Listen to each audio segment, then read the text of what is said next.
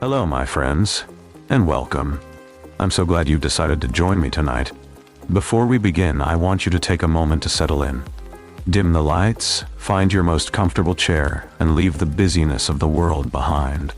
While you're getting settled, don't forget to like, subscribe, and tell me in the comments where you're listening from and what time it is. Your engagement truly helps, and the more you interact, the more these chilling tales will find their way back to your feed. Tonight, we're stepping into the shadows to share a few stories that are as true as they are unsettling. So, take a deep breath, get cozy, and let's explore the dark together.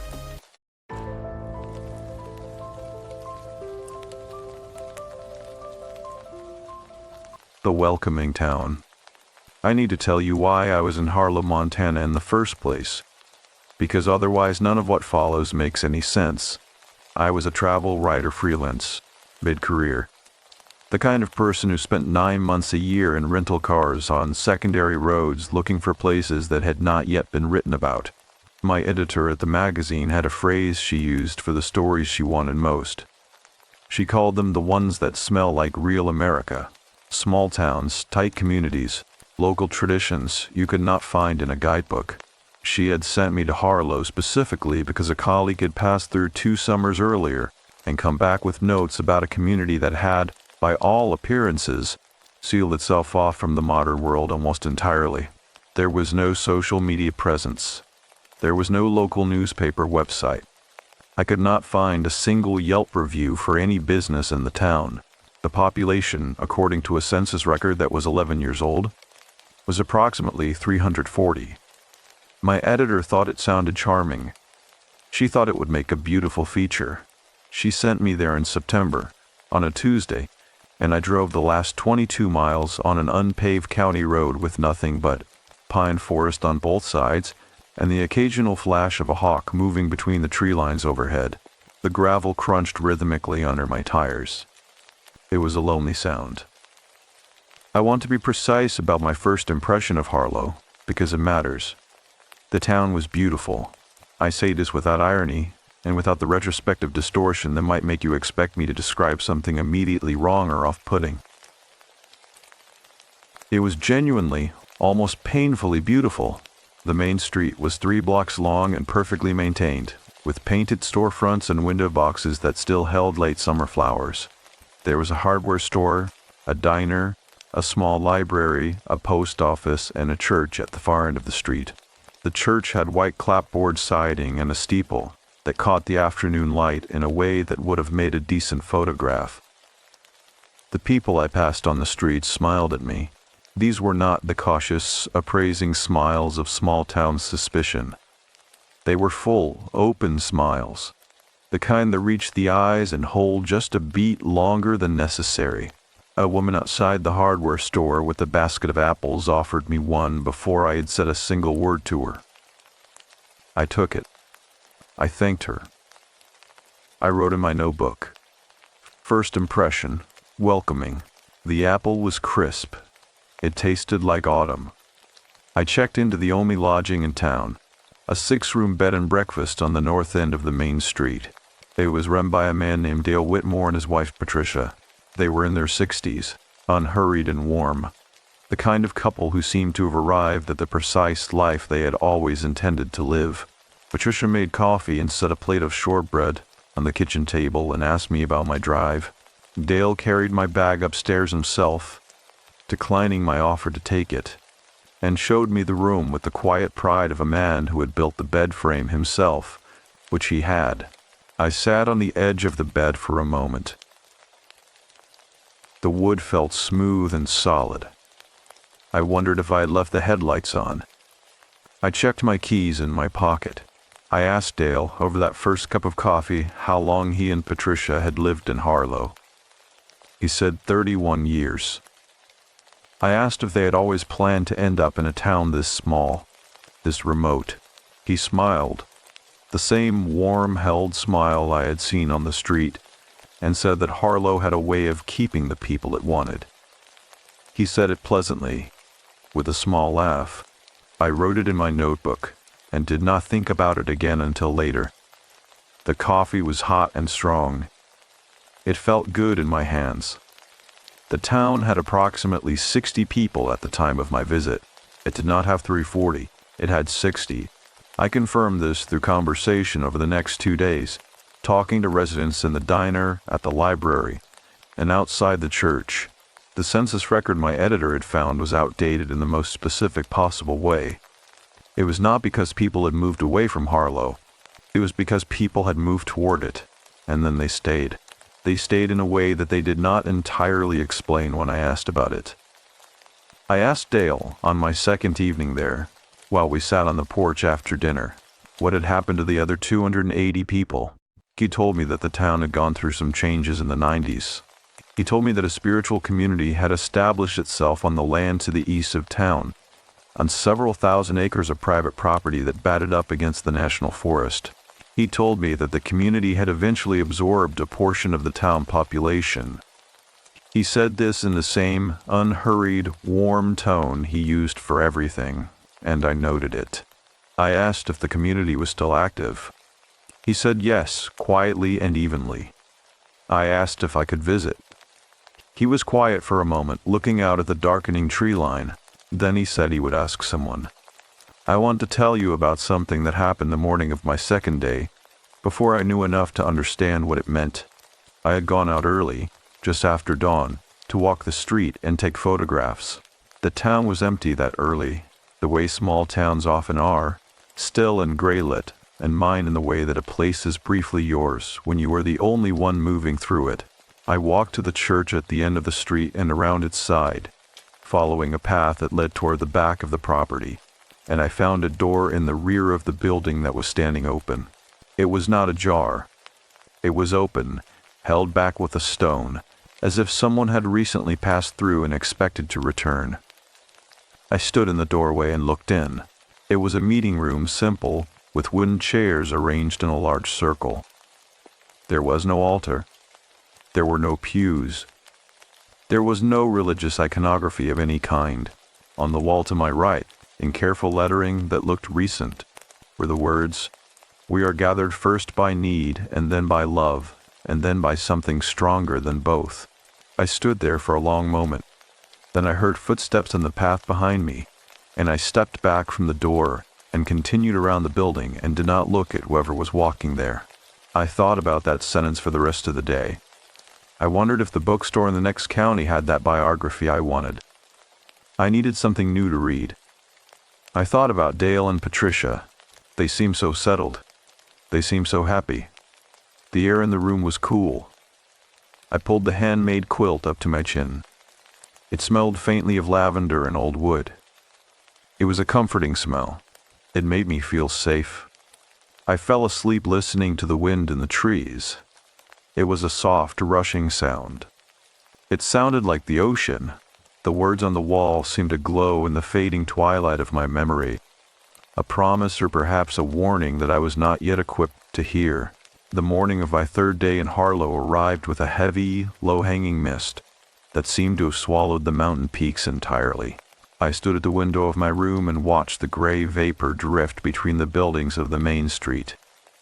It moved with a slow and deliberate grace. The silence was so profound that I could hear the faint, rhythmic ticking of a clock in the hallway downstairs. I felt a slight dampness in the air that made my skin feel cool and tight. My breathing was slow. I focused on the way the mist obscured the lower halves of the pine trees until they appeared to be floating in a white sea. It was a beautiful sight. I went downstairs for breakfast and found Patricia in the kitchen. She was standing by the stove, her back to me, her shoulders perfectly still. The room was warm and smelled of cinnamon and toasted oats. It was a comforting domestic scent that grounded me. I took a seat at the heavy oak table and waited. When she turned around, she was holding a ceramic bowl of warm porridge topped with honey and sliced apples. She set it before me with a gentle smile that did not quite reach her eyes. She did not speak for a long moment. She simply watched me take the first spoonful. The texture was creamy and smooth.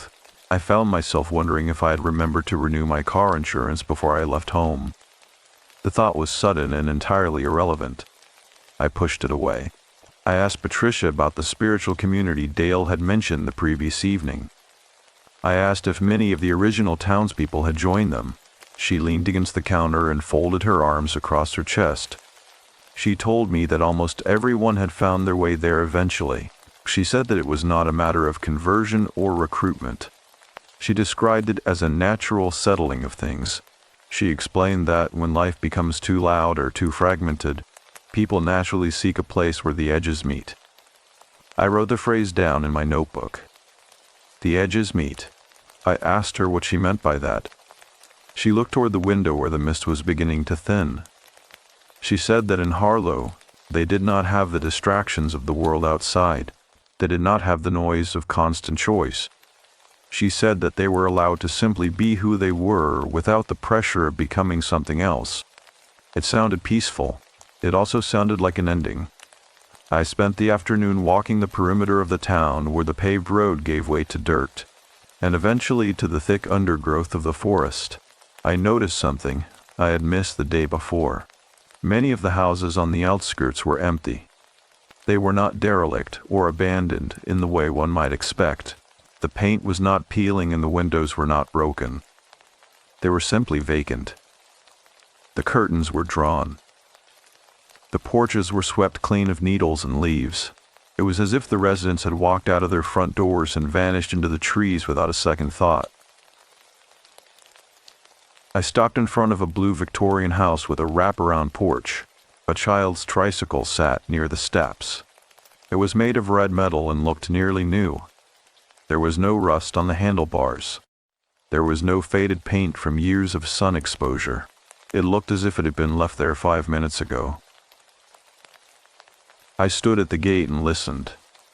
I heard nothing but the wind. I felt a sudden sharp chill in my chest that had nothing to do with the mountain air. My heart felt like a heavy stone behind my ribs. I turned away from the house and began to walk back toward the center of town. I found myself counting my steps. 1, 2, 3, 4. I focused on the sound of my boots on the gravel. I needed to hear something solid. I passed the library and saw a man standing on the sidewalk. He was wearing a dark wool coat and a wide-brimmed hat that shaded his features. He was not moving. He was looking toward the eastern ridge where the forest was densest. I stopped a few feet away from him. I cleared my throat. He did not turn. I asked him if he knew the way to the old mill pond I had seen on a local map. He waited several seconds before he responded. His voice was low and resonant, like the sound of a cello in a large room. He told me that the mill pond was no longer there. He said the water had been diverted years ago to feed the gardens of the community. He finally turned his head to look at me. His eyes were a pale, translucent blue that seemed to hold no light. He told me his name was Silas. He said that he had lived in Harlo since he was a small boy. I asked him if he missed the way the town used to be when the population was larger. He shook his head slowly. He told me that numbers were a poor way to measure the depth of a place. He said that 1,000 shallow people could not equal the weight of 10 people who were truly present. He spoke with a conviction that was both impressive and deeply unsettling. He told me that the community welcomed those who were tired of running. He asked me if I was tired. I did not know how to answer him. I felt a sudden urge to check my watch. It was 4 o'clock in the afternoon. I told him I should get back to the bed and breakfast for dinner. He nodded and turned back toward the mountains. I walked away quickly. The sun was beginning to dip behind the peaks, and the shadows were stretching across the road like long, dark fingers. When I reached the bed and breakfast, I found Dale sitting in the front room. He was cleaning a small wooden bird he had carved. The shavings fell onto a piece of newspaper on his lap. He looked up and smiled at me. He told me that he had spoken with the leadership of the community. He said they were willing to meet with me the following day. He said that a man named Gareth would come to the house to escort me. I thanked him and went upstairs to my room. I felt a strange combination of relief and apprehension. I sat on the bed and looked at my notebook. The pages were filled with descriptions of beautiful buildings and friendly people. But, beneath the words, there was a growing sense of emptiness that I could not quantify. It was as if the town was a stage set and the actors were waiting for a cue I did not know. I lay down on the bed and closed my eyes. I thought about the tricycle on the porch of the empty house. I wondered if the child who owned it was still nearby. I wondered if they were happy. The room was dark now. The only light came from a sliver of moon visible through the gap in the curtains. I reached out and touched the handmade quilt. The fabric was thick and warm against my fingertips. It felt like a shield. I focused on the texture of the stitching. I counted the squares in my head until my thoughts began to blur. I wondered if the local grocery store carried that specific brand of orange juice I liked. The thought was a small anchor in a rising tide of unease. I drifted into a shallow, restless sleep. I dreamed of a forest where the trees had no leaves and the ground was covered in white blossoms that felt like snow. In the dream, I was walking toward a light that never moved closer. I could hear a choir singing a melody that had no words. It was a beautiful, haunting sound that filled the air until I could not breathe. I woke up sweating in the middle of the night. The house was silent. I sat up and listened to the wind rattling the window frame. It was a sharp, insistent sound. I got out of bed and walked to the window. The mist had returned thicker than before. It pressed against the glass like a living thing. I could not see the street. I could not see the trees. I could only see my own reflection in the dark pane. My face looked pale and unfamiliar. I looked away. I returned to the bed and pulled the covers over my head. I waited for the morning. I wanted to see the sun. I wanted to hear the sound of a car engine or a television or a distant siren. I wanted anything that sounded like the world I had left behind. But there was only the silence of Harlo. It was a silence that felt heavy and full of intent. It felt as if the town was holding its breath, waiting for me to decide if I was one of the people it wanted to keep. I realized then that I had not seen a single animal since I arrived. There were no dogs barking. There were no cats sunning themselves on porches. There were not even any birds singing in the morning. The hawks I had seen on the drive-in were gone. The town was a vacuum. It was a place where life had been distilled into its simplest, quietest form. I found myself thinking about the woman with the apples. I remembered the way she had looked at me. It was not the look of a stranger. It was the look of someone who was recognizing an old friend. It was the look of someone who knew exactly where I was going. I felt a sudden cold knot of fear in my stomach. I realized that I had not asked Dale how people joined the community. I had only asked why they stayed. I wondered if there was a difference. The darkness of the room felt thick and suffocating. I reached for the lamp on the bedside table and turned it on. The light was amber and soft. It pushed back the shadows, but it did not make me feel any safer. I sat in the chair by the window and watched the clock. The seconds crawled by with an agonizing slowness. I thought about my apartment in the city. I thought about the cracked tile in my bathroom and the way the radiator hissed in the winter. These were the things I knew. These were the things that made sense. I tried to hold on to them as if they were a lifeline. But the more I thought about them, the more distant they felt. It was as if they belonged to someone else. It was as if the person who had driven into Harlo on Tuesday was already starting to fade away. I felt a sudden, desperate need to leave. I thought about getting my keys and driving out of town right then. But I knew the road would be invisible in the mist. I knew I would only end up lost in the pine forest. I had to wait for Gareth. I had to see the community for myself. I had to understand what was happening here before I could walk away. I told myself that I was a professional. I told myself that I was just doing my job. But, in the quiet of the room, the lie felt thin and fragile. I watched the first light of dawn begin to gray the edges of the curtains. The mist was still there, but it was turning a pale, ghostly silver. I stood up and stretched my stiff limbs. I felt a dull ache in my lower back. I went to the washstand and splashed cold water on my face. The sensation was sharp and bracing. It cleared my head for a moment. I looked at my notebook on the table. The words I had written looked like a foreign language.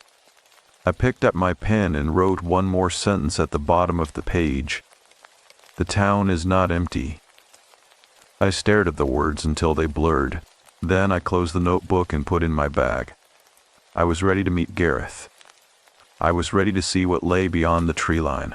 The tricycle on the porch remained in my mind like a stain, a silent witness to a departure that left no tracks and offered no explanations. Gareth arrived at 9 o'clock in the morning, just as the last of the mist was retreating into the higher elevations of the mountains. He did not knock on the front door of the bed and breakfast. I found him waiting on the porch, sitting on the railing with his hands tucked into the pockets of a canvas work jacket. He was younger than Silas, perhaps in his late 30s, with a face that looked as though it had been weathered by years of outdoor labor. His hair was cut short and neat. He stood up as soon as I stepped outside and extended a hand toward me. His grip was firm and dry. He did not offer a preliminary greeting or a comment about the weather. He simply told me that it was a good day for a walk. We headed east, leaving the manicured main street behind and entering a forest of lodgepole pine that grew so thick the light became a filtered, emerald haze. The trail was narrow but well maintained, cleared of fallen branches and large stones. I felt a strange vibration in my chest that was not quite a shiver. It was more like the hum of a distant machine. I focused on the movement of Gareth's boots in front of me. They were scuffed leather, the soles worn down on the outer edges. I wondered if the radiator in my bedroom at home was still leaking. I had meant to call the landlord about it weeks ago. The forest felt ancient and heavy. Every sound was muffled by the thick carpet of needles under our feet. After 2 miles of steady climbing, the trees suddenly thinned, revealing a wide, bowl-shaped valley that seemed to have been carved into the side of the mountain. In the center of the valley stood a collection of buildings that did not resemble a typical town. They were constructed of dark timber and local stone, designed to blend into the shadows of the surrounding cliffs. There were no fences. There were no paved roads. People were moving between the structures with a quiet, synchronized efficiency that made the hair on my arms stand up. A group of women was hanging white linens on a long wire stretched between 2 trees. A man was sharpening a scythe on a whetstone, the metallic rasp echoing against the rock walls. No one stopped to look at us. No one waved. It was as if we were ghosts passing through a world that was already complete. Gareth led me toward the largest building, a long hall with high windows that reflected the gray sky. Inside, the air was warm and smelled of beeswax and dried herbs. A small fire crackled in a stone hearth at the far end of the room. I felt the heat on my face and a sudden, sharp longing for the simple comfort of a heavy blanket. It was the only warmth I had felt since arriving in the valley. Gareth gestured toward a wooden chair and told me to wait. He disappeared through a door behind a heavy wool curtain. I sat down and looked at my hands. My fingernails were dirty from the trail. I felt a sudden, inexplicable sense of shame about the state of my clothes. I was wearing a synthetic hiking jacket and denim jeans, fabrics that felt loud and artificial in this silent, organic space. I realized then that I had not heard a single electronic sound in over an hour. There were no hums from refrigerators. There were no chirps from cellular phones. There was only the breathing of the building itself. The curtain moved, and a woman stepped out. She was older than Gareth, her hair a silver braid that reached her waist. She wore a simple dress of charcoal wool. She did not introduce herself, but I knew instinctively that she was the person Dale had referred to as the leadership. She sat across from me and looked at me for a long time without speaking. Her eyes were dark and liquid, reflecting the firelight in a way that made them look like polished obsidian. She asked me why I was looking for stories. I told her about the magazine and my editor. I told her about the colleague who had visited years before. She listened with a stillness that was almost physical. She told me that stories are what people use when they do not have the truth. She said that the people in the valley did not need stories because they had the thing itself. I asked her what she meant by the thing itself. She leaned forward, and for the first time I saw a flicker of something like grief in her expression. She told me that most people live their lives in a state of constant, quiet mourning for a connection they cannot name. She said that they spend their years trying to fill a hole that was carved into them before they were born. She described the world outside as a place of endless, hollow consumption.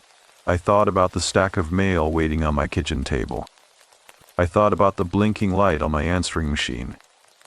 I felt a sudden, hollow ache in my stomach. She told me that the valley was the only place where that mourning could stop. She said that once you were here, you realized that you were never really a separate person at all. You were just a fragment looking for the rest of the glass. I asked her if that was why people stayed. She nodded slowly. She said that leaving the valley was like trying to breathe underwater. It was possible for a moment, but eventually, the body would demand what it needed.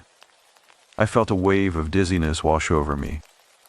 I reached out and gripped the arms of the wooden chair. The wood was cold and hard. I found myself wondering if I had remembered to turn off the coffee maker in my room at the bed and breakfast. The thought felt like a physical weight, a small, mundane anchor in a sea of shifting reality. I told her that I needed to see more of the community if I was going to write an honest account. She stood up and told me that honesty was a difficult thing to achieve. She led me out of the hall and toward a smaller building near the edge of the forest. This was the infirmary, she said. Inside, the light was soft and golden. There were 6 beds, 4 of which were occupied. The people in the beds were not moving. They were not sleeping either. Their eyes were open, staring at the ceiling with a focused intensity that made me want to look away. I asked what was wrong with them. The woman told me that nothing was wrong. She said they were in the process of arriving. She explained that for some, the transition was physical. She said that the body had to unlearn the habits of the world before it could accept the silence of the valley. I walked toward the nearest bed. The man lying there looked to be in his 50s. His skin was pale, almost translucent. I could see the blue veins running beneath the surface of his temples. His breathing was so shallow that I had to lean close to see the rise and fall of his chest. I realized with a jolt of horror that he was the man I had seen in a photograph in the library the day before. He had been the town sheriff 10 years ago. He looked nothing like the man in the picture. The woman told me that he had been waiting for a long time to come home. She said that his family had been here for years, waiting for him to finally let go of his badge and his responsibilities. I asked where his family was now. She pointed toward the forest. She said they were everywhere. She said that in the valley, the line between the living and the remembered was as thin as a thread. I felt a sudden, urgent need to be outside. I pushed past her and stumbled out into the cool mountain air. The sky was turning a bruised purple as the sun moved behind the peaks. I looked toward the forest and saw shapes moving between the trees. They were too large to be deer and too graceful to be bears. They moved in silence, a fluid extension of the shadows. Gareth was waiting for me by the path. He did not ask if I was okay. He did not offer any explanation for what I had seen. He simply began to walk back toward the town. I followed him, my legs feeling heavy and clumsy. I found myself thinking about my mother. I thought about the way she used to hum while she was gardening. I had not thought about her in years. I realized that I could not remember the melody she used to sing. The realization felt like a physical blow. I tried to hum it myself, but my throat felt tight and dry. I looked at the back of Gareth's head. I wondered if he had a mother. I wondered if she was in the forest. We walked in silence for a long time. The only sound was the rhythmic thud of our boots on the dirt trail. I found myself matching my stride to his. Left, right, left, right. I focused on the sound until it was the only thing in my world. I did not look at the trees. I did not look at the shadows. When we reached the edge of the town, the streetlights were beginning to flicker on. They were old-fashioned lamps that cast a dim orange glow on the sidewalk. I saw Patricia standing on the porch of the bed and breakfast. She was watching us approach. She held a shawl wrapped tightly around her shoulders. She looked relieved to see me. Gareth stopped at the gate. He told me that I should get some rest. He said that the woman in the hall would want to see me again tomorrow. He told me that there was still much I did not understand.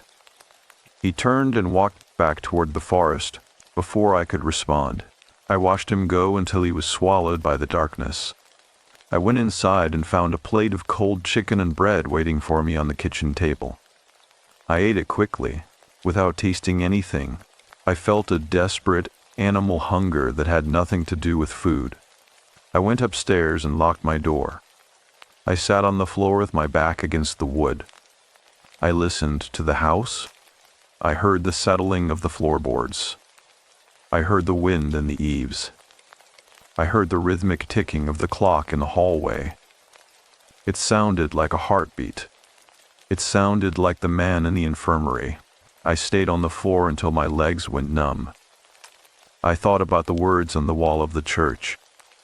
We are gathered first by need and then by love, and then by something stronger than both. I realized then that the something stronger was not a choice. It was a gravity. It was a slow, inevitable pull that stripped away everything until there was nothing left but the need to belong. I reached for my notebook and tried to write, but my hand was shaking too much to hold the pen. I looked at the blank page. I felt a sudden, terrifying certainty that I would never fill it. I felt as if the stories I had spent my life collecting were melting away like ice in the sun. I thought about the woman with the apples. I thought about the blue Victorian house with the red tricycle. I wondered if the child was watching me from the shadows of the porch. I lay down on the rug and closed my eyes. I did not want to sleep, but the exhaustion was a physical weight that I could not lift. I felt as if I were sinking into the floor. I thought about the radiator in my apartment. I thought about the sound it made when the heat came on in the morning. It was a loud, clanking, beautiful sound. I tried to hold on to it. I tried to make it louder, but the silence of the room was stronger. It pressed against my ears until I could hear nothing else. I drifted into a sleep that felt like falling. I dreamed of a valley where the mountains were made of glass and the trees were made of smoke. In the dream, I was standing in the middle of a circle of people. They were all smiling at me. They were all holding out apples. I reached for one, but my hand passed right through it. I looked down and saw that my arms were becoming translucent. I could see the grass through my skin. I could see the earth beneath the grass. I woke up gasping for air. The room was cold.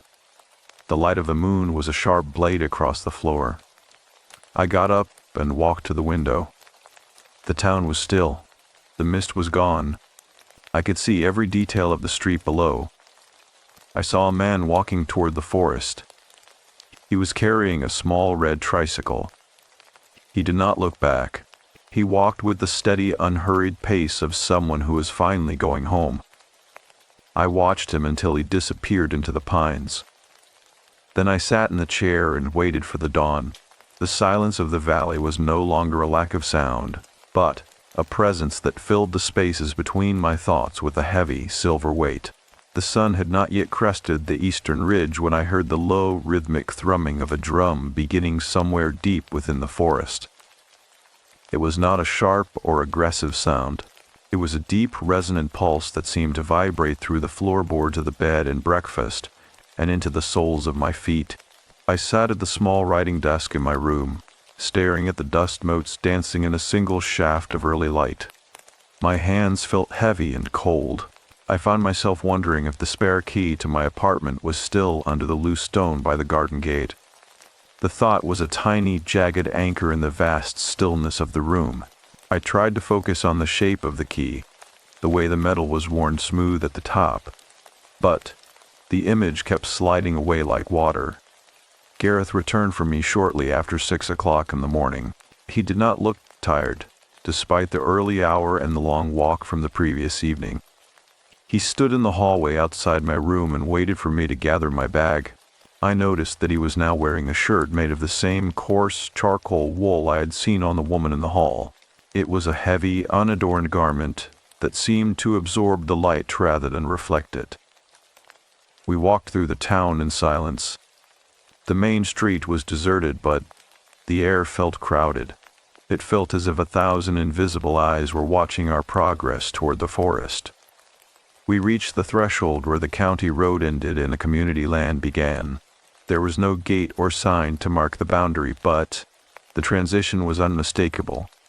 The temperature dropped several degrees as the shadows of the pines closed over us. Gareth slowed his pace and looked at me.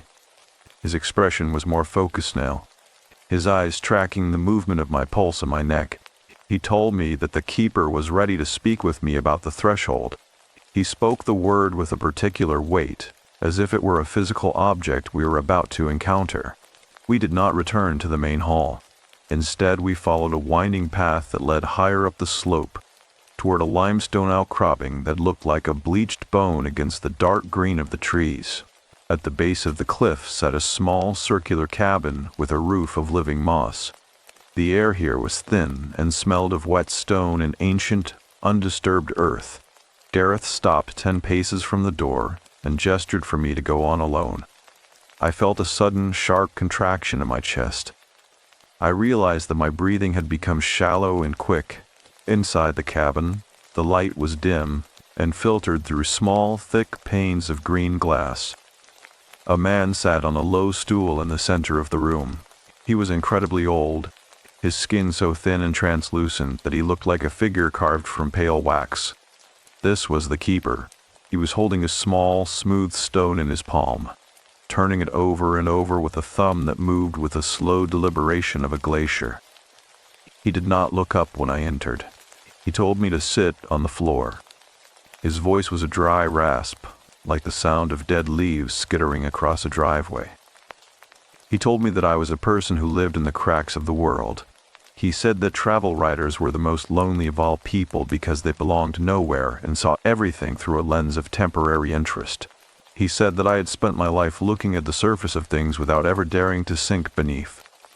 I felt a flush of heat rise to my face. I thought about the 3 suitcases I kept packed in my hallway at home. I thought about the way I always sat in the back of the theater so I could leave before the lights came up. The keeper leaned forward, and the green light caught the milky cataracts in his eyes. He told me that the threshold was the moment when a person realizes that their solitude is not a choice, but a cage. He said that Harlo was not a town, and the valley was not a community. He called it a harvest. He explained that there are places in the world where the veil is thin, where the earth is hungry for the weight of human presence. He said that the community did not recruit or entice. They simply waited at the threshold for those who were already leaning toward the dark. I asked him what happened to the people who passed through. I thought about the man in the infirmary with the translucent skin. The keeper smiled, a slow parting of thin lips that revealed teeth as yellow as old parchment. He told me that the body is the last thing to let go. He said that first, the memory of the outside world begins to fray at the edges.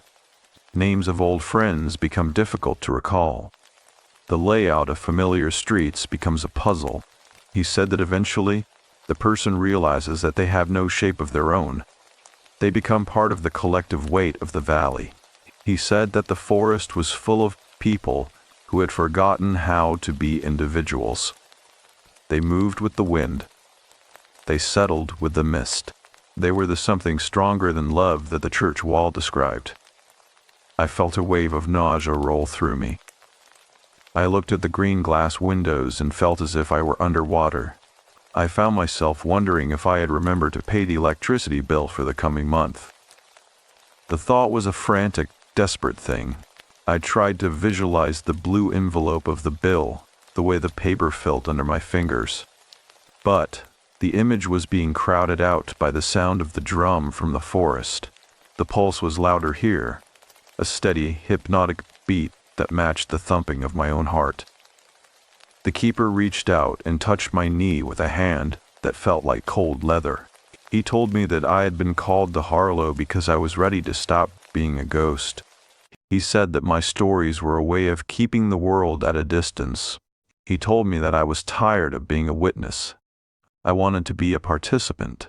He said that the threshold was right in front of me, and all I had to do was stop trying to remember the way back to my car. I pulled my leg away from his touch. My skin crawled as if 1,000 insects were moving beneath the surface. I stood up and backed toward the door. The keeper did not try to stop me. He simply watched me with his pale, unblinking eyes. He told me that the more I fought the silence, the louder it would become. He said that the forest already knew my name. I turned and ran out of the cabin, my boots slipping on the wet moss.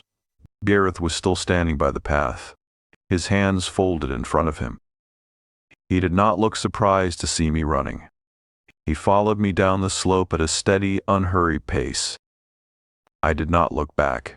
I focused on the movement of my legs, the sharp burn in my lungs, the way the branches caught at my synthetic jacket. I reached the edge of the town and did not stop until I was inside the bed and breakfast. I slammed the door and locked it. I stood in the hallway, gasping for air, the sound of my own ragged breathing echoing in the narrow space. Patricia came out of the kitchen. She was carrying a tray with a teapot and 2 small porcelain cups. She looked at me with a profound, quiet sadness. She did not ask me why I was sweating or why my eyes were wide with panic. She set the tray down on the sideboard and told me that the tea was made from chamomile and mountain mint. She said it would help the transition. She used the same word the woman in the hall had used, transition. I went upstairs and locked myself in my room. I moved the heavy oak chair in front of the door. I sat on the bed and pulled the handmade quilt around my shoulders. The wool was thick and heavy, and for a moment, the weight of it made me feel safe. I focused on the smell of the lavender in the fabric. I tried to remember the phone number of my editor. I knew it ended in a 4. But the other digits were gone. I tried to think of the street I lived on. I knew it started with an R. But I could not see the sign in my mind. I could only see the white steeple of the church in Harlo. I could only see the red tricycle on the porch of the blue house. I felt a cold, hollow terror spreading through my limbs. I realized that the keeper was right. The edges were meeting. The world outside was becoming a dream, and the valley was becoming the only reality. I reached for my notebook to try and write down the facts of my life. My name, my age, my address. But when I opened the book, the pages were blank. I knew I had filled dozens of pages with notes about the town. I knew I had written descriptions of the people and the buildings. But there was nothing but white paper. I stared at the blankness until it seemed to grow and fill the room. I felt as if I were disappearing into the page. I lay back on the bed and stared at the ceiling. I listened to the house. I heard the ticking of the clock. I heard the wind. I heard the drum. It was closer now. It sounded as if it were right outside my window. I did not want to look, but I could not help myself. I stood up and walked to the glass. The street was filled with people. They were standing perfectly still, their faces turned toward my window. They were not angry. They were not threatening. They were simply waiting. They looked like they had all the time in the world. I saw the woman with the apples.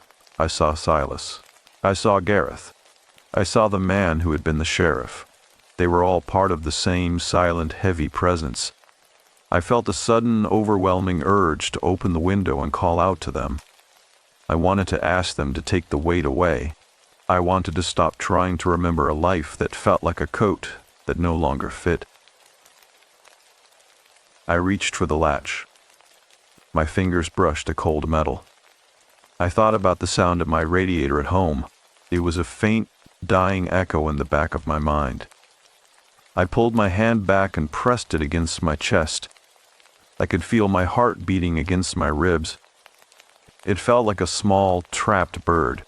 I sat on the floor and closed my eyes. I told myself that I would leave in the morning. I told myself that I would find the road and drive until the mountains were nothing but a line on the horizon. I tried to believe the lie, but the silence of the room was already beginning to taste like home. The keeper's words settled into the marrow of my bones like a fine gray ash that no amount of shivering could ever hope to dislodge. I did not sleep for the rest of the night. I sat on the floor with my back against the bed frame and watched the door as if it were a living thing that might exhale. The drumming from the forest had settled into a low, thrumming vibration that felt less like a sound and more like a fever in my blood. I found myself staring at the pattern of the wood grain on the floorboards until the lines seemed to shift and coil like snakes. I wondered if I had left the window in my kitchen back home slightly cracked. I could almost feel the cold autumn draft blowing through my apartment and rattling the blinds. The memory was sharp and crystalline. It felt like a piece of glass held against the throat of the silence. Dawn did not break so much as the grayness of the room simply became more transparent. I stood up and my knees made a loud, dry cracking sound that seemed to echo through the entire house. I moved to the washstand and plunged my face into the basin of ice-cold water. The shock was a blessing. I gripped the edges of the porcelain bowl and stared at my reflection in the small, silvered mirror. My eyes looked sunken and dark. The pupils dilated until the iris was a mere sliver of hazel. I looked like a man who had been hollowed out from the inside. I reached the thick white towel on the rack and pressed it to my face. The fabric was rough and smelled faintly of wood smoke. It was the only thing in the room that felt real. I knew that I had to leave now or I would never leave at all. The weight of the town was a physical pressure against my chest, a gravity that wanted to pull me down into the earth until I was nothing but a memory. I gathered my bag and opened the door to the hallway. The air in the house was perfectly still. I walked past the other rooms and down the stairs, my boots making no sound on the runner. I found Dale and Patricia in the kitchen, sitting at the table with 2 untouched cups of coffee between them. They did not look at me as I entered. They were looking out the window toward the white steeple of the church. I told them that I was leaving. I said it loudly, my voice cracking with a desperation that I could not hide. Dale turned his head slowly and looked at me. His expression was not one of anger or even surprise. It was a look of profound, weary disappointment, the way a father might look at a child who has refused a precious gift. He told me that the road was closed. He said that a mudslide had taken out the pass during the night. He spoke with a quiet certainty that made the blood in my veins turn to ice. I knew there had been no rain. I did not argue with him. I did not ask how he knew. I simply walked out the front door and across the porch and toward my rental car. The vehicle looked like a foreign object parked on the pristine gravel of the driveway. It was covered in a fine layer of gray dust that looked like ash. I reached into my pocket for my keys. My fingers were shaking so violently that I dropped them twice before I could get the door open. I climbed inside and slammed the door, the sound of violent intrusion in the morning quiet. I turned the ignition. The engine groaned and sputtered, but it did not catch. I tried again. And again. I gripped the steering wheel so hard that my knuckles turned white. I found myself thinking about the brand of laundry detergent I used. It came in a large orange plastic bottle with a blue cap. I focused on the smell of the soap, the chemical brightness of it. I needed to remember the world that made sense. On the 4th try, the engine roared to life with a cloud of black exhaust. I did not look back at the house. I shifted into reverse and backed out of the driveway, the tires throwing gravel against the underside of the car. I drove down the main street of Harlo at a speed that felt like a betrayal. The people were still there, standing on the sidewalks and in the doorways of the shops. They did not move to stop me. They did not even watch me pass. They were all looking toward the east, toward the valley where the mist was beginning to rise. I saw the woman with the apples standing outside the hardware store. She was holding a basket of fruit, but she was not offering them to anyone. She looked as though she were waiting for a signal that only she could hear. I pressed the accelerator until the car began to rattle. The road out of town was a narrow ribbon of gray, winding through the dense pine forest. I watched the odometer. 1 mile, 2 miles, 5 miles. I kept waiting for the mudslide that Dale had mentioned. I kept waiting for the trees to fall or the earth to open up. But the road remained clear. The only obstacle was the silence, which seemed to grow heavier the further I drove. It pressed against the windows of the car. It leaked through the vents. I turned on the radio, but there was nothing but static, a white noise that sounded like the rushing of a distant river. I reached the 22-mile mark where the unpaved road met the state highway. I did not stop at the intersection. I turned west and drove until the pine forest began to give way to the rolling foothills of the plains. I did not slow down until I reached a gas station 2 counties away. I pulled up to the pump and turned off the engine. The silence that followed was different. It was the silence of a normal morning. I could hear the hum of the refrigerated cases inside the store. I could hear the distant whistle of a train. I stepped out of the car, and my legs gave way. I sat on the concrete beside the pump and put my head between my knees. I could feel the heat radiating from the asphalt. It was a sharp, biting heat that felt wonderful. A man in a grease-stained jumpsuit came out of the station and asked if I was all right. I looked up at him, and I could not speak. I wanted to tell him about the valley.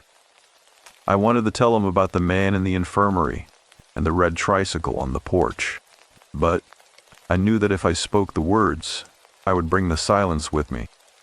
I told him I was just tired. He nodded and went back inside. I stood up and looked at my car. It looked smaller than I remembered. It looked fragile. I walked to the trash can and pulled my notebook out of my bag. I looked at the blank pages one last time. There was still no writing. There were no notes about the architecture or the census records or the welcoming smiles of the residents. There was only a faint, circular stain on the last page where a single drop of water had fallen. It looked like an eye. I threw the notebook into the trash and watched it disappear beneath a pile of discarded coffee cups and candy wrappers. I got back into the car and continued driving. I did not go back to my apartment. I drove to a motel in a city I had never visited. I checked in under a name that was not my own. I sat in the room and watched the television for 12 hours without changing the channel. I watched commercials for insurance and fast food and local news reports about traffic and weather. I needed the noise. I realized then that I was still holding the apple the woman had given me on my first day. It was in the side pocket of my bag. I pulled it out and looked at it. It was still perfect. There were no bruises. There was no sign of rot. It looked as fresh as the moment she had handed it to me. I walked to the window and looked out at the parking lot. The neon sign of the motel was flickering in the darkness. I thought about the keeper. I thought about his pale, unblinking eyes. I opened the window and threw the apple as far as I could. It vanished into the shadows of the dumpster. I closed the window and locked it. I moved the dresser in front of the door. I lay down on the bed and pulled the thin, polyester bedspread up to my chin. It felt cheap and synthetic and entirely wonderful. I focused on the sound of the air conditioner humming in the corner. I told myself that I was safe. I told myself that I had escaped. But as I closed my eyes, I could feel the vibration in the floor. It was the drum. It was faint, a mere ghost of a sound, but it was there. It was matching the rhythm of my heart. I realized that the keeper had been right about one thing. The forest does not forget a name once it has heard it. I lay there in the dark and waited for the morning. I wondered if the mudslide was still there. I wondered if the road back to Harlo was as clear as the road away from it. I felt a sudden, sharp longing for the smell of lavender and old wood. The thought was a poison. I pushed it away and focused on the flickering light of the television. I watched a man explain the benefits of a new kind of vacuum cleaner. He was loud and enthusiastic. He was full of the noise of the world. I held on to his voice as if it were a rope. I did not let go until the sun came up. I stayed in that motel for 3 days. I did not leave the room. I did not talk to anyone.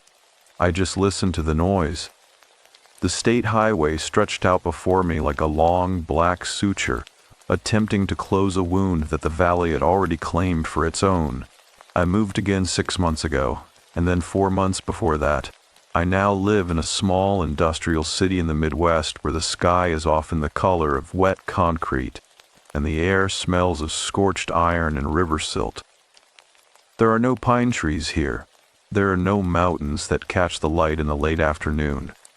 I live on the 4th floor of a brick building that faces a 24-hour rail yard. I chose this place specifically for the noise. The screech of metal on metal and the rhythmic thrumming of diesel engines provide a constant mechanical barrier against the silence. It is a necessary shield.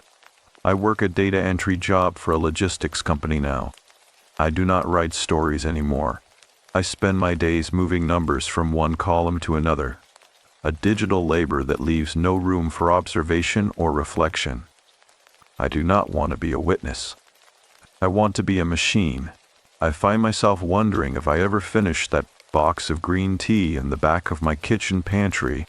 The thought is a small, dusty comfort that I return to when the freight trains pause in their shunting. I still have my rental car. I bought it from the agency after I left Montana, paying the full value in a series of cashier's checks. I could not bear the thought of another person sitting in that seat or touching the steering wheel. It is parked in a secure garage 3 blocks from my apartment. I go there once a week to start the engine and let it run for 20 minutes. I do not drive it.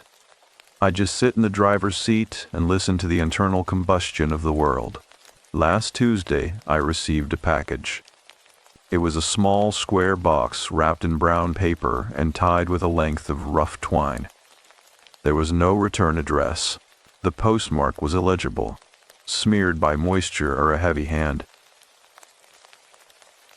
I sat at my kitchen table for an hour just looking at it. I could hear the radiator in the corner beginning to hiss and clack as the evening chill set in. The heat was a dry, radiator-scented wave that made my eyes itch. I pulled my wool sweater tighter around my chest. I finally cut the twine. Inside the box was a single handmade wooden bird. It was carved from a piece of light-colored pine, the grain polished until it felt like silk. I did not need to see the maker to know it was Dale's work. There was a small note tucked beneath the wing, written in the same careful, archaic script I had seen on the church wall. It said, "The winter is coming early this year. We have saved your place by the fire." I did not scream. I did not throw the bird away. I held it in my hand and felt the weight of it. It was heavier than it looked. It felt as if it were made of lead rather than wood. I looked out the window at the rail yard. A long line of black tankers was moving slowly toward the north. I wondered if they were carrying oil or chemicals or something heavier. I wondered if they ever stopped. I realized then that the silence of Harlo was not a place I had left behind. It was a condition I carried with me. It was a slow-acting poison that had been introduced into my blood the moment I took that first apple. I thought about my apartment back in the city, the one I had abandoned so quickly. I thought about the 3 suitcases in the hallway. I realized I could not remember the color of my own front door. I looked at the wooden bird and I felt a sudden, sharp longing for the smell of lavender. I wanted to be back in that bed with a handmade quilt. I wanted to hear the wind in the lodgepole pines. I wanted to stop being a fragment and become part of the glass. The thought was a physical pull, a gravity that made my head light and my hands tremble. I reached for a glass of water, but my fingers felt numb and distant. I stood up and walked to the mirror in the hallway. The light was dim, but I could see my reflection clearly. My skin looked paler than it had a month ago. I touched my temple, and I could feel the pulse there, slow and rhythmic. It was the drum. It was not coming from the street or the rail yard. It was coming from inside my own skull. It was the sound of the valley calling its harvest home. I went to the closet and pulled out my bag. It was the same bag I had carried in Montana. I began to pack. I did not pack clothes or books or my laptop.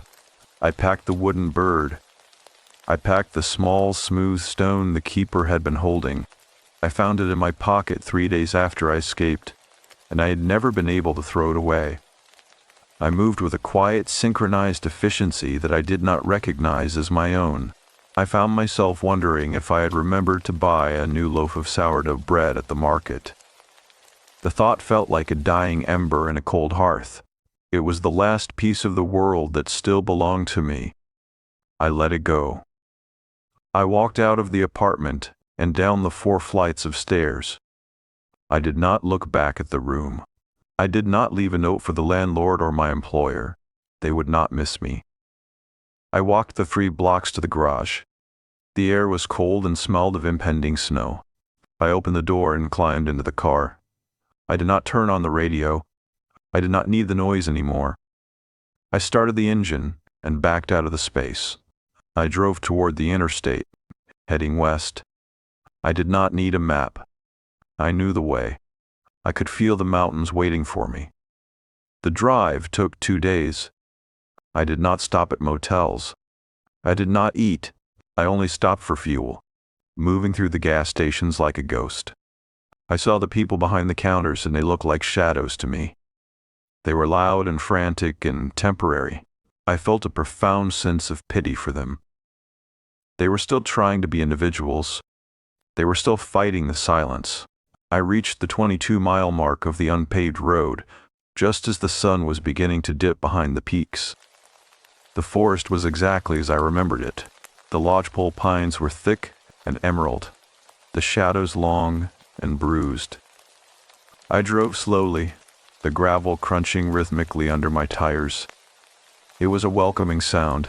I reached the edge of Harlo and saw the white steeple of the church catching the last of the light. The town was beautiful. It was genuinely, almost painfully beautiful. I parked the car in front of the bed and breakfast. Dale was standing on the porch, his hands tucked into the pockets of his charcoal wool jacket. He did not look surprised to see me. He did not ask where I had been. He simply nodded and held open the door. I stepped inside and the warmth of the house enveloped me like a heavy blanket. I could smell the cinnamon in the wood smoke. I could hear the ticking of the clock in the hallway. It was the sound of a heart that had finally found its rhythm. I went to the kitchen and saw Patricia setting a third place at the table. She looked at me and smiled. The same full, open smile I had seen on my first day. She told me that the porridge was almost ready. She said she had used the last of the honey. I sat down at the heavy oak table. I looked at my hands. They were no longer shaking. They felt solid and real. I realized that the noise of the world had finally stopped. The screeching of the trains and the humming of the television and the frantic hollow stories of the outside were gone. There was only the silence. It was a deep, silver weight that filled every quarter of the room. I looked out the window and saw the mist beginning to rise from the valley floor. It moved with a slow and deliberate grace, swallowing the street and the houses and the trees. I saw Gareth standing at the gate. He was holding a small red tricycle. He looked at me and nodded. I understood then that the tricycle was not a sign of departure. It was a sign of arrival. I picked up the spoon and took a bite of the porridge. It was warm and sweet. I felt a sudden, profound sense of peace. I was no longer a witness. I was a participant. I was part of the harvest. I realized that I had forgotten the name of the city I had lived in. I had forgotten the name of my editor. I had even forgotten my own name. It did not matter. We are gathered first by need and then by love and then by something stronger than both. I understood the words now. The something stronger was the end of solitude. It was the moment the fragment returned to the glass. I looked at Dale and Patricia and I saw myself in their eyes. We were all the same. We were the valley. We were the silence. I sat by the fire and watched the flames. They did not flicker or hiss. They burned with a steady, unwavering light. I felt the heat on my face and I was grateful for it. I was home. The forest had heard my name and it had called me back. I would never have to leave again. I closed my eyes and listened to the drum. It was the only sound left in the world. The white steeple of the church stood as a silent sentinel over a town that no longer required the artifice of a map to be found by those who were already lost.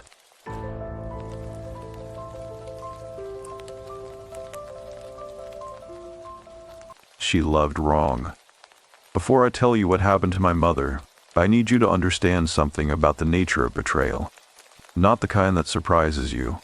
The kind that, when you look back at it, had been standing in every doorway, sitting at every dinner table, breathing in every room for years before the end came.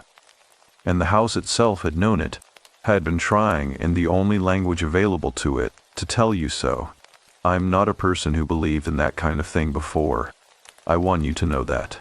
I am the kind of person who catalogs and documents and looks for a fact to attach a feeling to before I'm willing to call a feeling real. I was 20 years old when it started and 23 before I understood what I'd been watching. And in the years between, there was a black cat that I never fully explained, and a house that pressed its silence against me in ways that I could not have called evidence, and could not quite dismiss. My mother's name was Caroline Marsh. She was 51 years old, and 5 feet 4 inches tall. With dark hair she kept cut close and gray eyes that could read a room in under 3 seconds. She had the kind of composure that looks like ease until you have known someone long enough to understand the cost of it.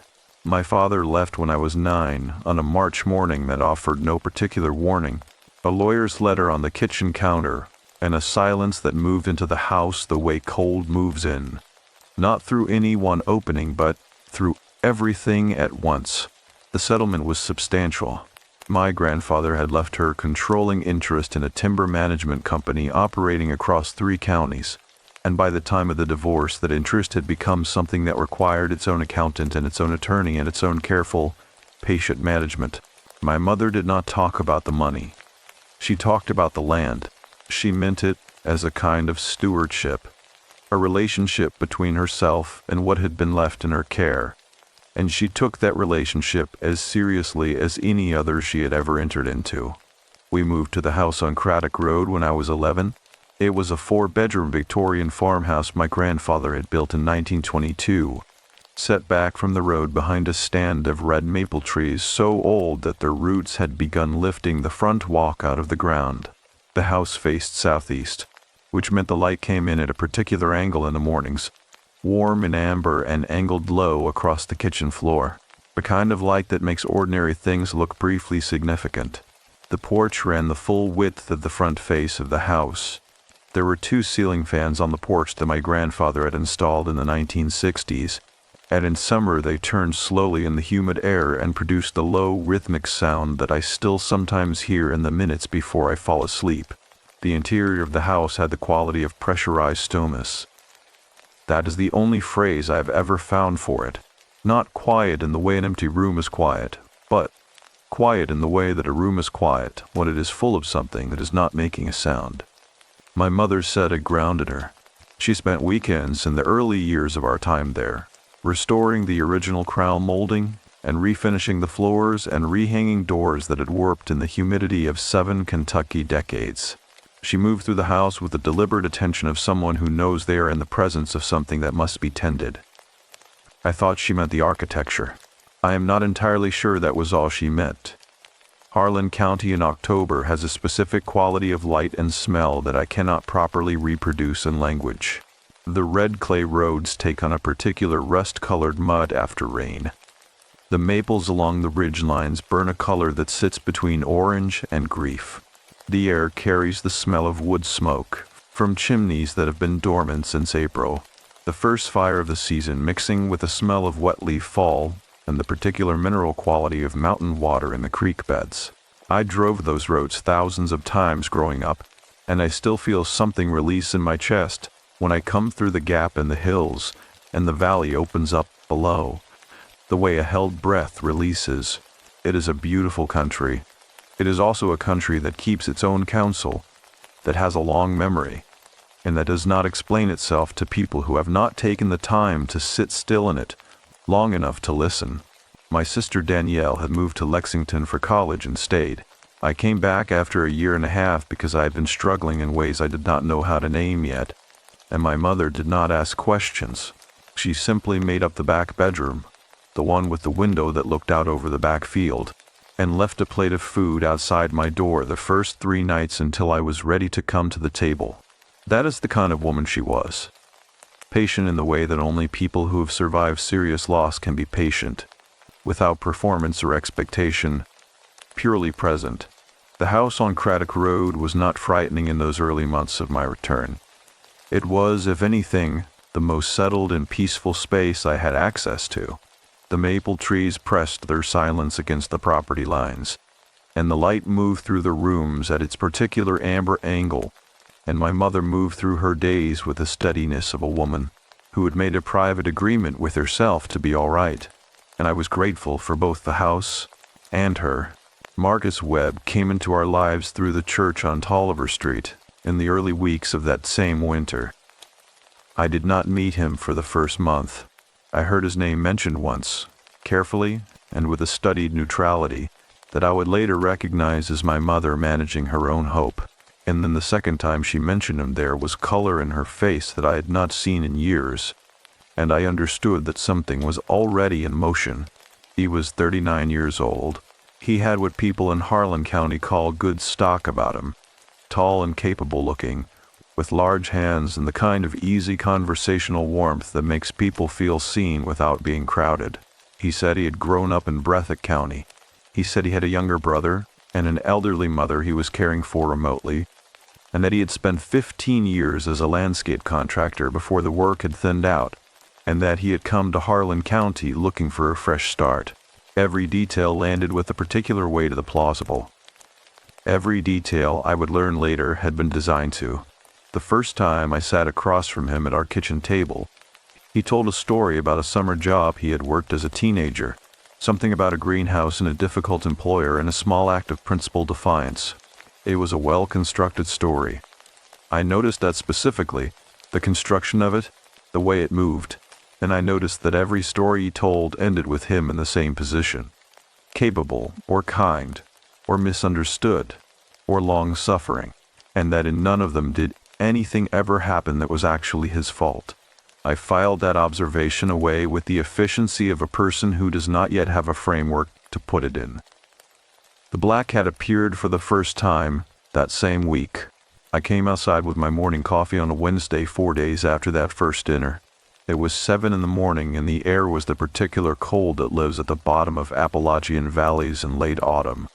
The kind of cold that does not feel like weather so much as presence. The cat was on the porch railing. It was positioned at the exact center of the rail, with its front paws folded together precisely, and its tail wrapped around them in a coil that had the quality of something deliberate. It was watching the front door. Not me. The door. I made a sound of my boot on the porch boards. It did not react. I moved across its field of vision, and its head did not follow me. I stood close enough to touch it, and still it kept its attention on the door, with those amber eyes that were fully dilated in a way that the ambient morning light did not account for. I told myself it was a stray. Rural Kentucky is full of strays. I went inside and did not think about it again until the next morning, when it was in the same position on the same railing, watching the same door. I asked my mother if she had seen a black cat around the property. She said she had not. I described it. The position, the stillness, the eyes. She looked at me for a moment with an expression I could not read, and then said that sometimes animals find places they like and come back to them, and there was nothing unusual in that. She said it gently. She also changed the subject. By the time Marcus moved into the house on Sycamore Lane and began coming for dinner 4 nights a week, I had seen the cat 6 more times, always on the railing, always at the center, always watching the door with those dilated eyes and that patient, clockwork stillness that sat wrong in a way I could not articulate beyond the physical fact of a cold that moved up the back of my neck each time I looked at it directly. I told myself I was reading into things. I told myself I was the kind of person who looked for patterns and coincidences because I was uncomfortable and needed something external to organize the discomfort around. I was 20 years old and I had recently failed at something important, and I did not have the confidence to trust my own perception fully. That was the first thing Marcus Webb counted on, in every household he had ever entered. And that was the first thing the house on Craddock Road had already begun, and the only way available to it, to quietly dispute. The amber morning light would come through the kitchen window the next day, exactly as it always had, and Marcus Webb would be at the table when it arrived, and the cat would be on the railing, and I would be standing between 2 things I did not yet have words for. One of them, the warmth of a house I loved, and the other, the cold specific weight of a wrong note I had not yet learned to name. The house on Craddock Road had a particular way of receiving morning that I had grown up taking for granted. The way a person takes for granted any comfort that has always been available to them. And it was only in the weeks after Marcus began arriving regularly that I understood the mornings had changed in a quality I felt before I could name. He was not loud. That is important to establish. He did not change the volume of the house. What he changed was its texture. Before Marcus, the mornings had a certain looseness to them. My mother moving through the kitchen with her coffee and her quiet thoughts, the house settling around her the way old houses settle around people they have known a long time. After Marcus began coming for dinner, and then staying later, and then arriving earlier, the mornings had a new quality of attention in them, as if the rooms were listening for something just outside the range of ordinary hearing. I noticed that I had begun waking earlier. Not abruptly, not from any specific sound, but from a shallow, restless half-sleep that deposited me at the edge of consciousness well before the light came. I would lie in the back bedroom with the window that faced the field, and I would be aware of the house around me in a way that was not quite comfortable. The specific sound of the floor settling, the low movement of air through the old window frames, the occasional creak from the hallway that is simply what Victorian woodwork does in the hours before dawn. None of those things were new. But the quality of my attention to them had changed, and I could not say precisely when the change had happened. Marcus moved into a rented room on Sycamore Lane in the spring. The dinners continued. He was unfailingly pleasant and unfailingly present, and he had the particular skill of the genuinely helpful guest. He cleared plates before being asked. He noticed when the conversation needed redirecting and redirecting it with the ease of long practice. He found small maintenance tasks around the property and completed them without announcing the intention beforehand. My mother visibly relaxed in his company. That was real, and I did not dismiss it. She laughed more frequently than she had in years. She wore her hair differently. She moved through the house with a lightness that I recognized as happiness, and that I was not willing to reduce to something simpler than what it was. I watched all of that, and I kept the catalog I had been keeping since the first dinner. The stories that always ended with him blameless. The warmth that never quite became available to examination.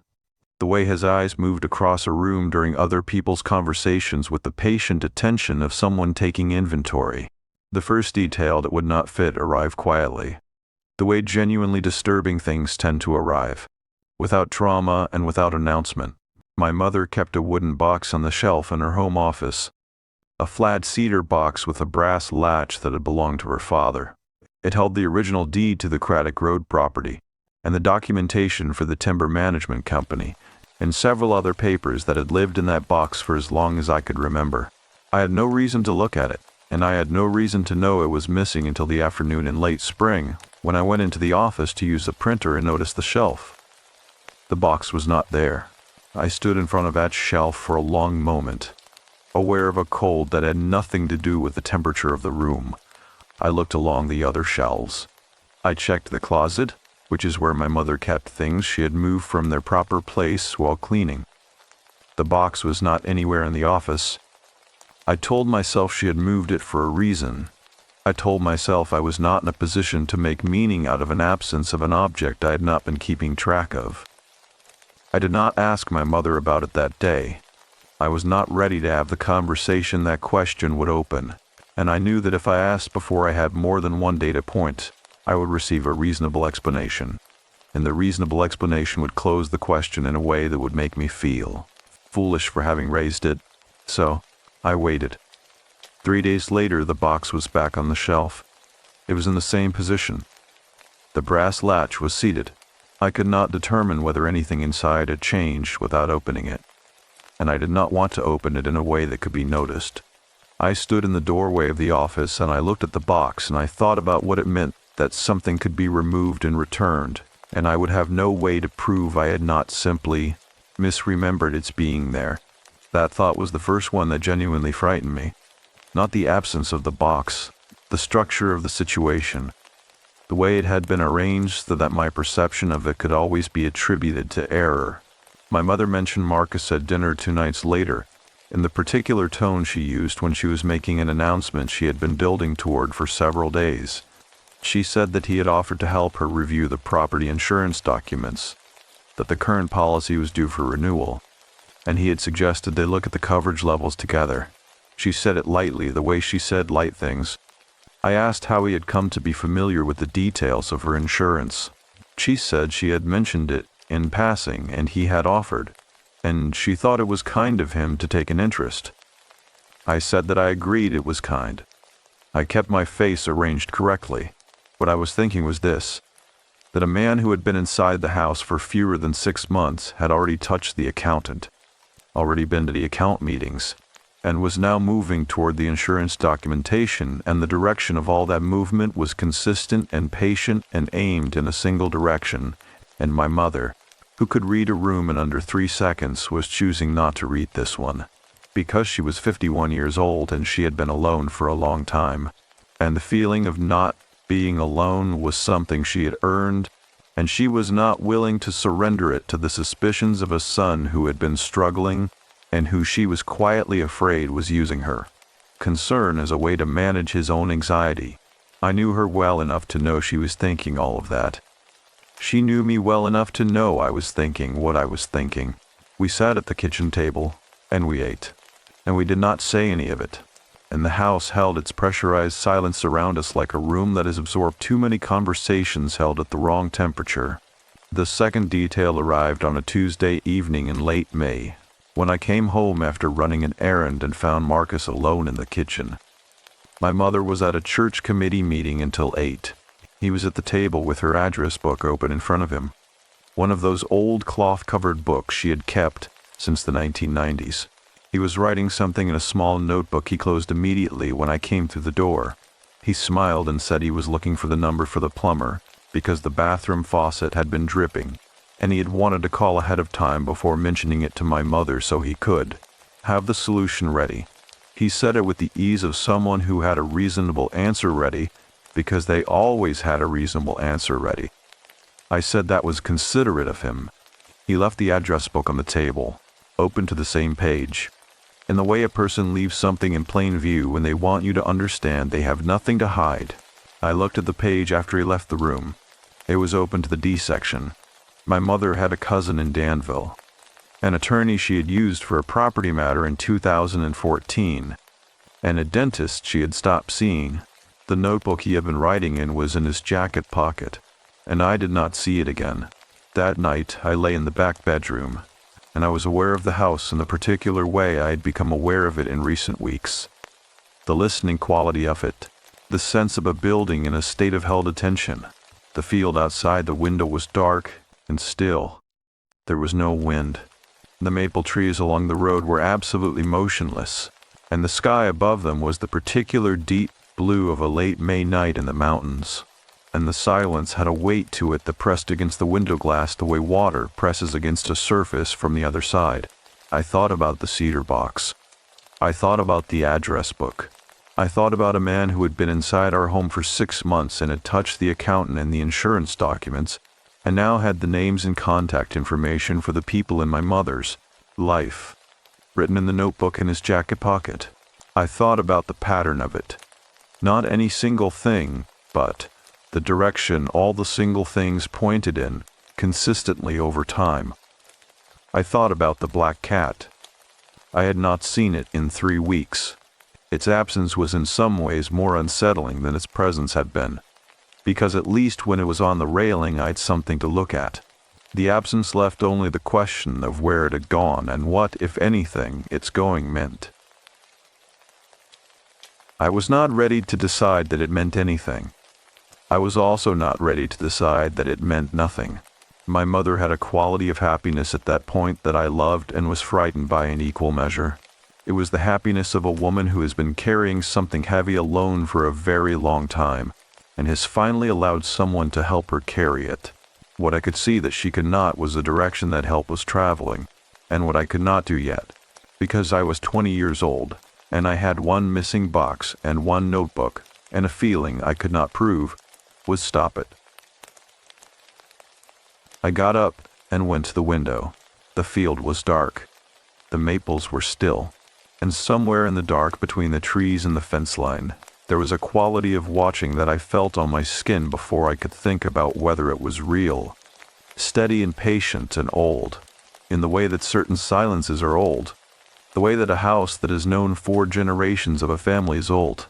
It was not comforting, but it was not nothing either, and in the weeks that followed, I would come to understand the difference between those two things as precisely as I have ever understood anything. What I did not know yet was how soon the shape of it would become clear, not as a feeling or a fear I could be persuaded out of, but as something with edges, with a paper trail, with the kind of cold documentary weight that even a reasonable explanation cannot fully cover. The summer came into Harlan County the way it always does, not gradually, not with any particular announcement, but all at once, as if the mountains had simply decided the season had changed, and the air had agreed overnight. The humidity settled into the valley like a second atmosphere, pressing down on the red clay roads and the creek bottoms, and the old wood of the house on Craddock Road until everything had that particular weight of a Kentucky July, thick and still and smelling of honeysuckle from the fence line and the faint mineral tang of the creek that ran behind the back field. I had been keeping the catalog for 4 months by then.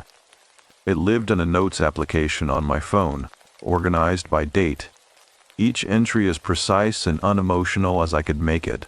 I had learned in those 4 months to write down only what I had observed directly, not what I had felt about it, not what I suspected it meant, but the bare architecture of each moment, the cedar box absent from the shelf on this date, returned on this date, the address book open to this section, the name of the new accountant, and the date of his first meeting with my mother, the insurance conversation and the precise words my mother had used to describe it. I had learned that feelings can be argued with, and impressions can be reframed, and memories can be made to seem unreliable, but a time-stamped record of observable facts has a different quality of weight.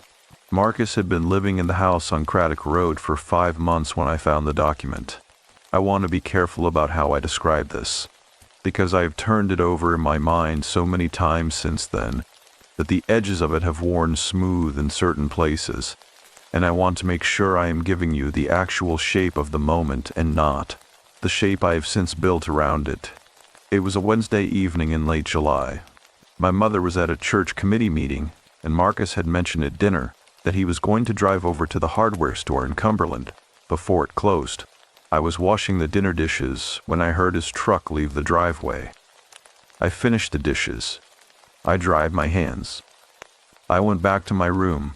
On my way through the hallway, I passed the kitchen table, which was where Marcus had developed a habit of leaving the things he was working on: bills, a notepad, whatever he had been reading. There was a paper on the table that had not been there during dinner. It was face up. I could see from where I stood that it was a printed document, and I could see my mother's name at the top of it. I stood at the edge of the hallway for a moment, aware of the house around me and its particular summer stillness.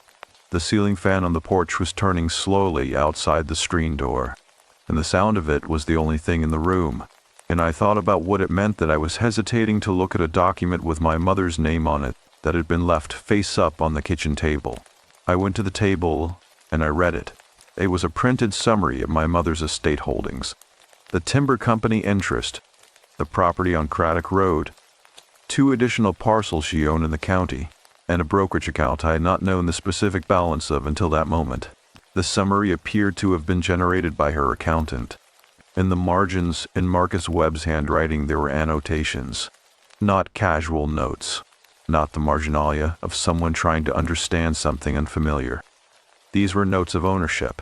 The phrases that I read and then read again and then photographed with my phone before I put the document back in exactly the position I had found it were transfer consideration, primary beneficiary, timeline viable, and in the lower right corner of the last page, a figure that was not labeled with any explanation but that I recognized immediately as a percentage.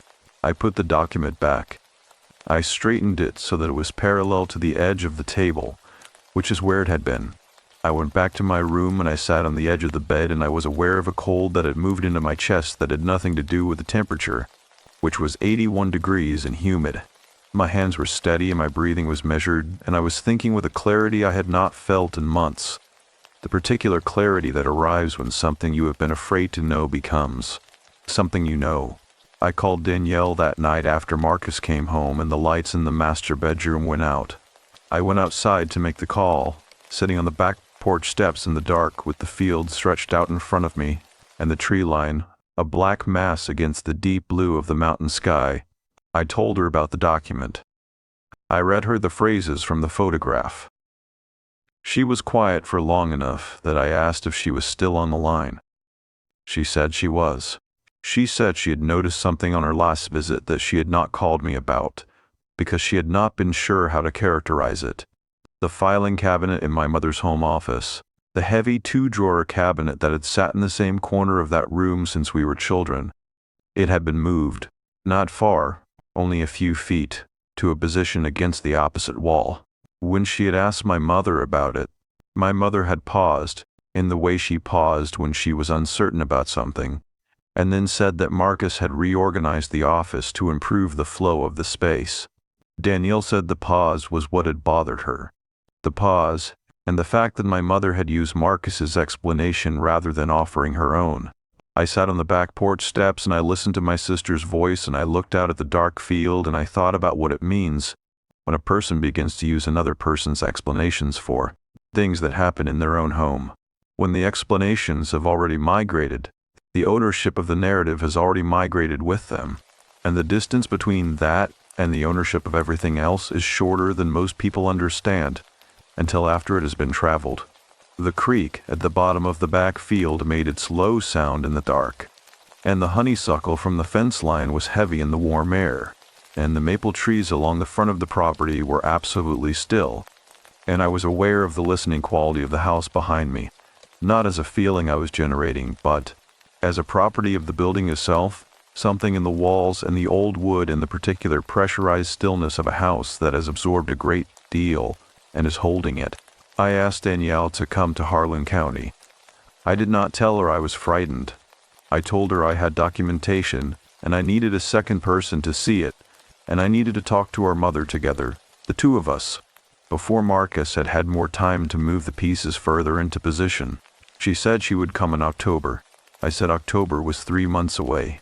She said she could not get away before October without raising questions at her job, and that she needed to manage this carefully. She was right. I knew she was right. I said I would continue the catalog, and I would not confront Marcus alone, and I would be patient. After I hung up the call, I stayed on the back porch steps for a long time. The night settled around me with its summer weight. The field was dark and motionless, and the creek was a low sound at the edge of hearing. and somewhere beyond the tree line there was a single note from a whippoorwill.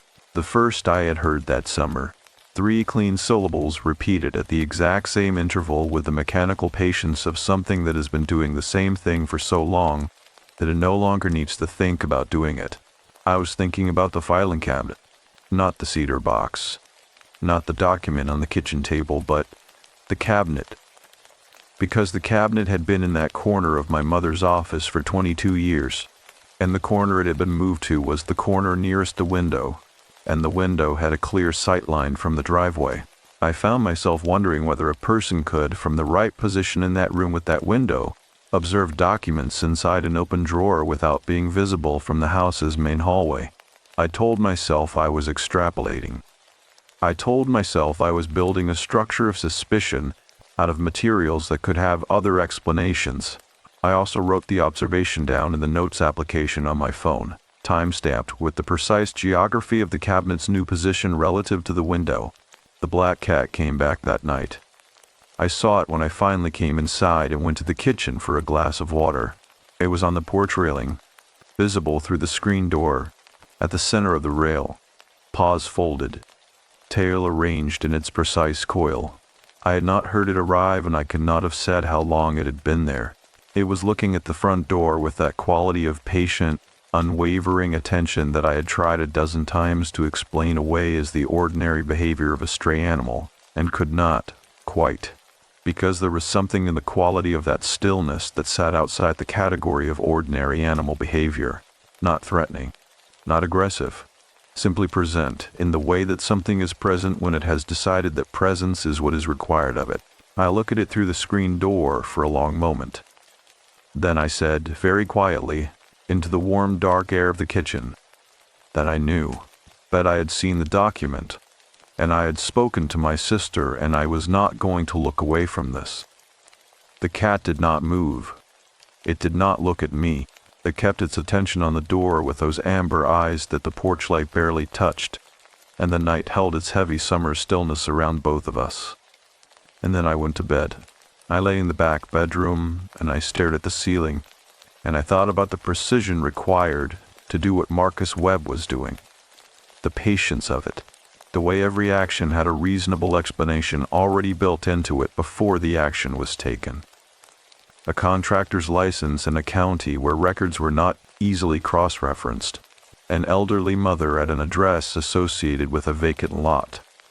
A new accountant installed so gradually that by the time he was in place, his presence felt like continuity rather than replacement.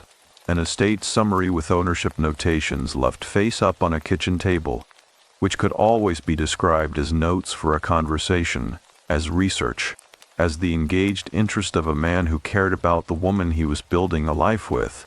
The thing that kept me from sleeping was not the fear of what he was doing. The thing that kept me from sleeping was the understanding of how much time and study it had taken to learn to do it this well, and the knowledge that somewhere, before our house on Craddock Road, there had been another house, and another woman, and another set of careful, patient annotations in the margins of someone's life. It would be another week before I found the evidence that confirmed it. A name, a county, a settled lawsuit that had been designed to disappear. And when I found it, it did not feel like a discovery so much as a door opening into a room I had already known was there. There is a woman in Harlan County named Vera Cutledge, who has lived on the same road for 78 years, and who knows things about the families of that county the way a river knows the shape of its bed. Not because she has studied them, but because she has simply been present long enough for the shape to form around her. I had known Vera my entire life in the distant, peripheral way that children know the older presences on their road. A face at a mailbox, a figure on a porch, someone my mother spoke to with a specific quality of deference that she did not use with everyone. Vera had known my grandfather. She had been at his funeral and at my grandmother's funeral before that, and she had brought food to our house on Craddock Road the week after my father left, and had sat at the kitchen table with my mother for 2 hours, while Danielle and I played in the backfield and did not understand what was being discussed. My mother never told me what they talked about. I never asked. I went to see Vera on a Thursday morning in the second week of August, 7 days after I had found the document on the kitchen table. Her house was 3/4 of a mile up the road from ours. A white clapboard house with a deep front porch and a kitchen garden along the south wall that she had been tending since before I was born. The garden in August was dense and productive and smelled of tomato vine and warm earth and the particular green smell of things growing at the height of their capacity. She was on the porch when I turned into her driveway, seated in a wooden rocker with a bowl of green beans in her lap that she was working through with the automatic efficiency of someone who has done the same task 10,000 times without needing to. Look at her hands. She watched me come up the porch steps. She did not look surprised to see me. I sat in the chair across from her and I did not know how to begin, and she did not press me to begin. And we sat for a moment in the particular ease that exists between people who have known each other across a long span of time without being required to explain that span. The morning was already warm, and the garden smell came up from the south wall in slow waves, and somewhere in the maple trees along the road there were cicadas working at the full volume of late summer. I told her about Marcus. I told her methodically, starting with the first dinner and moving forward through the accountant and the insurance documents and the cedar box and the address book and the estate summary with its careful marginal notations. I told her about the woman in Pulaski County whose similar civil suit had settled quietly 4 years earlier. I had found that case through a courthouse record search that had taken me 3 days, and that had turned up a single paragraph in a regional legal filing database. The woman's name, her age, the nature of the claim, and the notation that the matter had been resolved by mutual agreement. Vera listened to all of it without interruption. She continued working through the green beans. When I finished, she was quiet for long enough that I began to wonder whether she was going to respond at all.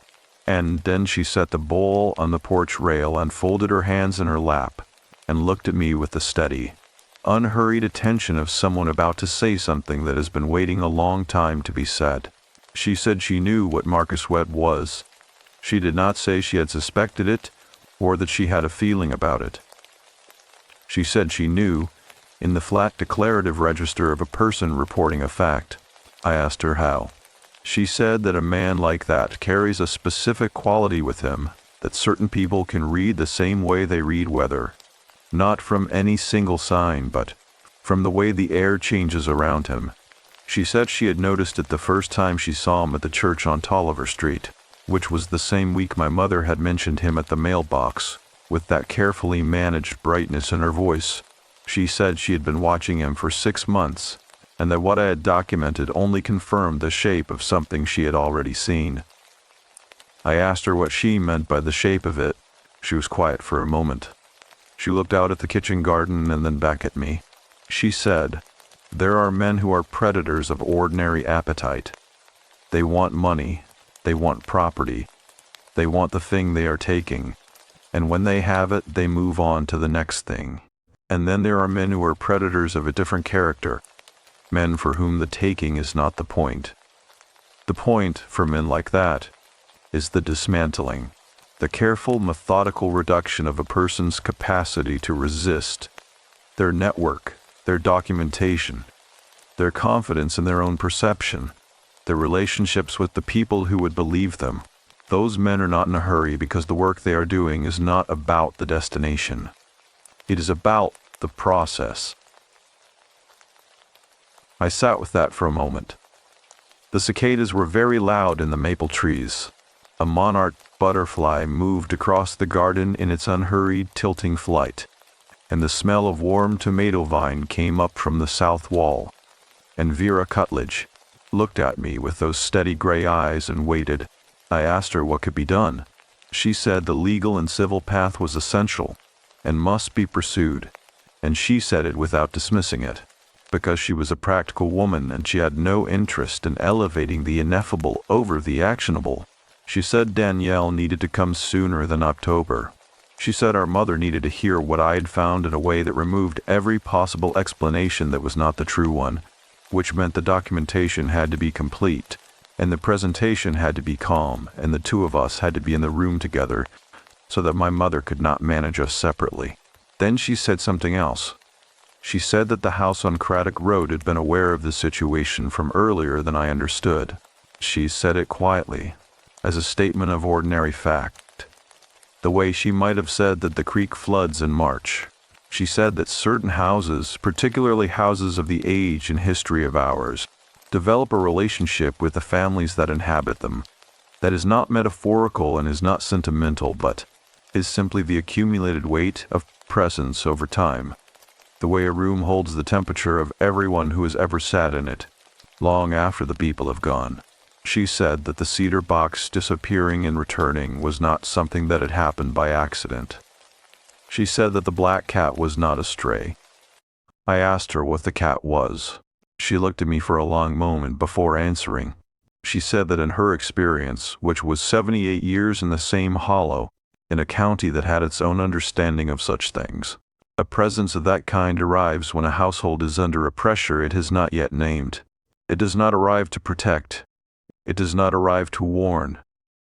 It arrives to witness, and the act of being witnessed, in her understanding, was not a passive thing. It was a form of pressure applied from the other direction. She said that certain things that operate in darkness have a strong preference for not being observed, and that a witness of sufficient patience and consistency can alter the conditions under which those things are able to operate. I thought about the cat on the railing with its amber eyes fixed on the front door. I thought about the 6 months of its presence, broken by the 3 weeks of its absence during which Marcus had moved most efficiently through the rooms and documents and relationships of my mother's life.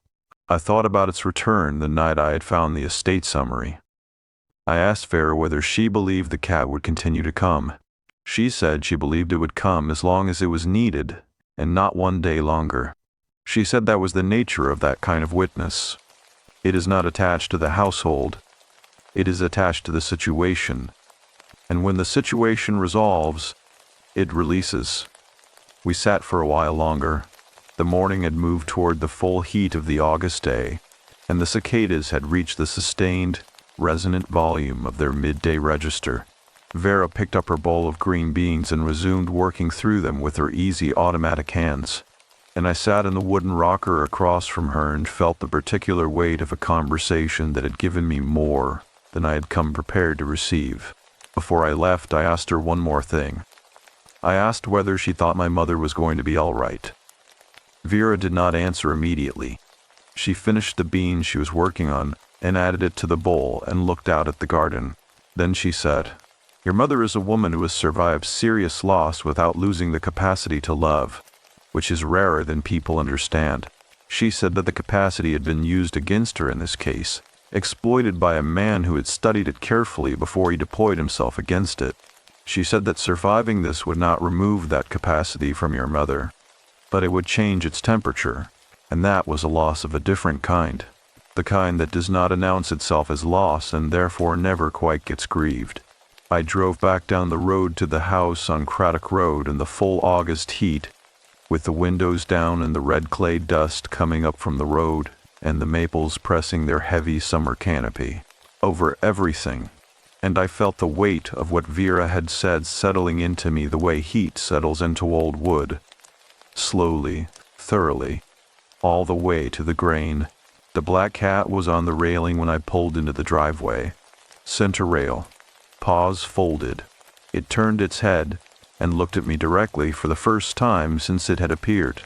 Not at the door, not at the road, but at me, with those fully dilated amber eyes that held the quality of recognition I felt in the space below my sternum. Before I could think about what it meant, I looked back at it for a long moment. Then I got out of the car and went inside to call Danielle and tell her she needed to come in September. The conversation I was preparing to have with my mother was not going to be a conversation at all. It was going to be a reckoning, and the house on Craddock Road, which had been holding its long breath across the entire summer, seemed in those last warm weeks of August to be holding it still, patient and deliberate, waiting for what was finally coming. Danielle arrived on a Friday evening in the second week of September, Driving up from Lexington in the early dark with her headlights cutting through the first ground fog of the season, that particular low Appalachian fog that collects in the hollows and along the creek bottoms before it rises, so that from the road you drive through alternating bands of clear, cool air and soft white blindness, the world assembling and dissolving in front of you in a rhythm that has always felt to me less like weather and more like the landscape, breathing. I met her in the driveway. She looked tired in the specific way of a person who has been carrying a worry they could not set down and could not fully lift. And when she got out of the car, and we stood in the driveway in the September dark, I could see in her face the same expression I had been seeing in my own bathroom mirror for months. The expression of someone who has been right about something they desperately wish they were wrong about. We did not go inside immediately.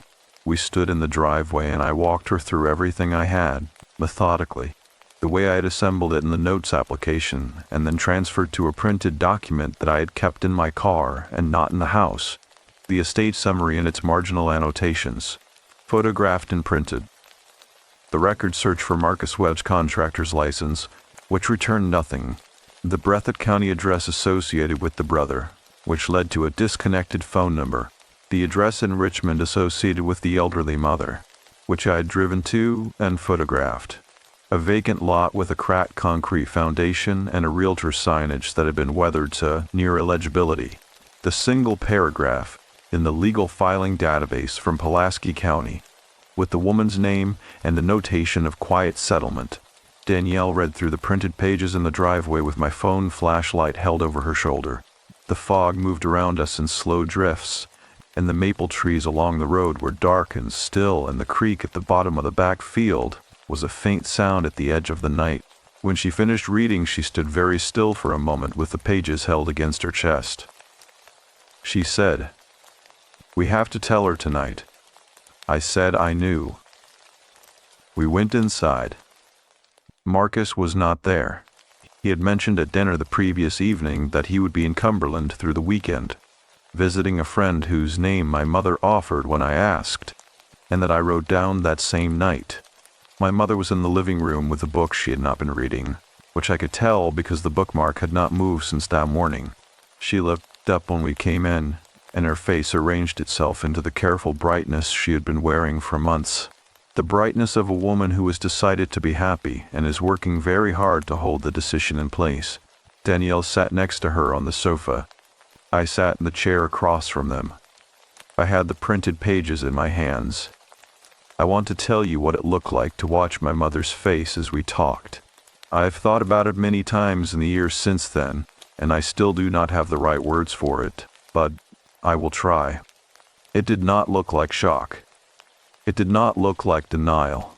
What it looked like was a woman watching a picture she had been living inside for 2 years slowly develop its true colors in front of her, and understanding that the colors had always been there, underneath the version she had allowed herself to see, and that the understanding was not new.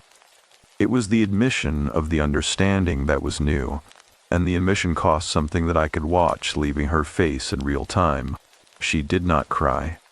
She looked at the photograph of the estate summary for a long time. She looked at the photograph of the vacant lot in Richmond. She looked at the paragraph from the Pulaski County filing database, and she read it twice, and then she set it down on the cushion beside her, and she placed both hands flat on her thighs, and she sat, with a stillness that was not the house's stillness, but her own, the stillness of a woman taking a reckoning fully into herself without looking away from any part of it. She said, after a long silence, that she had known something was wrong. She said it quietly and without drama, the way people say true things they have been holding for a long time. She said she had known it in the way she knew the house, not through any single fact, but through accumulated attention, through the quality of her own discomfort on certain evenings, through the moments when she caught herself adjusting what she said before she said it in a way she did not do with anyone else, through the specific effort required to believe the explanations she had been given for things she had observed that did not quite fit. She said she had chosen not to know. She said it without self-pity and without apology, with the directness of a woman in the process of reclaiming her own perception, and I understood in that moment what Vera Cutledge had meant about the capacity to love being used against a person, because my mother had loved Marcus Webb in the space where her loneliness had been, and the love had been real even if the man had not been, and what she was losing in that room on that September evening was not an illusion. She was losing a real thing. The fact that the real thing had been constructed deliberately on a foundation of calculation did not make the loss of it less real. It made it more complicated than loss has any right to be. We called the lawyer that night, not the county attorney, a civil attorney in Lexington that Danielle had already researched and whose number she had in her phone, which told me she had been further along in her own preparation than she had let on during our calls. The attorney's assistant took our information and said someone would be in contact Monday morning. We also called the county sheriff's office and spoke to a deputy who was methodical and honest with us that the civil matters would need to move on a separate track, but that a record of the call existed. Then we sat in the living room, the three of us, for a long time after the calls were done. The house was quiet around us. The September night outside was cool and clear, the fog having lifted sometime during the hours we had been talking, and through the living room window, the sky above the maple trees was full of stars in the particular dense, unhurried arrangement of a mountain sky away from city light. My mother made tea without asking whether we wanted it, which was something she did when she needed to use her hands, and we drank it in the living room, and the house held its old familiar silence around us, in a way that felt, for the first time in 2 years, like the silence of a house at rest rather than a house in a state of suspended attention. The black cat was on the railing. I saw it when I went to the kitchen to rinse my cup. It was in its center position with its paws arranged precisely, and its tail in its mathematical coil. But something had changed. It was not watching the door. It was watching the living room window, where the light was on and the three of us were visible from outside, and its amber eyes held a quality that I had no name for except that it was different from the watching I had seen for the previous 8 months. Less like inventory, more like something that had been waiting for a particular arrangement of things to come into place and was now watching that arrangement settle. I stood in the kitchen doorway and looked at it, and it looked at the window, and neither of us moved for a long moment. Then I went back to the living room and I sat down and I told my mother and Danielle that the cat was on the railing. My mother was quiet for a moment. Then she said she had seen it many times and had never told me because she had not known how to talk about what she understood it to be. She said that her own mother had told her when she was a girl that the house on Craddock Road had always had a quality of awareness about it that was not frightening and was not supernatural in any dramatic sense, but was simply the accumulated attention of a building that had housed the same family across 4 generations of love and loss and decision. She said her mother had told her that the house would not protect them from their choices, but it would not look away from them either, and that there was a dignity in that, in being fully witnessed, even when the witnessing was uncomfortable. She said she thought the cat was part of that. She said she thought it had come because the house had needed a way to extend its attention outside its own walls, into the driveway, and the road and the space between the family and whatever was moving toward them, and that the cat was the form that attention had taken. I did not know what to do with that. I still do not know entirely what to do with it. What I know is that my mother said it with the quiet certainty of a woman who had grown up in that house and understood its character in a way that I, having come to it at 11, had not yet fully earned. And I know that sitting in that living room on that September night, with the legal process begun and the documentation assembled, and the three of us present to each other in the full honest weight of what we were facing, I felt the house settle around us in a way that I had never felt it settle before. Completely, without reservation. The way a building settles when it has finally been told the truth about what is happening inside it. Marcus came back from Cumberland on Sunday evening. My mother met him at the door. She was composed in the way that only people who have survived serious loss can be composed, and she told him that she needed him to leave the house and that she would be in contact through her attorney. He did not react with anger. He reacted with the practiced devastation of a man who has learned that devastation is more effective than anger, and he said things that were designed to re-enter the space that had been closed, And my mother looked at him with her gray eyes that could read a room in under 3 seconds. And she held the door and she waited. He left. He took the 4 boxes and the duffel bag. He was efficient about it.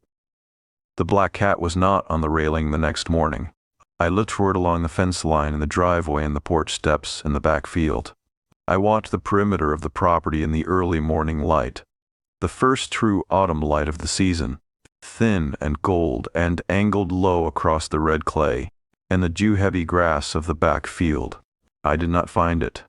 I stood at the edge of the field in that thin gold light, and I understood, with the same quiet certainty my mother had used the night before, that it was gone because the situation it had come to witness had arrived at its necessary turning point, and the witness had been released. What remained was the work, 11 months of it. The forensic accountant and the civil attorney and the contested documents and the deposition during which Marcus Webb's carefully constructed biography came apart with the methodical, almost administrative quality of a structure that was always going to fail once the correct pressure was applied in the correct places. The woman from Pulaski County agreed to provide a statement. She was 72 years old, and she said she had been waiting for someone to ask. The court ruled in my mother's favor. The original documents were reinstated. The jointly held account was dissolved, and the funds returned. He was not charged with any crime. There was no statute precise enough to hold the shape of what he had done. And that is a truth I have had to find a place for inside myself that is not the place where I keep my anger, because anger to legal system's limitations is not a useful fuel, and I had other things to build. My mother still lives in the house on Craddock Road. She put a lock on the filing cabinet and kept the key on her person, which is a small and devastating thing to watch someone feel they must do inside their own home. She's careful now in a way she was not before, and the carefulness sits in her, the way Vera said it would, part wisdom, part sorrow, and the two not always distinguishable from each other. I moved back to the house for the duration of the legal proceedings and stayed 6 months beyond them. I am in Lexington now, close enough to drive the road through the gap in the hills when the season changes and the maples burr in that color that sits between orange and grief, and a valley opens below with its familiar weight. I make that drive often. There is one more thing, and it belongs at the end, not because it resolves anything, but because it is true. And in a story like this one, the true things that do not resolve are the ones that stay with you the longest, settling into the grain the way heat settles into old wood, patient and permanent and asking nothing except that you carry them honestly forward. I went back to Harlan County in the October of the following year, not to the house on Craddock Road, though I stopped there first and had coffee with my mother in the kitchen with the amber morning light coming across the floor at its particular angle, and the crown molding she had restored, gleaming in that light the way it had gleamed since I was 11 years old, and did not know yet what the house was capable of holding. She looked well, not the performed wellness of a woman working to appear recovered, but the quieter, more durable wellness of a woman who has passed through something and come out the other side, still in possession of herself. Her hair had grown out slightly, and she wore it differently than she had in the years of Marcus, and she moved through her kitchen with the unhurried confidence of a person who has reestablished her relationship with her own space and trusts the ground under her feet again. We did not talk about Marcus directly. We talked about the timber company, and a fence line along the north parcel that needed repairing before winter, and a church committee she had rejoined after a year's absence. And the conversation had the texture of ordinary life, which is not a small thing, and which I have learned not to take for granted. Before I left, I stood for a moment in the doorway of her home office. The filing cabinet was in its original corner, the corner it had occupied since before I was born, the corner where it belonged. The cedar box was on its shelf with its brass latch seated. The room had its familiar quality of order patience, the quality of a room that knows what it is for and is comfortable with that knowledge. I stood in the doorway, and I looked at those two objects, and I felt something in my chest release that I had not known I was still holding, something that had been held at a low tension since the September night we had sat in the living room with the tea going cold in our cups. and the stars assembling above the maple trees and the cat watching the window. My mother came to stand beside me. She did not say anything. We stood there together in the doorway for a moment, looking at the room, and then she put her hand briefly on my arm and went back to the kitchen, and I followed her. I drove out of the driveway and down Craddock Road and then further, past Vera Cutledge's white clapboard house, where Vera was in the kitchen garden even at this late season, moving among the last of what the garden had to offer with her easy, unhurried attention. She looked up when my car passed and raised one hand, and I raised mine through the window. And that was the whole of it.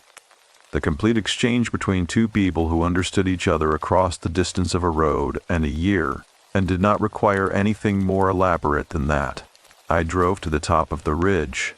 There is a place on the ridge road above Craddock Road where the tree line opens for 100 yards, and you can see the full length of the valley below. The creek bottom and the pasture land and the roads running between the properties like the lines of a very old map, and the houses set back among their trees, and beyond all of it the next ridge rising dark and forested against the October sky. I had been going to that spot since I was a child. My grandfather had taken me there the first time, and told me that the view from a high place is not for seeing further. It is for remembering the size of things. He said that when a problem seems too large to hold, you come to a high place, and you look down at the scale of the actual world, and you understand that the problem is the right size, and you are the right size, and the distance between those two things is manageable if you do not stand too close. I stood at the gap in the tree line, and I looked down at the valley. The October light was doing what October light does in the mountains. Not the amber of morning or the blue of dusk, but something between them, a quality of gold thinned by altitude, and the particular clarity of post-equinox air, so that everything below was lit with a precision that felt almost deliberate, each tree along the ridge burning its specific color with a focused intensity of something that understands it has a limited number of days to do this particular work. The red maples were the color I have never found a word for. The oaks were a darker rust. The hickories had gone to yellow along the higher elevations, and the whole that moved slowly in a wind I could not feel where I was standing, the canopy breathing in long, unhurried waves. I thought about my mother standing at the kitchen window with both hands flat on the glass the morning Marcus drove away. I had not understood that image fully when I first saw it. I had read it as grief or shock, or the particular stillness of a person watching the consequences of a long decision finally arrive in physical form. But standing on the ridge in the October light a year later, I understood it differently. She had not been watching him leave. She had been watching the house resume its shape around the absence of him, feeling through her palms against the glass the particular quality of a building returning to itself after a long occupation. She had been saying goodbye not to Marcus, but to the version of her life she had been willing to risk everything for, the version where she was not alone, where the long work of building something was being shared, where the house on Craddock Road held two people's futures instead of one. That loss was real, and I wanted to be honest about it in a way I had not always been. In the years of the legal proceedings, when my anger at what Marcus had done had sometimes made it easy to reduce my mother's grief to something simpler than what it was. She had loved someone. The someone had been an architecture of calculation rather than a person, but the love had been genuine, and it had lived in her the way love lives in people who have survived serious loss, carefully and at great cost, given only after long deliberation. The fact that the love had been exploited did not retroactively make it foolish.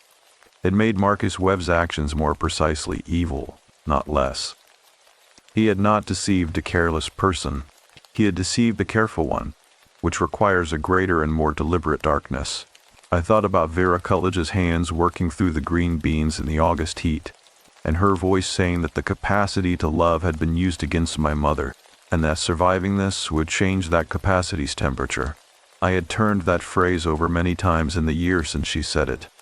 Changed temperature is not the same as damaged. A fire that is burned down to coals is changed temperature, but it has not gone out. and the heat of coals is different from the heat of open flame. More even, more sustained, more useful for the long work of keeping a space warm rather than the brief work of burning brightly. My mother was coals now. That was not a diminishment. That was a different and in some ways more serious kind of light. I had brought something to the ridge with me. It was a small thing, a page torn from the notes application, printed out, the first entry I had made in the catalog, time-stamped from the evening after the first dinner, when Marcus had told his stories about his blameless life. I had kept the catalog for legal purposes, and the legal purpose was finished, and the records were filed with the attorney and would remain there. But this first page I had brought here, because it was the first moment I had trusted my own perception against every pressure that was telling me not to, and I wanted to mark that. I did not burn it. I did not make a ceremony of it. I stood at the gap in the tree line with the valley spread below me in the October light, and I tore the page into pieces, slowly and deliberately, and I let the pieces go into the wind that was moving along the ridge, and I watched them scatter across the tree line and disappear into the canopy below, white against the rust and gold of the October color, and then gone. I said my mother's name once, into the wind, not calling her, not asking anything, just placing her name in the air above the valley where the house sat among its red maples, below the ridge where her father had brought her as a girl, in the county where 4 generations of her family had built and tended and survived and continued. The wind took the name the same way it had taken the paper, quietly, without drama, as if it had been waiting to carry exactly this, and was neither surprised nor burdened by the weight of it. Then I stood for a while longer, because I had not come only to release something. I had come to look. The valley below was fully itself in the October light. The creek bottom was a dark line through the pasture. The roads ran their familiar courses between the properties. The houses sat back among their trees with the particular settled quality of structures that have been in the same place long enough to belong to the landscape rather than merely occupy it. The house on Craddock Road was visible from where I stood, barely, a white face among the red maples. The porch a thin horizontal line at this distance. The driveway a pale stroke of gravel curving toward the road. I could not see the porch railing from the ridge. I did not need to. I knew the railing was empty. I had known it since the morning after Marcus left, and the knowing had taken some adjustment, because for 8 months the cat's presence on that railing had been a kind of company in the darkness of what I was moving through, a witness to the witness, and its absence in the aftermath left a space that was shaped like reassurance but contained only ordinary air. I had come to understand that this was correct. The witness had done what a witness does. It had been present for the duration of what required presence, and when the requirement ended it had withdrawn without ceremony, which is the only honest way to withdraw from something that was never yours to keep. Vera had said it releases when the situation resolves. I did not think the situation had resolved in any clean or final sense. My mother still put her key in her pocket every morning. The man who had done this had not been charged with any crime and was, somewhere in Kentucky or elsewhere, already in a third pew from the back of someone's church with his large capable hands folded and his easy warmth radiating outward and his long patience already at work. That was a truth I had made a place for. That was not the place where I kept my anger, because anger at the persistence of a particular kind of darkness is an expensive fuel, and I had learned over the preceding year to be careful about what I burned. What had resolved was this. My mother was in her house. The house was hers. The documents were correct. The people she loved knew what had happened and had stood with her through the knowing of it. The cedar box was on its shelf. The filing cabinet was in its corner. The crown molding she had restored with her own hands gleamed in the morning light, and she had said, on the night 3 of us sat in the living room with the tea and the stars, that the house would not protect them from their choices, but it would not look away from them either, and that there was a dignity in that. I understood that differently now than I had the night she said it. The dignity was not in the witnessing itself. The dignity was in continuing, in choosing to remain in a house that had seen you at your most exposed and most mistaken, in tending its crown molding and its floors and its warped doors, in making coffee in its kitchen in the amber morning light, and setting a cup out for your son when you heard his car in the driveway, in moving through its rooms with the unhurried confidence of a person who has not been defeated by what happened inside them, only changed by it. My grandfather had told me the view from a high place is for remembering the size of things. I stood on the ridge, and I looked at the valley, and I understood that he had been right. But not in the way I had always taken him to mean. It was not that the problems looked smaller from up here. It was that everything looked its actual size. The problems and the people both, the losses and the continuances both. The house on Craddock Road sitting quietly among its maples with the smoke from its chimney rising straight up into the cold October air, thin and white and steady, the way something rises when the air around it is still and the fire inside it is calm. I stayed on the ridge until the light began to change. Then I drove back down the mountain, through the gap in the hills, and the valley opened below me the way it always opens, and I came home.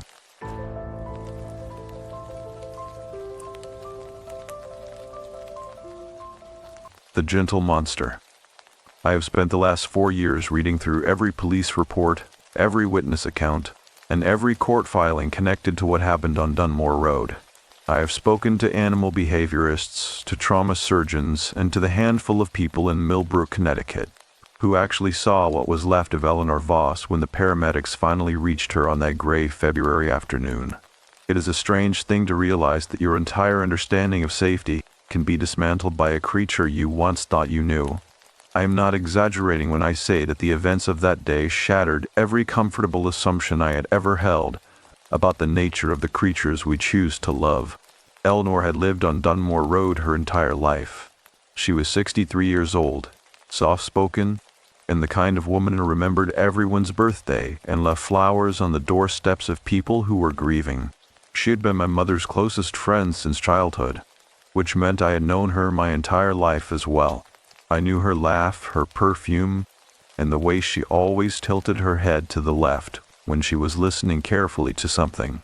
She was a fixture of my world, a person who represented the absolute stability of a small New England town where the houses are old and the trees are older.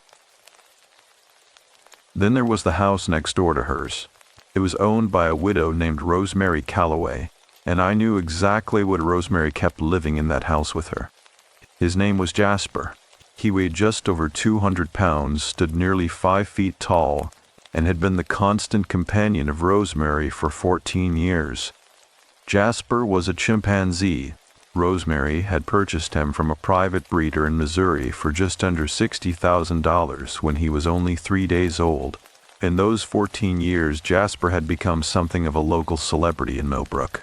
He had learned to unlock the front door with a silver key, to eat at the dinner table using heavy silverware, and to flip through television channels with the remote control. He even brushed his own teeth every evening before bed. Rosemary dressed him in fleece pullovers during the biting Connecticut winters and polo shirts in the summer. She referred to him always as her son, and for a long time, the town largely accepted this narrative. People would wave to Jasper when he rode in the passenger seat of Rosemary's truck. Children from the elementary school 2 blocks over had made Valentine's cards for him. The local paper had even run a feature on him in 2016 titled, "The Neighborhood's Favorite Resident." Rosemary kept a framed copy of that article above her fireplace, a testament to the domestic life she believed she had successfully built with a wild animal. I remember visiting Eleanor during the summers and seeing Jasper through the fence. At the time, it felt like a quirk of our neighborhood, a living storybook detail. But as I look back through my notes and the interviews I have conducted, I realized that the atmosphere had begun to shift long before the ice settled on the ground. That final February, the air on Dunmore Road had started to feel heavy, like the way the sky looks right before a severe thunderstorm, when the birds go silent and the leaves turn their silver undersides to the wind. What the local paper did not report, and what many neighbors had quietly begun to notice, was that Jasper was changing. It started slowly. the way most terrible things do. In the months leading up to that winter, he had begun pacing the perimeter of the yard in the early mornings, hours before Rosemary woke up. A retired contractor named Dennis Pratt, who lived directly across the street, told me he would sometimes see Jasper standing perfectly still in the dark at 3 or 4 in the morning. Jasper would be staring down Dunmore Road with an expression that Dennis described as wrong, in a way he could not quite name. Another neighbor, a woman named Patrice Odom, told me about an evening when she was walking her dog. She had seen Jasper press his face against the kitchen window. His eyes had tracked her all the way to the corner of the block without blinking once. There was a specific quality to that stare, a predatory focus that did not belong in a kitchen. Patrice stopped walking that route after that night. She told me her dog refused to even look at the house, its fur standing on end as they passed the Callaway driveway. I think about the specific texture of that Tuesday afternoon often. The temperature dropped below freezing the night before, and there was a thin, brittle crust of ice over the salt gray snow along the edges of the road.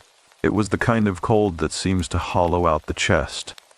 Eleanor had called Rosemary that morning to check in, a routine they had shared for decades. Rosemary mentioned that Jasper had gotten out of the house somehow. He had taken her car keys and was refusing to come back inside. Rosemary was laughing when she told Eleanor this. It was the kind of laugh people use when something is no longer funny, but the reflex has been practiced for so long that it fires anyway. It was a nervous, high-pitched sound that masked a growing realization that she no longer had control. Eleanor, being the person she was, said she would come over to help. She even brought a stuffed toy with her, thinking it would calm him down. She truly believed that Jasper was the same creature who had worn polo shirts and watched the morning news. What the 911 dispatcher heard, 11 minutes after Eleanor arrived at the Callaway house, was Rosemary screaming. She was screaming that he was ripping her apart. She said it over and over until the words stopped sounding like human speech and started sounding like a raw, guttural animal cry. The call lasted 4 minutes and 22 seconds. I have listened to the recording twice, and I will not listen to it again. The sound of the wind whipping past the open door and the wet, heavy thuds in the background are things that stay with you. When the first responding officer pulled onto the property, he did not find a pet. He found an animal that had completely shed the skin of domesticity. Jasper charged the patrol car with a speed and power that should not have been possible. He struck the vehicle hard enough to cave in the driver's side door panel. The officer was forced to fire through the window just to keep the animal from reaching him. Jasper retreated, trailing blood, and collapsed inside the house. Eleanor was still alive when the paramedics reached her, but the world she woke up to was no longer the one she had left. She remained in intensive care for 11 days. The surgeons who treated her said, privately, that the structural damage to her face was unlike anything they had seen in their combined decades of experience. She had lost both of her hands. She had lost her left eye. She had lost portions of her face that no amount of reconstructive surgery could ever truly restore. Rosemary Callaway never recovered from the guilt. She had loved Jasper like a child, but, in doing so, she had ignored the reality of what he was. She had handed a weapon to the world without knowing it, and that weapon had destroyed the person she loved second most. Rosemary moved away from Dunmore Road within 6 months of the attack. I heard later that she tried to purchase another chimpanzee, but I choose to believe that is not true. I choose to believe no one could be that blind twice. I find myself returning to the mornings before the violence. I think about Jasper sitting at the breakfast table with a glass of orange juice and a bowl of cereal. I think about him brushing his teeth and putting himself to bed. All those birthdays and mundane Tuesdays had accumulated into something that felt like safety. The horror of it is not the moment the peace shattered.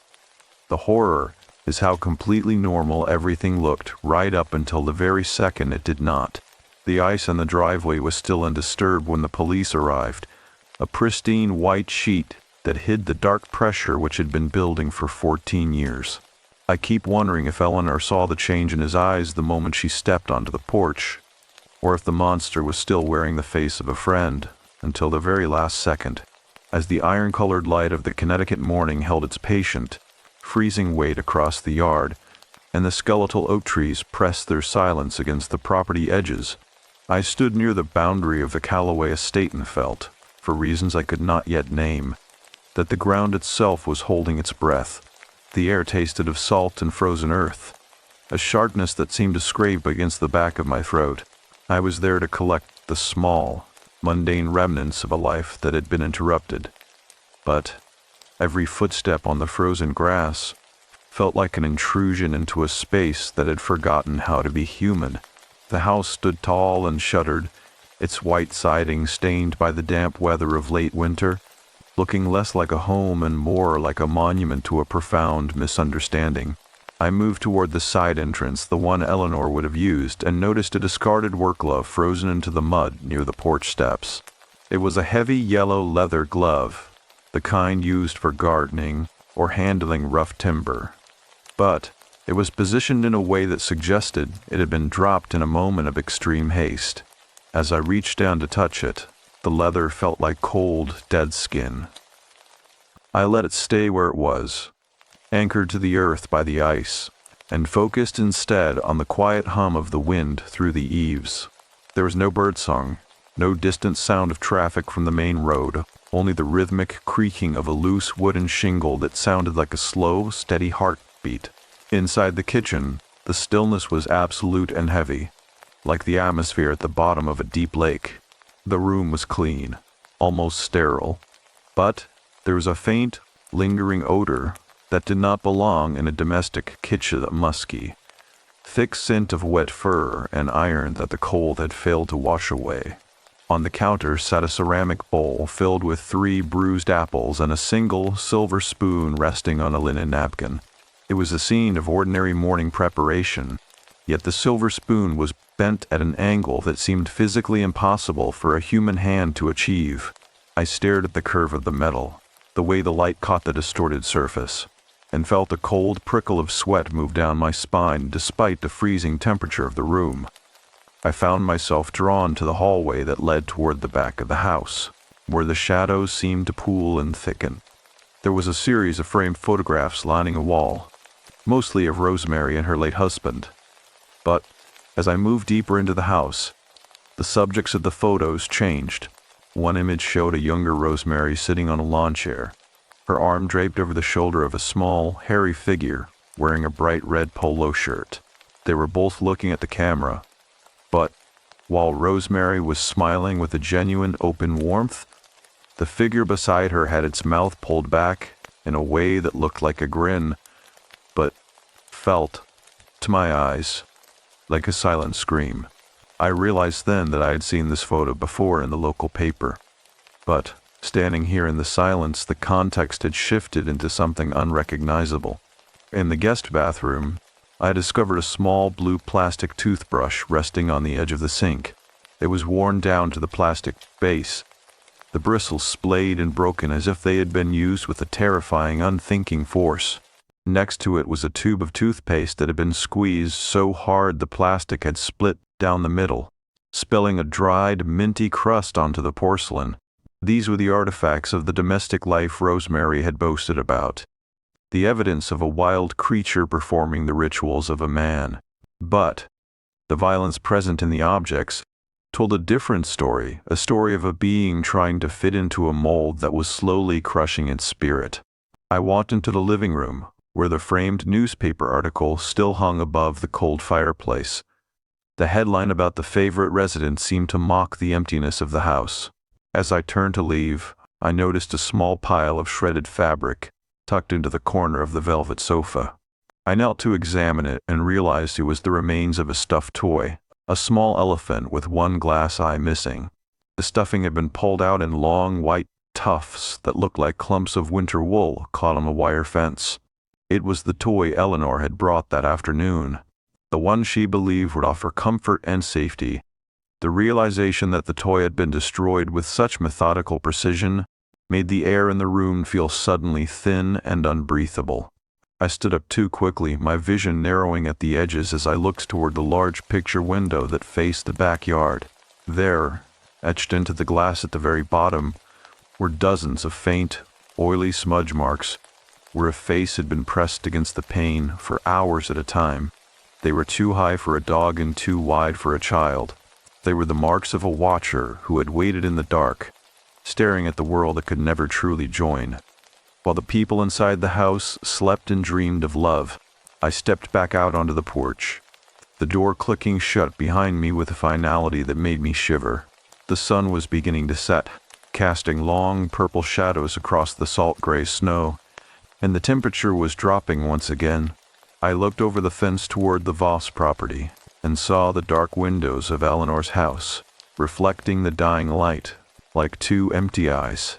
I had come for answers, but all I had found were more questions about what truly happens when the boundary between the wild and the domestic is erased by a desperate, lonely heart.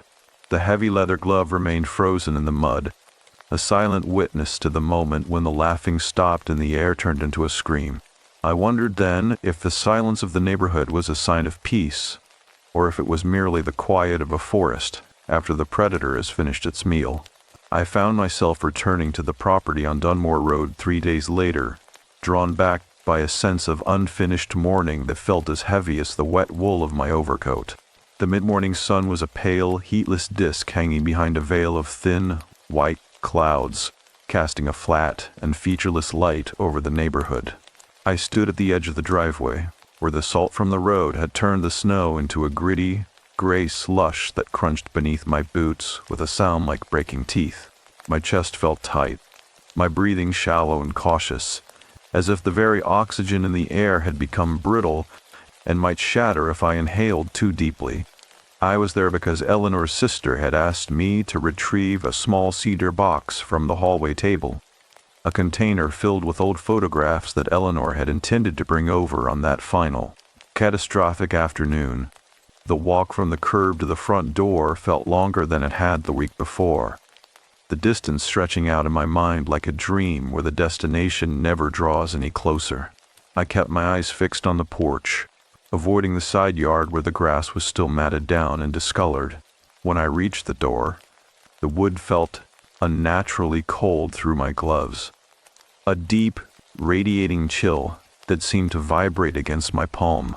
I turned the key and stepped inside, greeted once again by that specific airless silence that settles into a house when the life has been violently excised from it.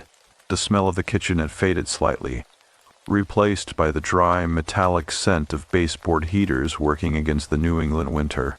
I moved toward the hallway table, my movements slow and deliberate, as if I were wading through hip-deep water. The cedar box was exactly where Eleanor's sister said it would be, its polished surface reflecting the dim light of the corridor. I picked it up, feeling the surprising weight of the wood and the memories contained within. But as I turned to leave, a flash of white caught my eye from the doorway of the master bedroom.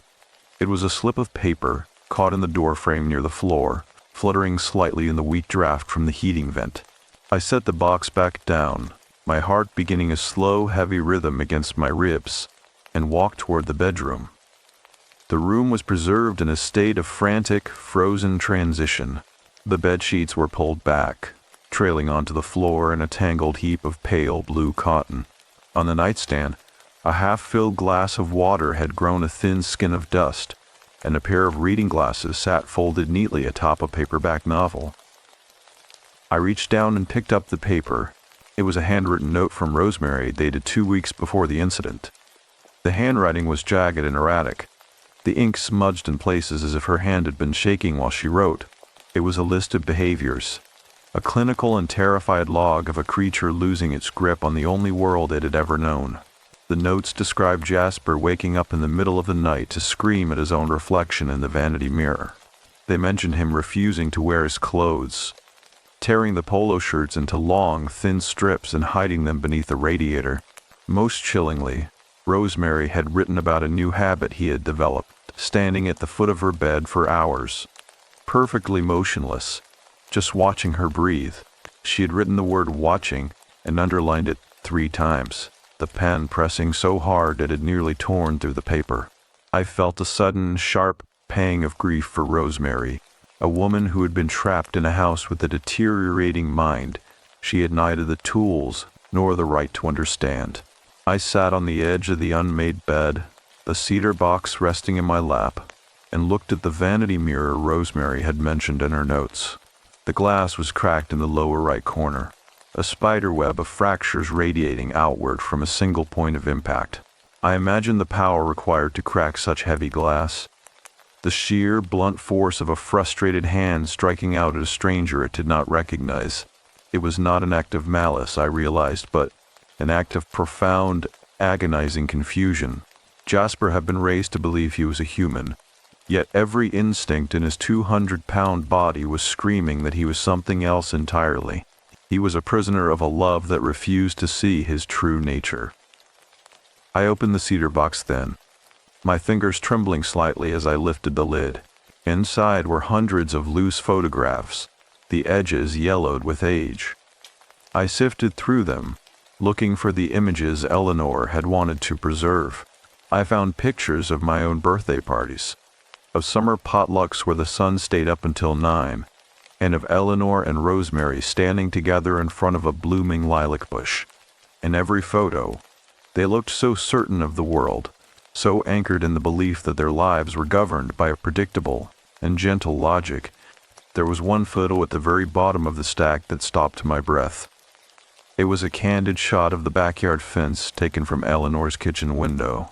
In the background of the shot, partially obscured by the shadow of a large pine tree, Jasper was visible. He was not wearing clothes. He was crouched on top of the wooden playset Rosemary had bought for him. His long arms wrapped around the beams, his head tilted back toward the sky.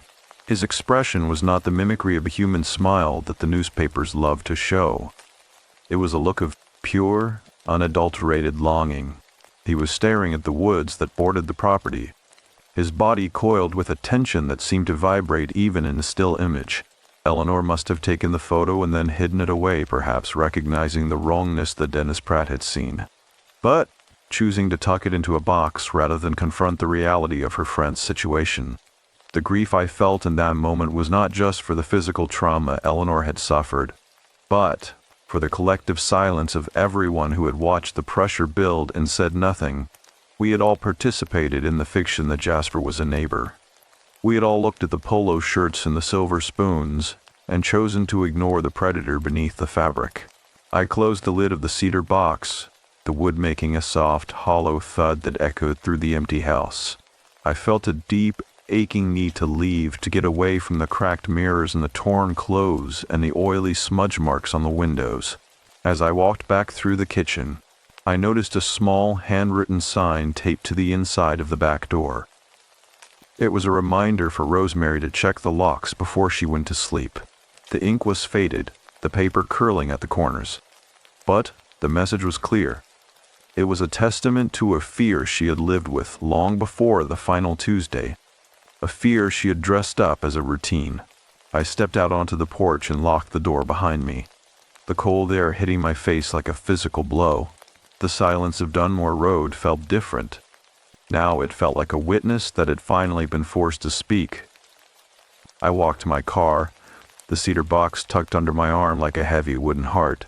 I looked back at the house one last time and saw the way the shadows of the trees fell across the white siding, looking like long, dark fingers reaching for the roofline.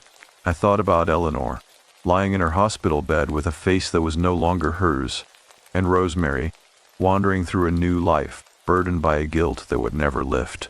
We think we know the people and the creatures we live beside, but we only ever know the versions of them we are willing to see. The photographs in the box were a record of a piece that had never truly existed, a collection of smiles frozen over a deep and widening crack. I realized then that the most dangerous thing in the world is not a monster, but a heart that insists on seeing a friend where a hunter is standing. I have spent years dismantling the specific architecture of that February afternoon, examining the wreckage of Dunmore Road as if the forensic details could somehow explain the inexplicable. I carry the weight of that cedar box in my mind now, its contents a map of a quiet New England life that was systematically erased. The photographs of lilac bushes and summer potlucks were the last remnants of a shared delusion, a collective agreement to ignore the tightening of the coil. When I left the Calloway house for the final time, the air felt like a physical barrier, a wall of frozen silence that seemed to vibrate with the residual energy of a scream that had never truly stopped echoing. The following week, the weather in Millbrook shifted into a deep crystalline freeze that turned the landscape into a study of charcoal and bone. I found myself sitting in the cramped, overheated office of Dr. Elias Thorne, a retired primatologist who had consulted on the Voss case. The room smelled of old parchment, stale tea, and the faint, acidic scent of cleaning chemicals. Dr. Thorne was a man who seemed to be made entirely of sharp angles and weary observations. He did not look at me as I spoke. Instead, he kept his gaze fixed on a small bronze sculpture of a skull on his desk. His voice was precise, every syllable delivered with the cold accuracy of a scalpel. He told me that what happened on Dunmore Road was not a tragedy of animal aggression, but a tragedy of human perception. He explained that a chimpanzee, even one that knows how to use a silver spoon, is a creature that exists within a sensory world we cannot fathom. To Jasper, the polo shirts were not clothing. They were a restriction of his skin. The four walls of the house were not a shelter. They were the boundaries of a sensory deprivation chamber. Dr. Thorne described the phenomenon of the threshold, the invisible point where the cognitive dissonance of a captive animal finally collapses under the weight of its own biology. He said that for 14 years, Jasper had been living in a state of chronic, low-level neurological trauma, his every instinct constantly overruled by the demands of a domestic performance. The doctor leaned forward then, his eyes finally meeting mine. They were the color of flint, hard and unyielding. He spoke about the keeper's knowledge, a term he used to describe the moment an owner realizes they are no longer in control. He believed Rosemary had reached that threshold months before the attack. He pointed to the behaviors I had found in her handwritten notes. The screaming at the mirror, the staring at the bed. These were not signs of a pet becoming difficult, he said. They were the symptoms of a mind that had fractured. Jasper was no longer trying to be a son. He was trying to reclaim a self that had been stolen from him at 3 days old. The violence was not a choice, but a mechanical inevitability, like the breaking of a dam. I asked him about the specific day, about why a stuffed toy and a familiar face had triggered such a cataclysmic response. Dr. Thorne sighed, a sound like dry leaves skittering across pavement. He told me that in the wild, a chimpanzee's world is defined by complex social hierarchies and immediate physical realities. In Rosemary's house, Jasper had been forced to live in a world of symbols and abstractions. When Eleanor arrived with that stuffed elephant, she was unintentionally highlighting the absurdity of his existence. She was treating a 200-pound apex predator like a child, and in that moment, the last thread of Jasper's patience snapped. He did not see Eleanor as a friend. He saw her as the final representative of the lie he was no longer willing to live. As I listened to him, my tongue felt heavy and dry, like a piece of old leather. I thought about the way we use language to sanitize the world. We call them companions, residents, or family members, because the truth is too jagged to hold. The truth is that we are surrounded by a natural world that does not care about our birthdays or our floral arrangements. We build our houses and plant our lilacs on the surface of a deep, dark ocean of instinct. And then we are shocked when something rises from the depths to remind us of the distance between our imagination and reality. Dr. Thorne stood up and walked to the window, looking out at the gray Millbrook street. He told me that the most haunting part of his investigation was not the physical evidence, but the silence that followed. He had interviewed the neighbors, the same people who had made Valentine's cards for Jasper, and found that almost all of them had a story they had never told. A story of a look, a sound, or a sudden, inexplicable feeling of dread. They had all stood on the threshold of the truth and chosen to step back into the warmth of the fiction. They had all been keepers of a sort, guarding the secret of the neighborhood's favorite resident, until the secret became too large for the house to contain. I left his office and drove back toward Dunmore Road, the heater in my car blowing a thin, dry warmth that did nothing to settle the cold in my bones. I pulled over near the entrance to the woods that bordered the Calloway property. The trees were black and skeletal against the deepening violet of the winter sky. I thought about Jasper standing on that playset in the photograph, his head tilted back, his eyes fixed on this very tree line. He had spent 14 years staring at a freedom he could not remember but could still feel in his blood. Every polo shirt and every episode of the morning news had been a layer of sediment burying the creature he was meant to be. The guilt I had been carrying began to shift into a different shape. It was no longer just about Eleanor and her ruined face. It was about the cruelty of our own empathy.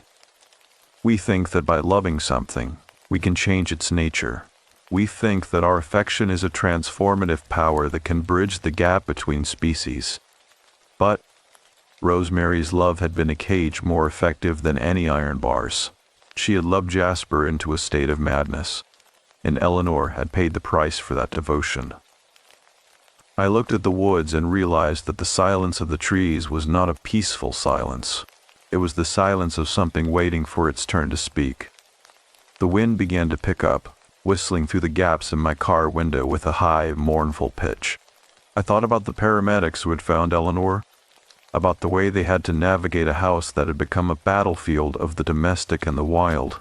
They had found Jasper in the bedroom, the same room where Rosemary had recorded his deterioration. He had been sitting on the floor, surrounded by the remnants of the life they had built together, finally quiet. The transition was complete. He was no longer a neighbor, and he was no longer a pet. He was simply an animal that had survived the only way he knew how. I drove home in the dark, my hands gripping the steering wheel until my knuckles turned white. The road ahead was a ribbon of salt-gray asphalt winding through the frozen hills of Connecticut. I felt like I was moving between two worlds, the comfortable, brightly lit world of human ritual, and the dark, unyielding world of the threshold. I knew then that I would never look at a quiet street or a friendly neighbor the same way again. I would always be looking for the crack in the glass, the oily smudge on the window, the sign that the pressure was building once more.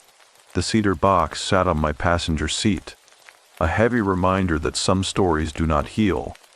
They simply wait for the next person to open the lid.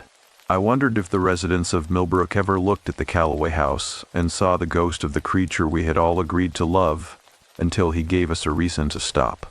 The following winter, 2 full years after the emergency sirens had finally faded from Dunmore Road, I found myself driving across the border into western Massachusetts.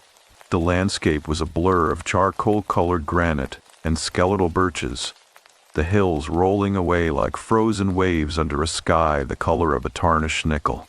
I had been invited to visit Eleanor, who was now living with her sister, in a small, shingled house nestled at the edge of a vast, silent forest. It was a journey I had postponed dozens of times, my hands trembling every time I reached for the car keys, but the weight of the cedar box in my hallway had become a physical burden I could no longer carry alone. I felt a hollow, fluttering sensation in the pit of my stomach, a coldness that no amount of vehicle heat could touch, as if my internal compass was spinning toward a north that no longer existed. When I pulled into the gravel driveway, the silence of the woods felt different than the silence of Millbrook. In Connecticut, the quiet had felt like a held breath, a temporary suppression of domestic noise.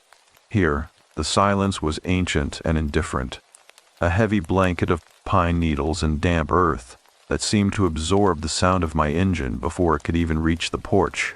I sat in the car for several minutes, watching the way the smoke curled from the chimney in slow, lazy ribbons.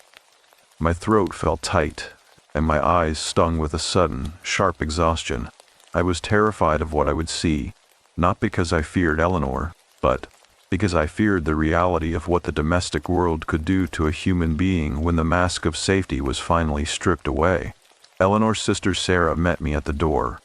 She was a woman who had aged 10 years in 2, her shoulders pulled inward as if she were constantly bracing for a sudden gust of wind. She spoke in a low, rhythmic whisper, leading me into a sun-drenched living room that smelled of lavender and floor wax. There, sitting in a high-backed armchair by the window, was Eleanor. She was wearing a thick, cream-colored cardigan and a prosthetic mask that covered the left side of her face, and the space where her nose had once been. It was a masterpiece of medical engineering, rendered in a pale, matte silicone that mimicked the texture of skin. But it remained perfectly still while the right side of her face moved. The effect was a visual dissonance that made my vision blur at the edges, a reminder that some things can be repaired but never truly restored. We sat together for a long time without speaking, the only sound being the rhythmic clicking of a knitting needle against a glass bowl in the corner. Eleanor's voice, when she finally spoke, was thin and melodic, though it lacked the sharp, bright clarity I remembered from my childhood. She told me she did not harbor anger toward Rosemary, nor did she blame the creature that had dismantled her life. Instead, she spoke about the garden she could no longer tend, her prosthetic hands resting in her lap like two pale, unmoving sculptures. She described the way she could still feel the phantom sensation of soil beneath her fingernails, a memory of a time when the world was a predictable and gentle place. As the afternoon light began to fail, casting long amber fingers across the hardwood floor, Eleanor began to speak about the attack itself. She did not describe the pain or the noise. Instead, she spoke about the look in Jasper's eyes in the seconds before he moved. She said it was not an expression of rage, but a moment of profound, absolute recognition. For a heartbeat, she believed Jasper saw her, not as a provider of toys or a friend of his mother, but as a barrier to the woods. He had looked through her, she said, his gaze fixed on something far beyond the walls of the kitchen. It was the keeper's knowledge in reverse the moment the victim realizes the predator has finally come home to its own nature. I felt a sudden, crushing sense of guilt as I looked at her. I realized that the comfort I had sought in Millbrook, the belief that we were all safe in our shingled houses, was a luxury paid for by people like Eleanor. We outsource our risk to the margins, and we ignore the warnings until the violence is on our doorstep. Eleanor reached out with her right hand, the one that was still hers, and touched the lid of the cedar box I had placed on the coffee table. She didn't open it. She simply let her fingers rest on the wood, as if she could feel the heat of the memories trapped inside. She told me that she dreams of the woods now, not as a place of fear, but as a place of honesty. She spoke of the night before the attack, how she had seen a fox in her own backyard and felt a strange, inexplicable urge to open the gate and let it in. She had recognized even then that the boundaries we build are made of paper. The grief in the room was not a sharp, piercing thing, but a slow, rhythmic tide that seemed to pull the air from my lungs. I watched the way her real eye tracked the movement of a bird outside the window, a small dark shape flitting between the pine branches. There was a peace in her face that I had not expected, a stillness that comes from having survived the worst thing a mind can imagine, and coming out on the other side with a clearer view of the truth. Rosemary had reached out to her once, a year ago, but Eleanor had declined to meet.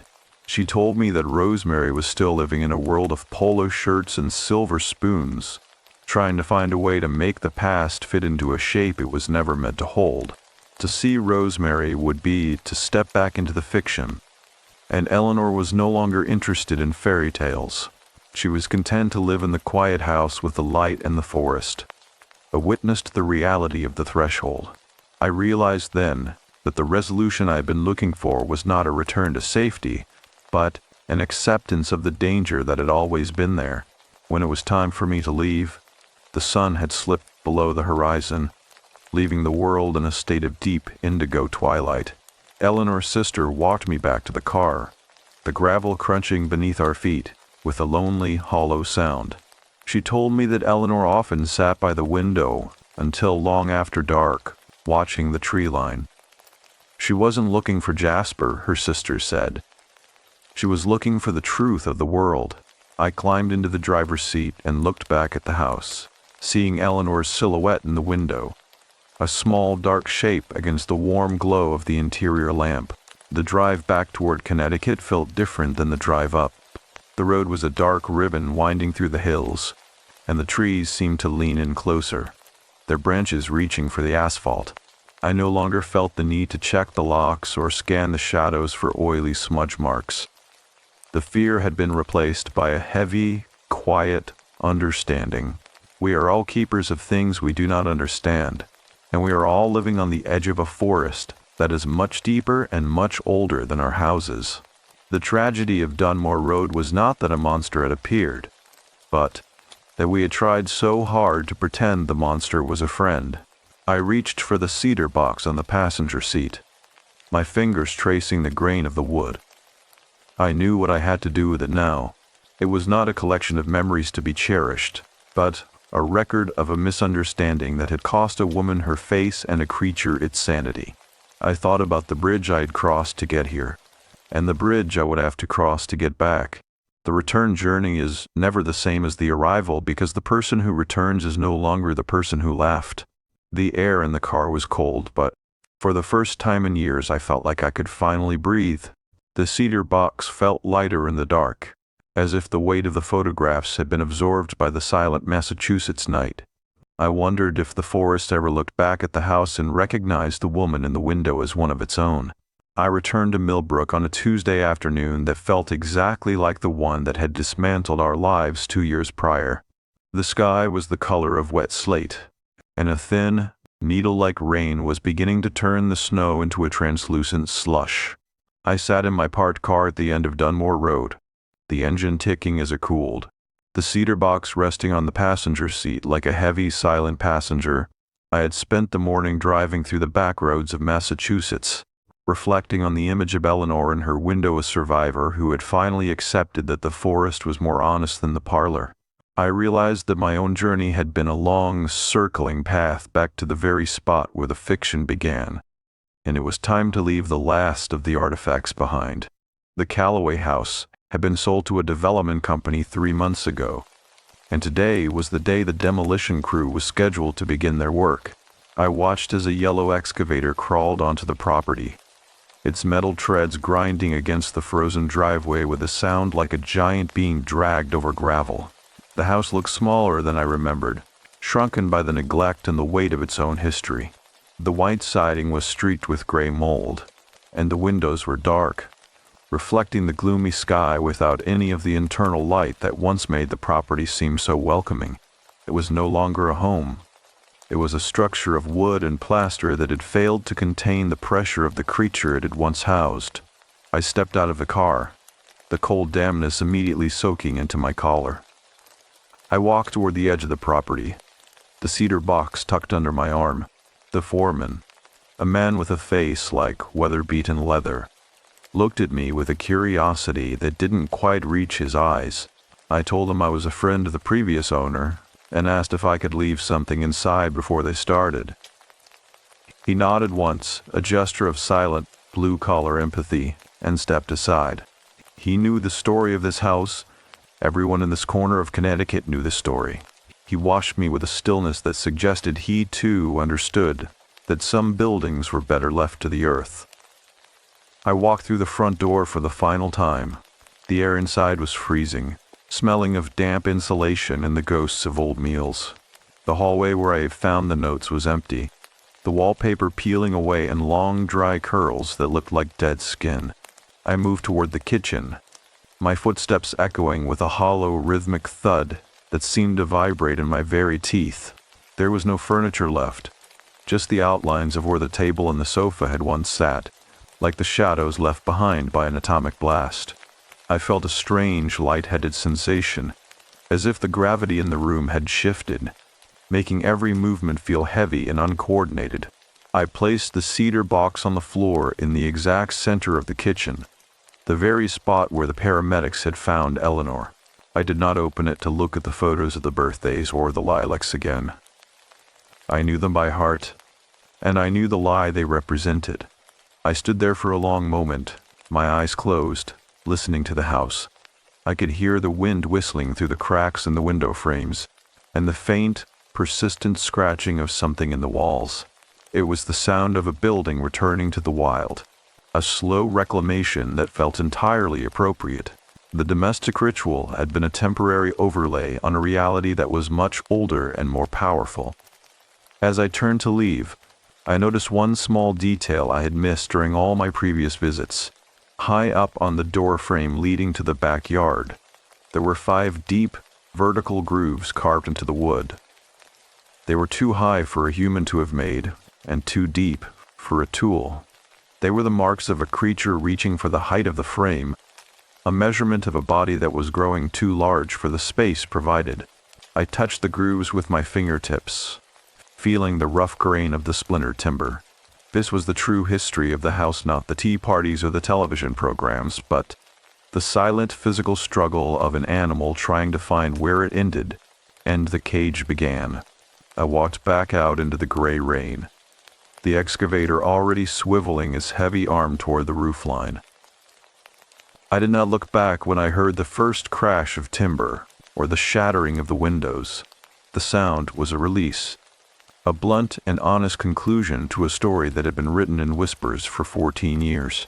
I sat in my car and watched until the chimney collapsed inward, a cloud of soot and red brick dust rising into the damp air before being washed away by the rain.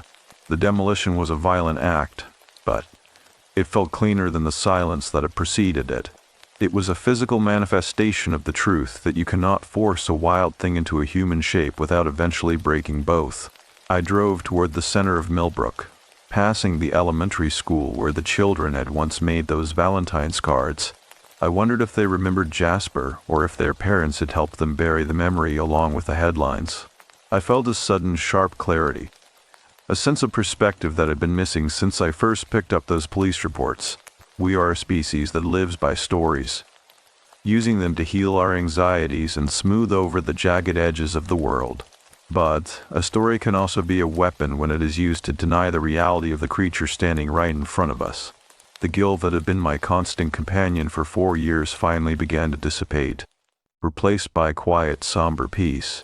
I'd done what I could for Eleanor, and I'd seen the wreckage of Rosemary's ambition cleared from the earth.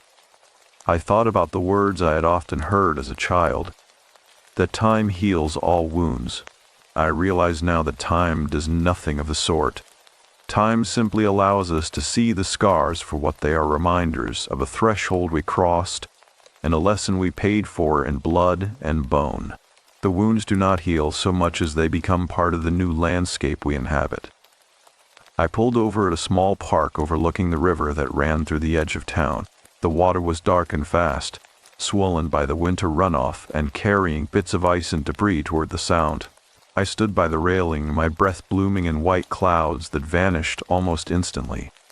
I thought about the specialized knowledge of the keeper and the terrifying clarity of the victim. I realized that I was neither. I was simply a witness, the one left to tell the story so that someone else might recognize the signs before the pressure becomes too great to hold. The rain turned to a soft, heavy snow as the afternoon faded into twilight. The flakes were large and wet, clinging to the dark branches of the trees and the cold metal of the railing. I felt a sense of finality settle over me, a closing of a circle that had begun on a different Tuesday, in a different world. I looked at my hands steady for the first time in weeks, and felt the weight of the silence finally lift. The story of the gentle monster was over, and the house on Dunmore Road was gone, its remains soon to be hauled away to a landfill where the past could finally rot in peace. I climbed back into the car and turned on the headlights, the twin beams cutting through the gathering gloom.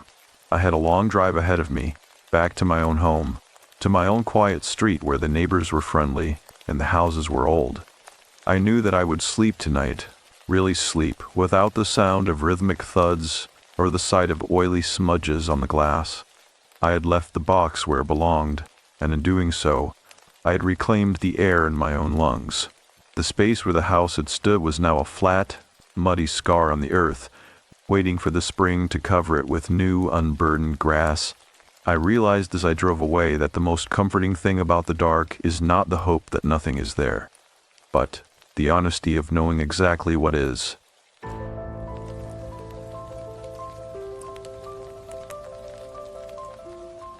The Hollow House. I want to tell you about the week I spent at the Alderman Inn, not because anything there can be fully explained. It cannot. But because something happened inside those walls that I've carried differently than other things I've carried. And I think the only way to set it down is to write it out completely, from the beginning, from the drive north, from the exact quality of the light when I crossed the state line and felt, for the first time in longer than I want to admit, that I was moving towards something rather than away from it. My name is Caroline Marsh. I am 38 years old. I am a freelance editor by profession, which means I spend most of my working hours inside other people's sentences, smoothing the rough places, finding the logic under the chaos, making things clear that someone else made cloudy. I am good at it. I am told I am good at it. I suspect what I am actually good at is something older and less professional.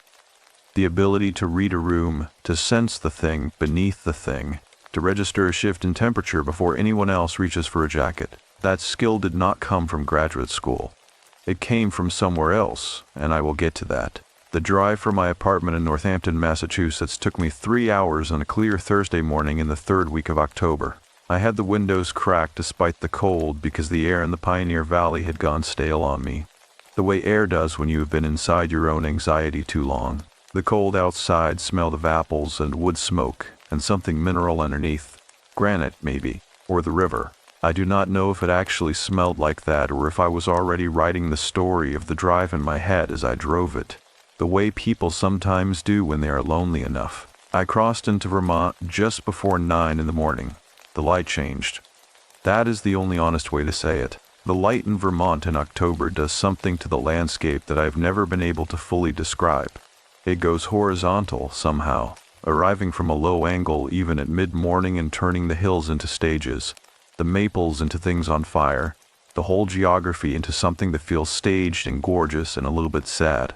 I turned off the interstate at Vergennes and followed 2-lane roads north and east along the edge of the Champlain Valley, and I watched the farms come and go, their brown fields picked clean, their barns painted red or left unpainted to go silver gray, their silos standing alone against the sky like sentinels nobody had posted. The Alderman Inn was not listed on any major booking platform. I had found it through a recommendation from my friend Diane, who had stayed there the previous autumn and had used the word otherworldly in a way that I had decided to believe meant beautiful rather than unsettling. She had described a white federal-style house set back from a county road, a long field in front of it, a line of old sugar maples along the drive, a woman named Ruth who made breakfast from scratch and kept 4 cats and did not ask her guests unnecessary questions. I will tell you now that the first thing I noticed when the house came into view was not beautiful. It was correct. That is the word that arrived in my mind before I had time to think about it, and it has stayed with me since. The house was correct. White clapboard, black shutters, a center chimney trailing a thin line of wood smoke against the pale sky. The maples Diane had described were stripped of most of their leaves, but, still standing their careful distance apart along the gravel drive, their branches making a gray lacework against the morning. The long field in front had gone the particular dead tartan of New England autumn, and the land was so flat between the house and the road that the building seemed to float on it, suspended slightly above the ground the way things sometimes appear in certain kinds of cold light. I pulled in and sat in the car for a moment with the engine off. I was aware of something I did not have a name for yet.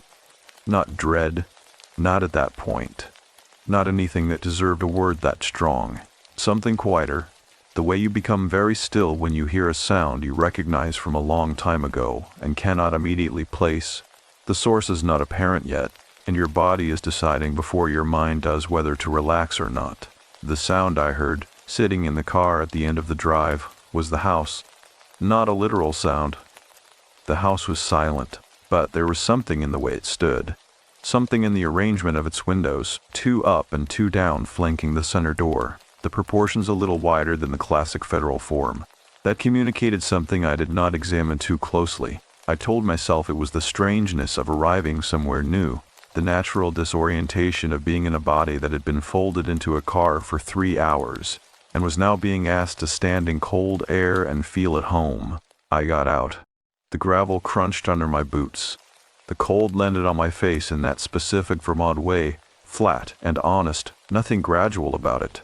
Ruth met me at the door before I crossed the porch. She was a small woman in her mid-60s, compact and direct, with white hair cut short and a face that had the kind of specific lines that only come from a lifetime of being outdoors and paying attention. She wore a canvas apron over a flannel shirt, and she held the door open with one hand and offered me the other to shake. And the handshake was good.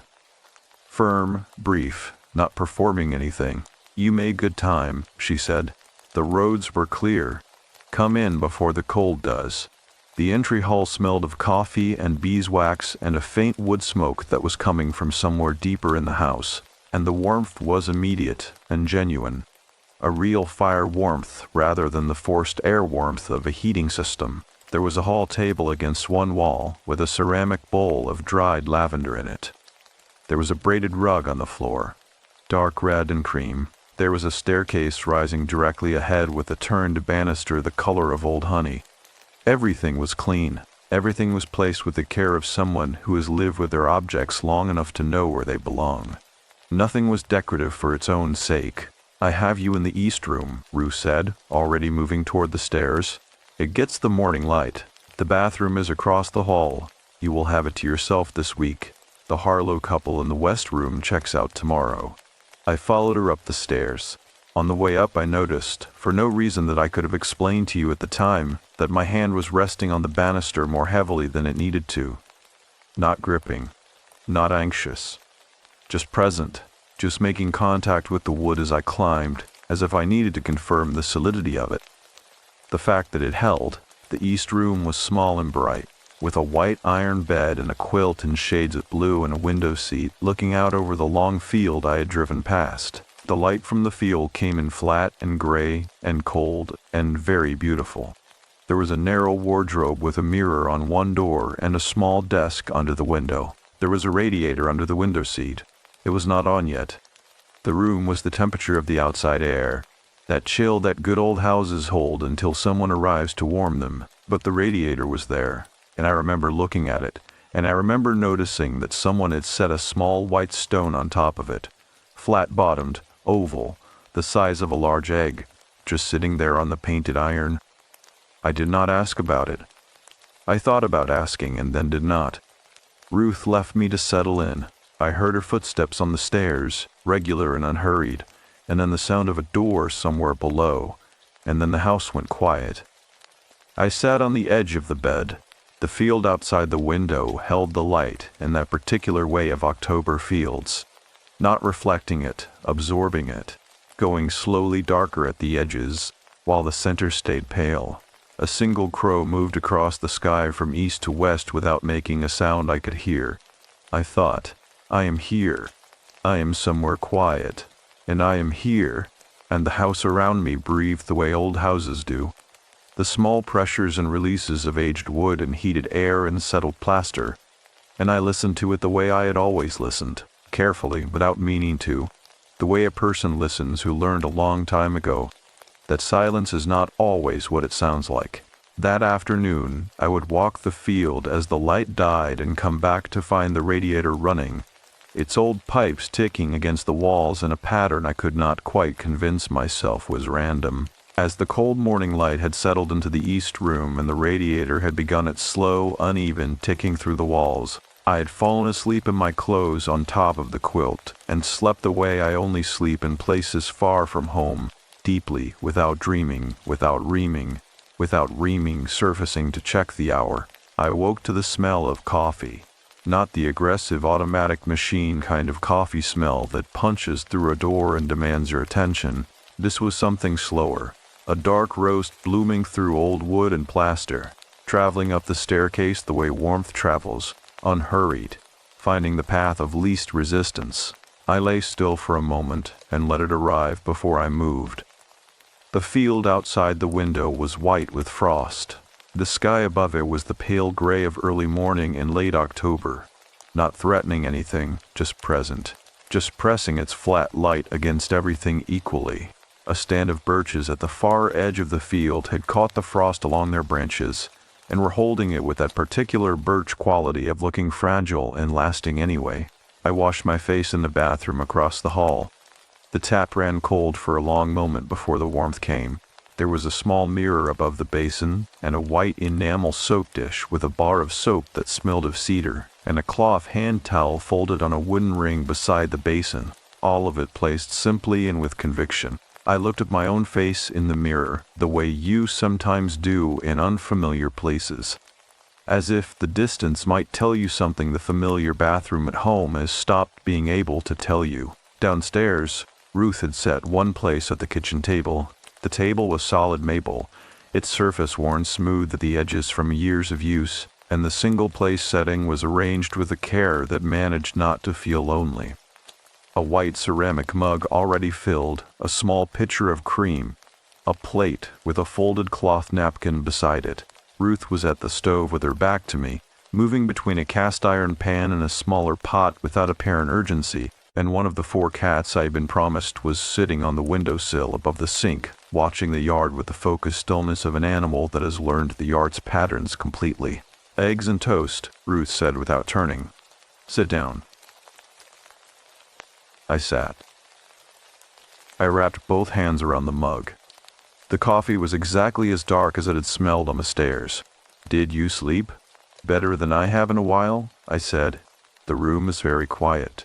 She turned at that, not sharply, just enough to look at me over her shoulder for a moment. One of those looks that are taking a quiet measurement.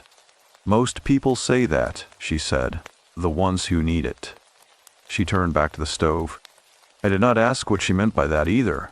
I was accumulating small things I had not asked about yet, and I was aware of the accumulation the way you are aware of weight before it becomes burden. The eggs arrived scrambled, with herbs from somewhere. Thyme, I thought, and something else I could not name. And the toast was from a sourdough loaf that had been cut thick, and there was butter, and a small jar of dark preserves that tasted of plum, and something smoky underneath the sweetness. I ate slowly. The cat on the windowsill did not move. The yard beyond the glass was a rectangle of brown grass and bare ground, and a woodpile stacked against a low outbuilding, and beyond the outbuilding the land flattened out into the same long field visible from my window upstairs, approached now from the back rather than the front, looking different from this angle, wider, somehow, more committed to its own flatness. After breakfast, Ruth showed me the common room. It was a long, low-ceilinged room at the back of the house, running the full width of it, with a fieldstone fireplace at the far end and 2 deep sofas facing each other across a braided rug. The walls were plaster, painted a warm cream that had yellowed slightly at the ceiling from years of wood smoke, and there were bookshelves on either side of the fireplace filled with the kind of books that accumulate in old houses: field guides, local histories, paperback novels with broken spines, a large atlas with water-stained edges. A low table between the sofas held a chess set, its pieces arranged mid-game and apparently abandoned there. The Black King deep in trouble from which he would not recover without help. The windows in the common room looked out onto the field. I stood at one of them and drank the last of my coffee and looked at the field and let myself feel the thing I had come here to feel, which was the particular quality of a morning with nowhere it needed to be. My work was paused, deliberately, with some effort, for the week. My phone was in my bag and I had promised myself I would check it only once a day, in the early evening, and then put it back. I had made no plans. I had brought 2 novels and a notebook and a good pair of walking boots and nothing else with any agenda attached to it. I turned from the window and looked more carefully at the room.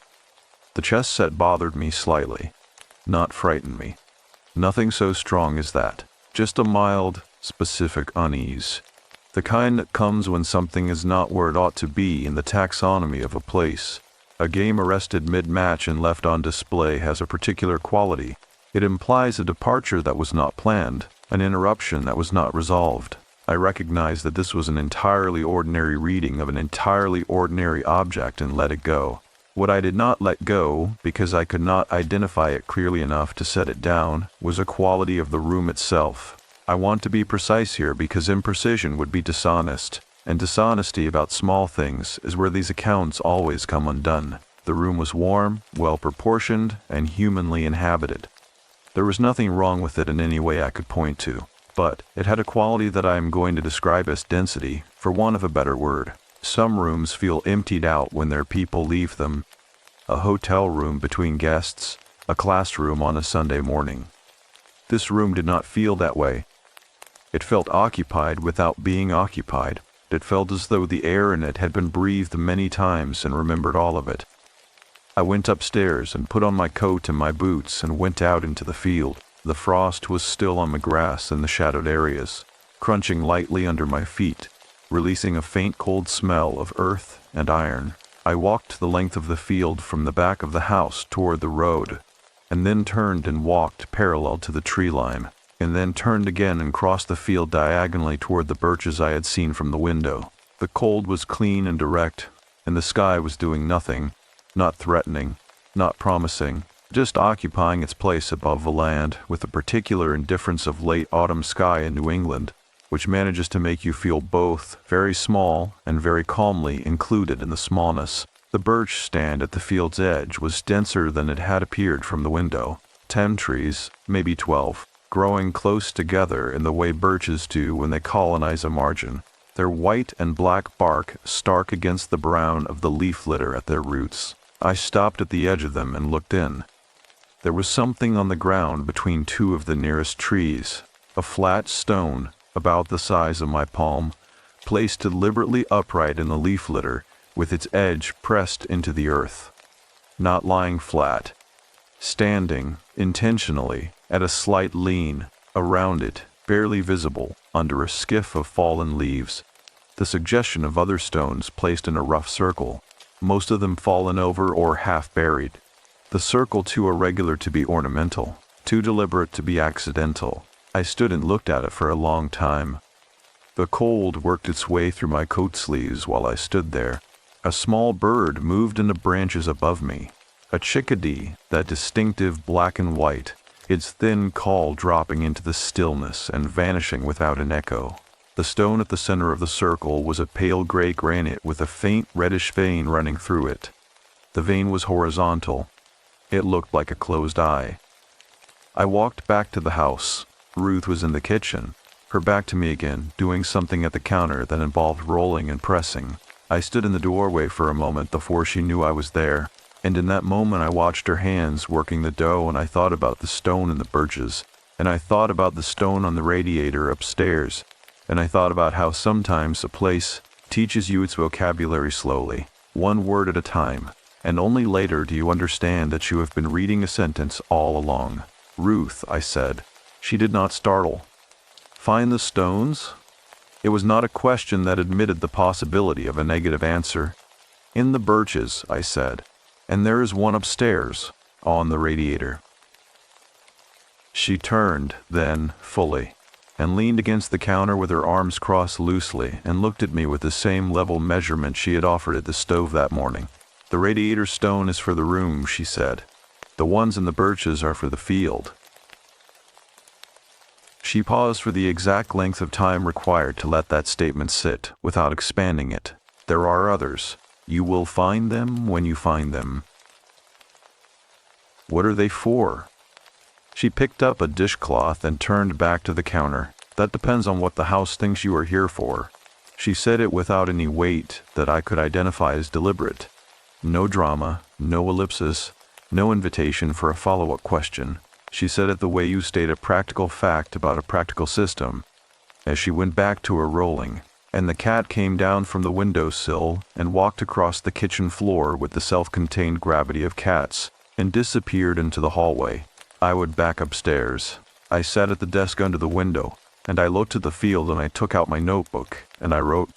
For the first time in several months, without a clear intention of what the writing was going to be, I wrote about the drive north. I wrote about the light. I wrote about the sound of the radiator and the night before I slept. Its irregular ticking that I had noticed, but not examined. Its pattern that did not quite follow the logic of metal expanding in heat. I wrote, "This house is listening to something." Then I looked up, and the field had gone darker at the edges while I was writing, the way it had done the evening before, and the white stone on the radiator caught what was left of the afternoon light and held it. And I thought, held it, or kept it from leaving. That evening, sitting in the common room alone, I would reach for the chess piece nearest to me, the Black King, still in his impossible position, and discover that it was warm, already, even before the fire had been laid. The Black King had been warm in my hand, and the fire in the common room had not yet been laid, and I had set the piece back down on the board exactly where I had found it and told myself the warmth was my own, transferred from my palm during the second or two I had held it. Conducted back, a simple exchange of heat between a living hand and a carved wooden object. I had told myself that, and I had mostly believed it, and I had gone to bed. But, in the morning, I noticed I had left my notebook open on the desk, and I had not written anything else in it. After the line about the house listening, and yet there was a mark on the page below where I had stopped.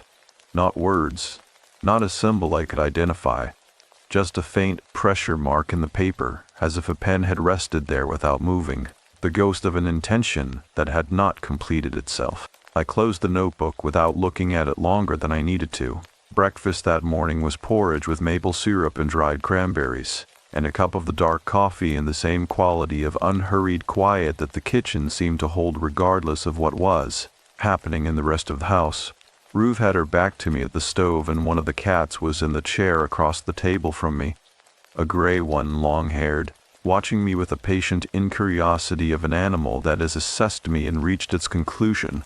The Harlo couple, Ruth's other guests, were apparently already gone. Their departure had happened at some point before I woke and left no trace I could find.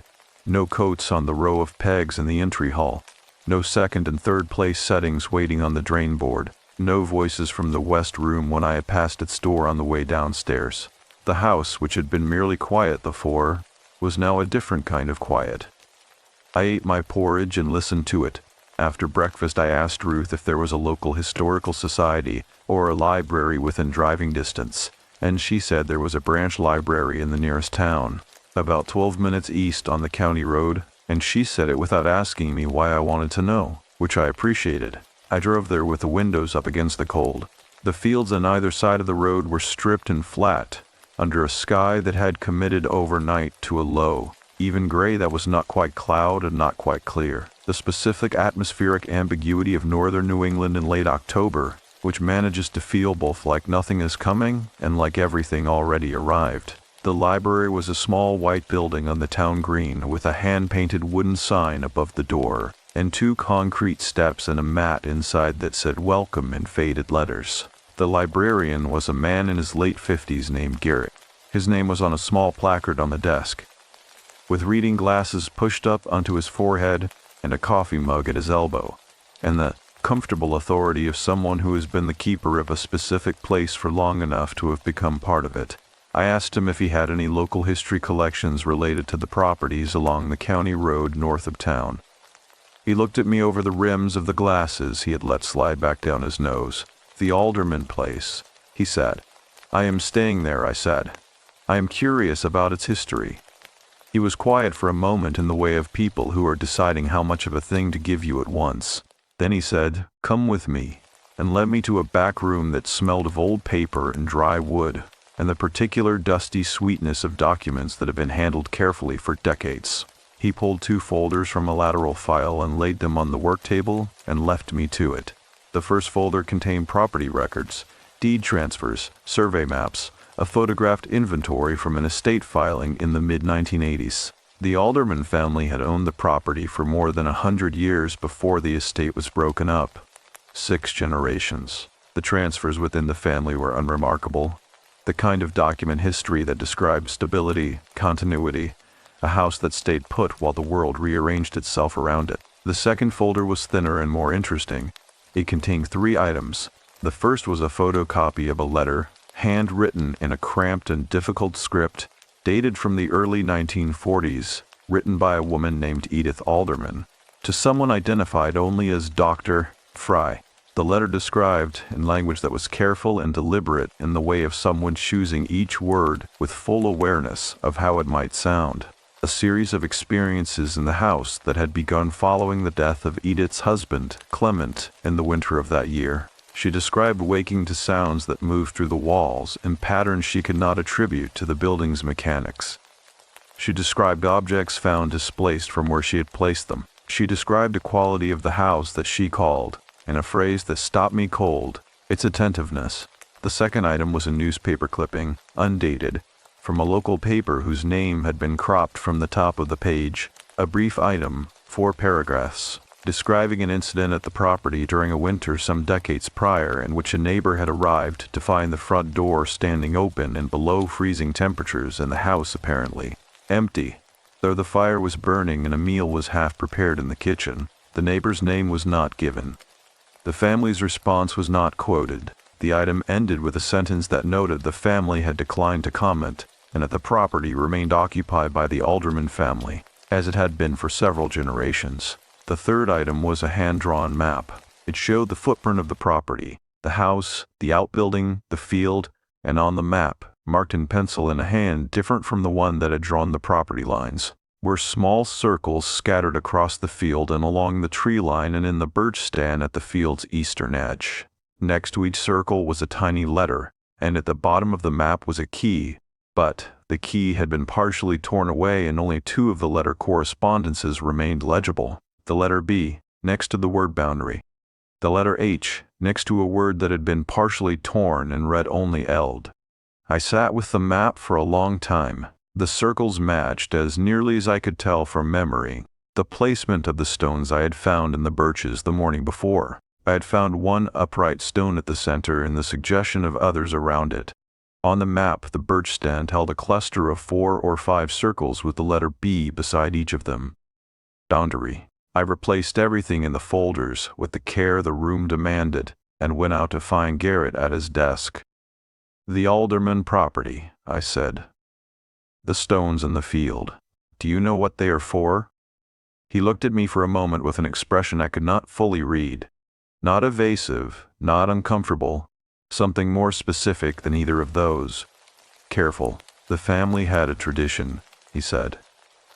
A lot of old Vermont families had versions of it, marking the property not just with fences but with something else, something they believed kept the character of the land settled, stable. He paused. "Ruth maintains it. She has always maintained it." "The character of the land," I said. "Of the house, particularly." Another pause, more considered than the first. "There is a way of thinking about it, and I am not endorsing any particular interpretation. You understand, I am describing a local belief that holds that strong feeling leaves a residue. In walls, in ground, especially in a house that has stood in one place for a long time and held generations of the same family inside it." He picked up his coffee mug, looked into it, set it back down. "The stones are a way of organizing that residue, directing it, keeping it from accumulating in ways that are not useful." I said, "What kind of strong feeling are we talking about?" He said, "The kind that does not resolve cleanly." Then he looked at me with the directness of a person who has been asked a question by someone who does not yet know they are asking it about themselves. "The kind that is still looking for somewhere to land." I drove back to the inn on the county road with both hands on the wheel and the heater running in the flat gray fields on either side of me, going past in their stripped, patient way, and I thought about what he had said, and I thought about the mark in my notebook, and I thought about the chess piece, and I thought about something I had not thought about directly in a very long time. I was 10 years old when I understood, with the clarity that children arrive at understanding in the way adults sometimes cannot, that the sounds I had learned to monitor from my bedroom, footsteps on the stairs, the particular register of a voice before it shifted, the difference between a door closed normally and a door closed by someone who was containing something, were not a childhood that everyone had. I had understood this not from being told, but from spending a night at a school friend's house and lying awake in the quiet of it, in the profound and bewildering absence of any signal to read, and feeling not relief but a disorientation so complete it had kept me up until near dawn. I had spent my entire childhood as a kind of instrument, tuned very fine, always running. I parked in front of the inn and sat in the car. The house was there at the end of the drive. White clapboard, black shutters, the center chimney trailing its thread of smoke against the gray sky. It stood in the way it always stood, which was without apology and without invitation, simply present, simply itself. And I sat in the car and looked at it, and I thought, I wonder what it has been listening to all this time. The house did not answer. Houses do not answer. But the smoke from the chimney moved in a long, slow drift to the east, as if something in the air above the house had exhaled. That afternoon, while walking the field's northern edge, I would find a stone I had not seen before, placed not in the ground but wedged into the fork of a maple branch at exactly the height of a child's reaching hand. The stone and the maple fork had been smooth and pale and placed with a precision that ruled out accident, and I had stood beneath the branch with my hand raised but not quite touching it, the cold of the afternoon settling into the back of my neck. And then I had lowered my hand and walked back to the house without taking it. Something about removing it had felt wrong in a way I could not yet articulate. That evening Ruth lit the fire in the common room, and I sat in one of the deep sofas with a novel I was not reading, and listened to the house conduct its familiar inventory of sounds. The radiator, upstairs cycling through its uneven rhythm, the old timber of the walls responding to the temperature drop outside with small, precise adjustments. The fire doing what fires do, which is consume in a way that sounds almost like breathing. The gray cat arranged itself at the far end of my sofa and went to sleep with the completeness of an animal that has no outstanding concerns. I put the novel face down on the cushion beside me and looked at the fire. There is a particular quality to firelight in old rooms that has nothing to do with warmth and everything to do with motion. The way it animates the walls, the way shadows become participants rather than absences, the way the room seems to be thinking while you watch it. I had sat in front of fires before. I had never felt quite so observed by one. I went to the bookshelves beside the fireplace. I was not looking for anything specific.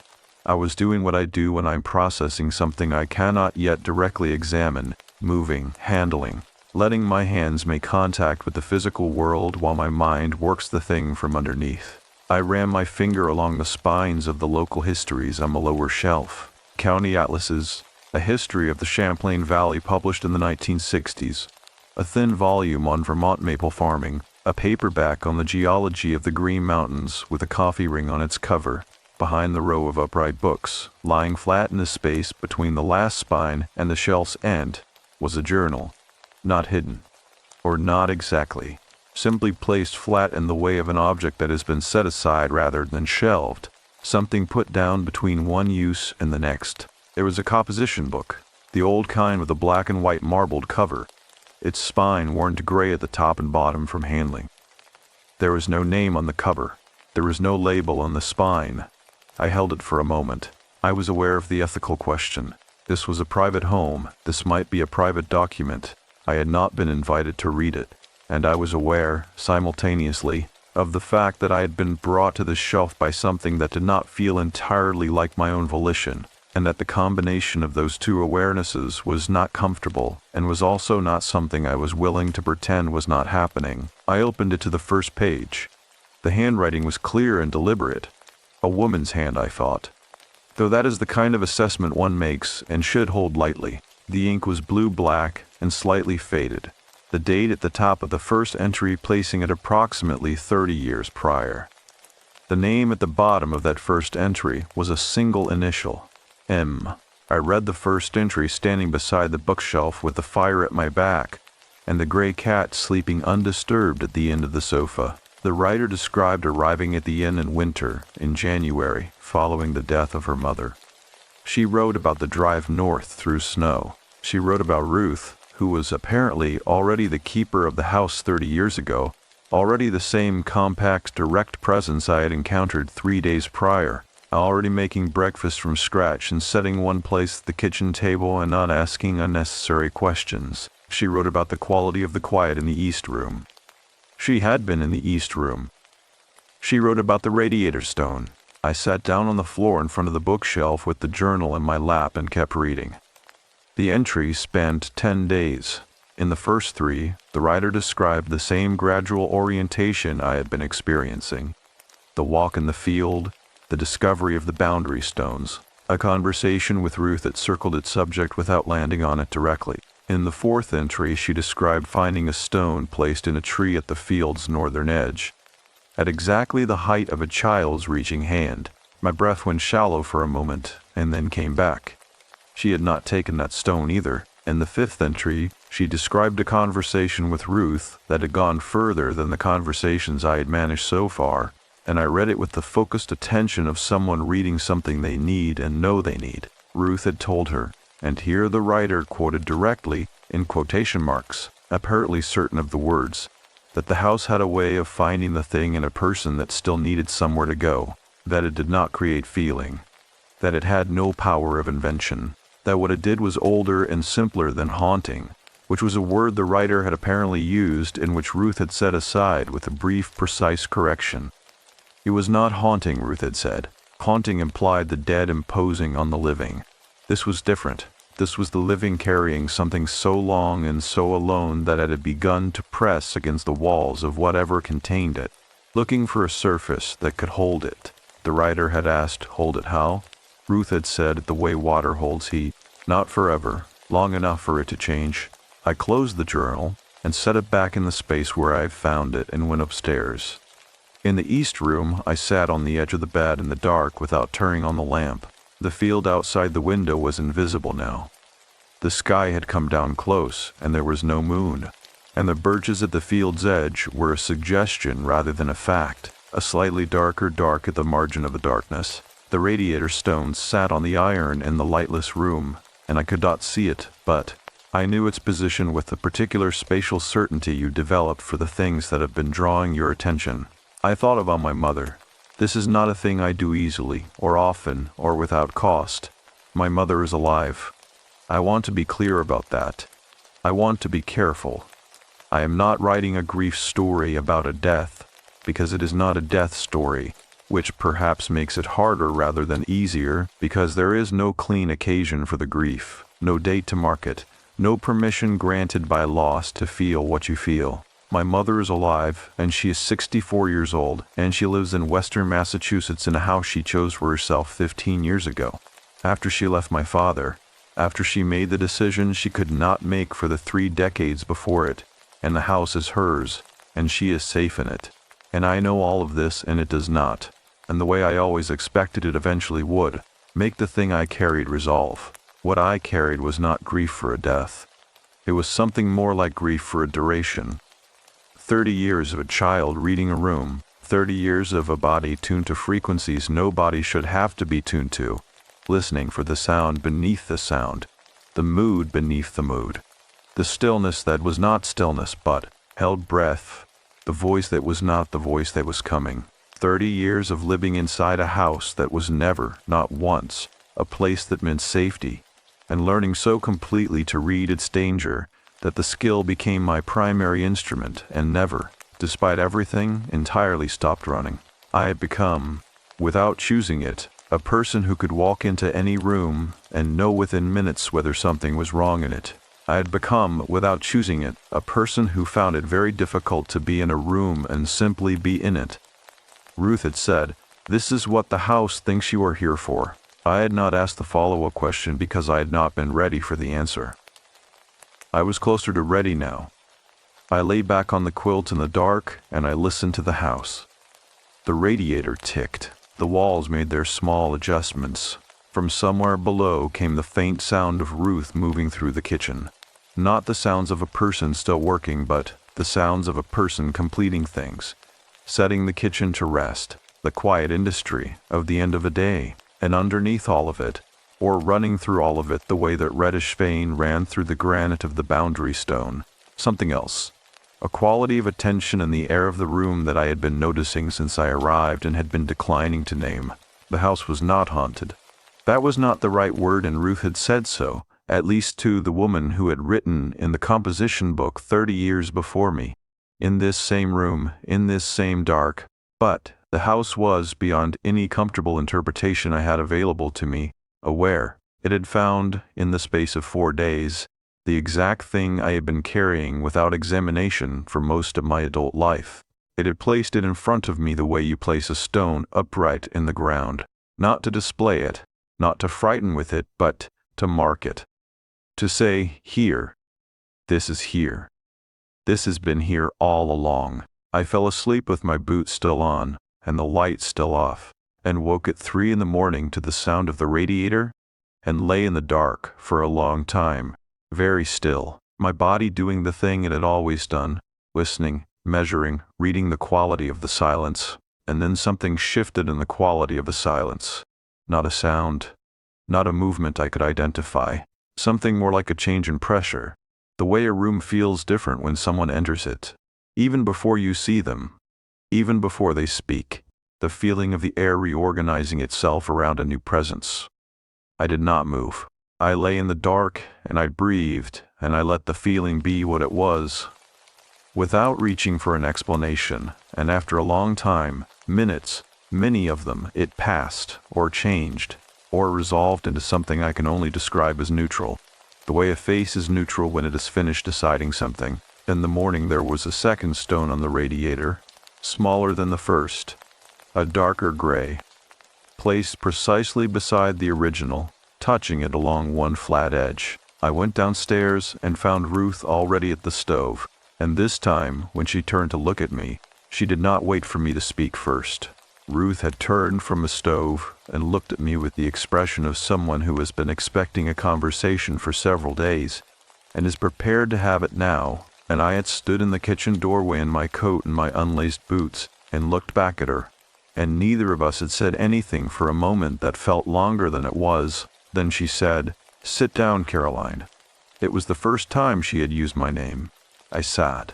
She brought the coffee without being asked and sat across from me at the maple table with her own cup, and her hands wrapped around it, and the morning light coming through the window above the sink in that flat, non-committal way of overcast October mornings.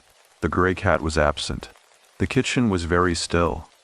She said, "How old were you when it started?" I did not ask what she meant. I knew what she meant, and the knowing arrived without surprise, which told me something about how thoroughly the house had been doing its work. It was always there, I said, as far back as I can remember. But I think I understood what it was, what I was doing, why I was doing it, somewhere around 6 or 7. She nodded without writing anything down, without performing any particular reaction, the way a person nods when they are receiving information they already held an approximate version of. "And your father," she said. Not a question, a placement. "Yes," I said. I looked at my coffee. The surface of it was still, dark, holding a faint oval of window light in its center. I've written around this subject for most of my adult life.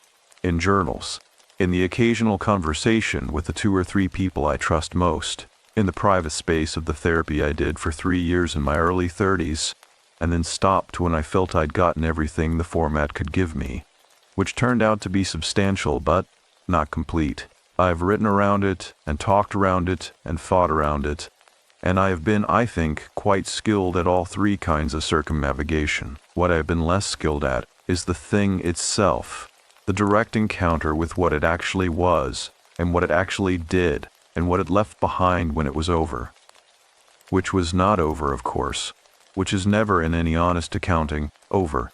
He was not a safe person, I said. It was a sentence I had used before in the therapy years, a careful professional construction that held the facts at one remove. I heard it come out of my mouth, and I recognized it for what it was, accurate, compressed, bloodless, and I said, because the house had been working on me for 4 days, and the kitchen was very still, and Ruth was looking at me without any performance of sympathy, which was the only kind of looking that would have let me continue. He hurt my mother for 30 years. Every version of hurting you can name, and several I will not describe, and I grew up inside all of it, and I learned to read it the way you learned to read weather. Not as a skill I developed, but as something my nervous system organized itself around because it had no other option, because survival required it. Ruth said nothing. She drank her coffee, and she stayed, I said. She stayed for all of it, and I loved her, and I was furious with her, and I am still, 23 years after she finally left, in some place I cannot entirely reach, both of those things at once, and I have made my peace with it. I have made my peace with it in every way I know how to make peace with something. I stopped, and something in this house knows that is not entirely true. Ruth set her cup down. It is not that you have not made peace with it, she said. It is that the part of you that learned to read danger never got the message that the danger ended. It is still running. It has been running for 30 years past the point where it needed to. The window light shifted slightly as a cloud moved somewhere above the overcast. The kitchen went a shade darker and then returned. That part of you, Ruth said, is very loud in this house. The house hears it the way it hears everything that has been carried here. It has been hearing it since you arrived. I thought about the mark in my notebook, the chess piece warm in my hand, the second stone on the radiator. What does it do with what it hears? I said. Ruth was quiet for a moment that had texture to it, not hesitation. Something more like the pause before a precise answer. The kind of pause that means the speaker is choosing accuracy over ease. It holds it, she said, the same way it has held everything else left here. The woman who came in winter 30 years ago after her mother died, carrying the guilt of a child who could not fix what her parents had broken. The man who came the summer before last, after his son stopped speaking to him, carrying 20 years of the silence he had made and could not unmake. Every person the house calls here comes carrying the same basic thing, which is feeling that has never had a witness. She looked at me steadily. The house is a witness.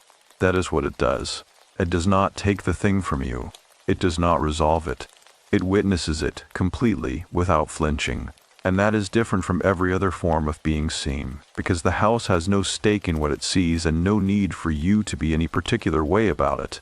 I sat with that for a long time. Outside the window, a single maple leaf, deep red, crossed the yard in the light wind and came to rest against the woodpile and stayed there. The stones, I said.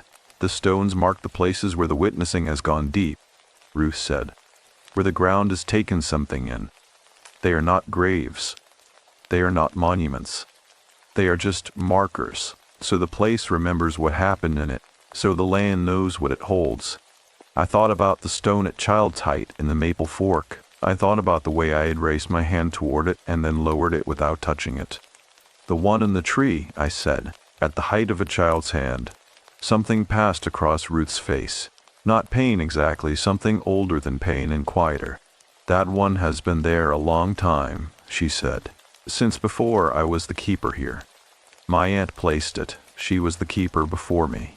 She paused. She lost a child. The stone is for the height that child never grew past. The kitchen held that. I did not say I was sorry. Ruth did not invite condolence. We sat together in the fact of it, which was the only appropriate response to a fact of that magnitude, and the coffee cooled in our cups, and the red leaf stayed against the wood pile, and did not move again. Then Ruth said, in a different register, practical, direct, the tone of a person moving from what is true to what is to be done. The house has been hearing you for 4 days. Tonight it will hear you the whole way through if you let it. That means going to the field after dark, and standing in it, and saying the thing out loud that you have been carrying without saying it. She looked at me without any adjustment for comfort. Not for the house. The house does not need words. For you, because the part of you that is still running learned to be silent as a survival strategy. And survival strategies do not retire on their own. You have to retire them. I looked at my hands on the table. I was 38 years old. I had spent approximately 32 of those years being, in some portion of my nervous system, always on, always reading, always running the calculation of what the air in the room was telling me, whether the temperature was shifting, whether the sound beneath the sound was changing. I had built a life and a career and several genuine friendships, and one relationship that had lasted 4 years before ending with more sadness than anger. And in all of it, underneath all of it, that instrument had never stopped running. What do I say? I asked. Whatever is true, Ruth said. The house is not a confessor, and it does not require a particular form. It requires honesty, the thing you have never said directly in those words to any surface that could hold it. She picked up her cup and stood. You know what the thing is. You have known it since you were 6 years old, and you learned what kind of silence to fear. She went back to the stove. I sat at the table for a long time after that. The red leaf finally moved again, lifted by some small change in the wind, and disappeared around the corner of the outbuilding. The sky outside maintained its flat, patient gray. From somewhere in the house came the sound of the gray cat landing on a wooden floor. The soft concussive thud of an animal choosing to be somewhere, and then silence again. I thought about being 6 years old and sliding down the back of a door and covering my head with my hands and understanding, with the precise and unasked-for clarity of a child's comprehension, that the person in the next room, who was supposed to be the safest person in the world, was also the most dangerous thing in my world, and that both of those things were permanently true, and that I would have to hold both of them for the rest of my life, because there was nowhere to put either one down. I had held them. I had held them for 32 years. I stood up from the table and I went upstairs and I sat at the desk. And I looked out at the field in the gray morning light and I tried to locate, somewhere in the architecture of what I had built and maintained and defended across 3 decades, the exact shape of the thing I had never said directly, in those words, to any surface that could hold it. It was not difficult to find. It had been there the whole time, sitting in the place where the instrument runs, waiting with the patience of something that knows it will eventually be heard. That evening I put on my coat at the back door, while the last gray light went out of the sky over the field, and Ruth stood in the kitchen doorway and said nothing. And her saying nothing was the most complete form of permission I have ever been given. The field at night was a different country, not frightening. I want to be precise about that, because the word frightening would reach for something dramatic that was not present, and what was present deserved a more careful name. The field at night was immense in a way. It was not during the day, the darkness having removed the boundaries that daylight provided.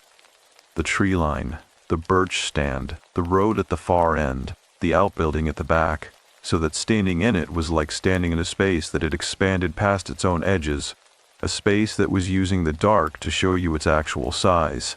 The cold was deep and specific. It was the kind of cold that settles rather than moves. Not wind-driven, not aggressive, just present at every surface, finding the gap at the collar, the strip of wrist between glove and sleeve, the edge of the ear. The sky had cleared sometime after sunset, and the stars were out in a dense, unhurried abundance that only appears in places with no competing light, and the frost that would be on the grass by morning had not yet arrived, but you could feel it assembling itself in the air just above the ground, the temperature having found the precise threshold where one thing becomes another. I walked out to the center of the field. My boots on the dead grass made a sound that seemed louder than it should have. That particular acoustic quality of open ground at night, where sound travels differently without walls to absorb it, arriving at your own ears with a slight strangeness, as if you are hearing yourself from a small distance. I stopped in what felt like the middle, though in the dark I could not be certain of it, and I stood still and let the field come to terms with my presence in it. Above me, the stars. Below me, the ground, cold and flat and patient in the way that ground is patient, which is to say, completely without any investment in outcome. Around me, the dark, and inside the dark, the house at my back with its one lit window on the ground floor where Ruth had left a lamp burning in the common room, a warm yellow rectangle in the blackness that served as both landmark and the kind of quiet human assurance that asks nothing of you. I had been standing in the field for perhaps 5 minutes when I became aware of the house in a different way. Not visually.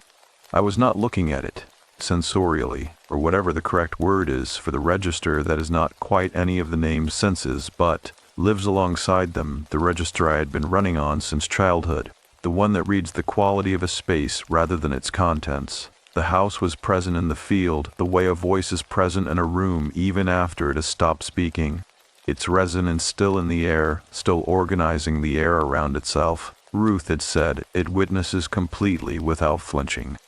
I had been thinking about that word all day. Witness. The specific weight of it, the way it differs from every related word in its category.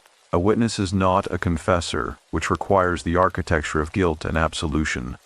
A witness is not a therapist, which requires the architecture of interpretation and integration. A witness is not a friend, which requires the architecture of relationship and its attendant negotiations.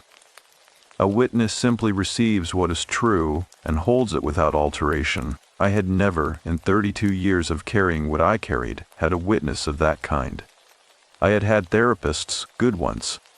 I had had friends who listened with genuine care.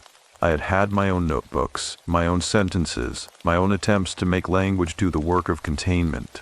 All of it had been valuable. None of it had been this quality of being received by something that had no need for me to frame the thing correctly, no stake in my recovery, no discomfort to manage, no relationship to protect. I stood in the field and I let myself know that. And then I said it, not loudly. There was no need for volume. Volume would have been performance, and performance was exactly what the thing I was about to say had been protected by for 32 years. I said it quietly, in my ordinary speaking voice, the one I use when I am alone and talking to myself in the car or the kitchen, the voice that has no audience and therefore no management. I said, I am angry at my mother. Then I waited, the way you wait after a first sentence to see if the next one is going to come on its own. It came. I said, I've been angry at her since I was 6 years old, and I've never said it in those words because saying it felt like a betrayal of the person who had the least power in the situation, and because her suffering was so visible and so severe that my anger at her for not leaving felt monstrous, and because I loved her with the specific ferocity of a child who has decided that one parent is the world and will not revise that decision no matter what the evidence suggests. The field received this. I kept going. I said, I know she was a victim. I have known them my whole life, and I have constructed my understanding of the situation around that knowledge with great care, and I believe it completely. I believe she was trapped and frightened, and that the mechanisms that kept her there are real and documented, and not a reflection of weakness or failure. I believe all of that. And I am still angry. Those two things have been living in the same room inside me for 32 years, and I have never let them both be fully true at the same time, because I did not have a surface that could hold both of them without requiring me to choose. Something changed in the air of the field, not dramatically. Nothing moved. No sound arrived that had not been there. But the density of the dark around me shifted in some way I could feel without being able to measure. The way the temperature shifts in a room when a door opens somewhere in the house. Not the door's sound, not the cold air arriving, just the change in pressure that precedes both. The house was listening. I said, I am angry that I spent my childhood as a detection instrument. I am angry that the place that was supposed to be safe was the least safe place I knew, and that I learned this so young and so completely that I never had the experience of a room that was simply a room. I am angry that I became very good at reading danger, and that this skill served me well in some ways, and costs me every single day in others, and that the cost is invisible because it does not look like damage from the outside. It looks like attentiveness. It looks like competence. It looks like the thing people compliment me for. My voice was steady. I was not crying, which surprised me. I'd expected crying, had half braced for it, and what arrived instead was something cleaner and less dramatic than crying. Something closer to the feeling of setting down a bag you have been carrying so long you forgot it at weight. I said, I am angry that I never felt safe in a place that was supposed to be mine. And I am telling you this. I am telling the ground and the dark and this house and whatever the house holds in its walls and its field and its boundary stones, because I have been carrying it without a witness, and it has been running in me without stopping, and I need it to be heard by something that will not require me to manage its response to the hearing. The stars above the field were very bright and very still. I stood in the cold and breathed. Then I said the last thing. The thing I had not known was waiting until I heard myself say it. I needed her to choose me. 6 words. Smaller than all the others. More precisely the truth than anything else I had said. The way the smallest bones in the body are sometimes the ones everything else depends on. I said it once more. Not for emphasis, but because it wanted to be said twice. Because it had waited 32 years for one saying and deserved at least 2. I needed her to choose me. The field was quiet. The house held its lamp in the dark behind me, patient and lit. I stood in the center of the frost assembling cold for a long time without moving, and the ground was under my feet, and the sky was above my head, and the thing I had said was in the air around me, dispersing slowly outward in all directions the way breath disperses. becoming part of the atmosphere of the place, becoming part of what the field held, and what the stones marked, and what the house had been listening for since I arrived. I was not empty. I want to be clear about that. The saying did not hollow me out, did not remove anything, did not produce the dramatic lightness that stories about release often promise. What it produced was something quieter and more durable than lightness. What it produced was the specific and modest relief of a thing that has finally been called by its right name. When I turned back toward the house, the lamp in the common room window was the only light in the world that was not a star, and it was enough. Ruth was in the kitchen when I came in through the back door. She had a pot of something on the stove, something with herbs and warmth in its smell, and she handed me a cup of it without asking, and I took it, and stood in the kitchen warmth and felt the cold leaving my face and hands by degrees. She did not ask what I had said. She did not ask how it had gone. She looked at me once, briefly, with that level and measuring quality, and whatever she saw in my face satisfied the measurement, and she turned back to the stove. "Sit," she said. I sat. The gray cat came and sat beside my boot and began to wash its face with a methodical precision that was, in that moment, the most ordinary and necessary thing I had ever watched.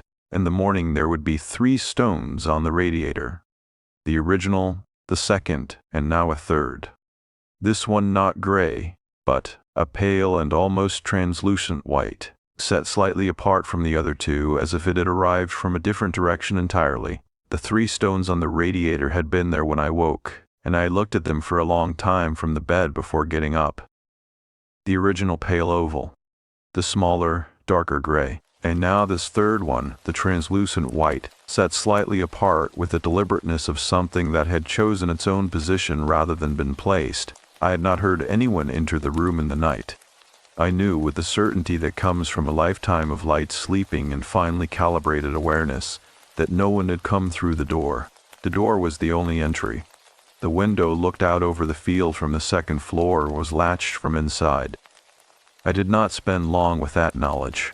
I set it beside the other things I had set aside since arriving, and noted that the pile of set-aside things had grown large enough that it was beginning to constitute a position, not denial, not credulity, something more honest than either, which was the willingness to let what was true be true without requiring it to be explainable first.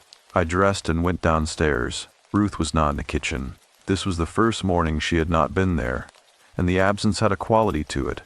Not alarming, but notable, the way any break in a pattern is notable when you have been paying attention. The stove was cold. The coffee had not been made. The kitchen held the night's chill, the particular cool of a room that has not yet been claimed by the day. And the window above the sink showed me a morning that had arrived with actual weather, low cloud moving from the northwest, heavy and deliberate, and the field under it gone from tan to a flat pewter, the birches at the far edge barely visible. I made the coffee myself, finding the canister and the grinder and the old percolator by the slow investigation of cabinets, and while it ran I stood at the window and watched the cloud come in. Snow, I thought, by afternoon. I drank the coffee standing at the window, and then heard Ruth's footsteps on the porch. Not the back porch, the front, which I had not heard her use before, and the front door opened, and she came down the hall with her canvas coat on, and her boots carrying traces of mud and what looked like wood ash, and she stopped in the kitchen doorway and looked at me with the expression of someone who has been doing something necessary and is satisfied it is done. "You were in the field," I said. "Early," she said. "Before the light." She took off her coat and hung it on the peg by the back door. There are things that want doing in the morning after a night like last night. I did not ask her to elaborate.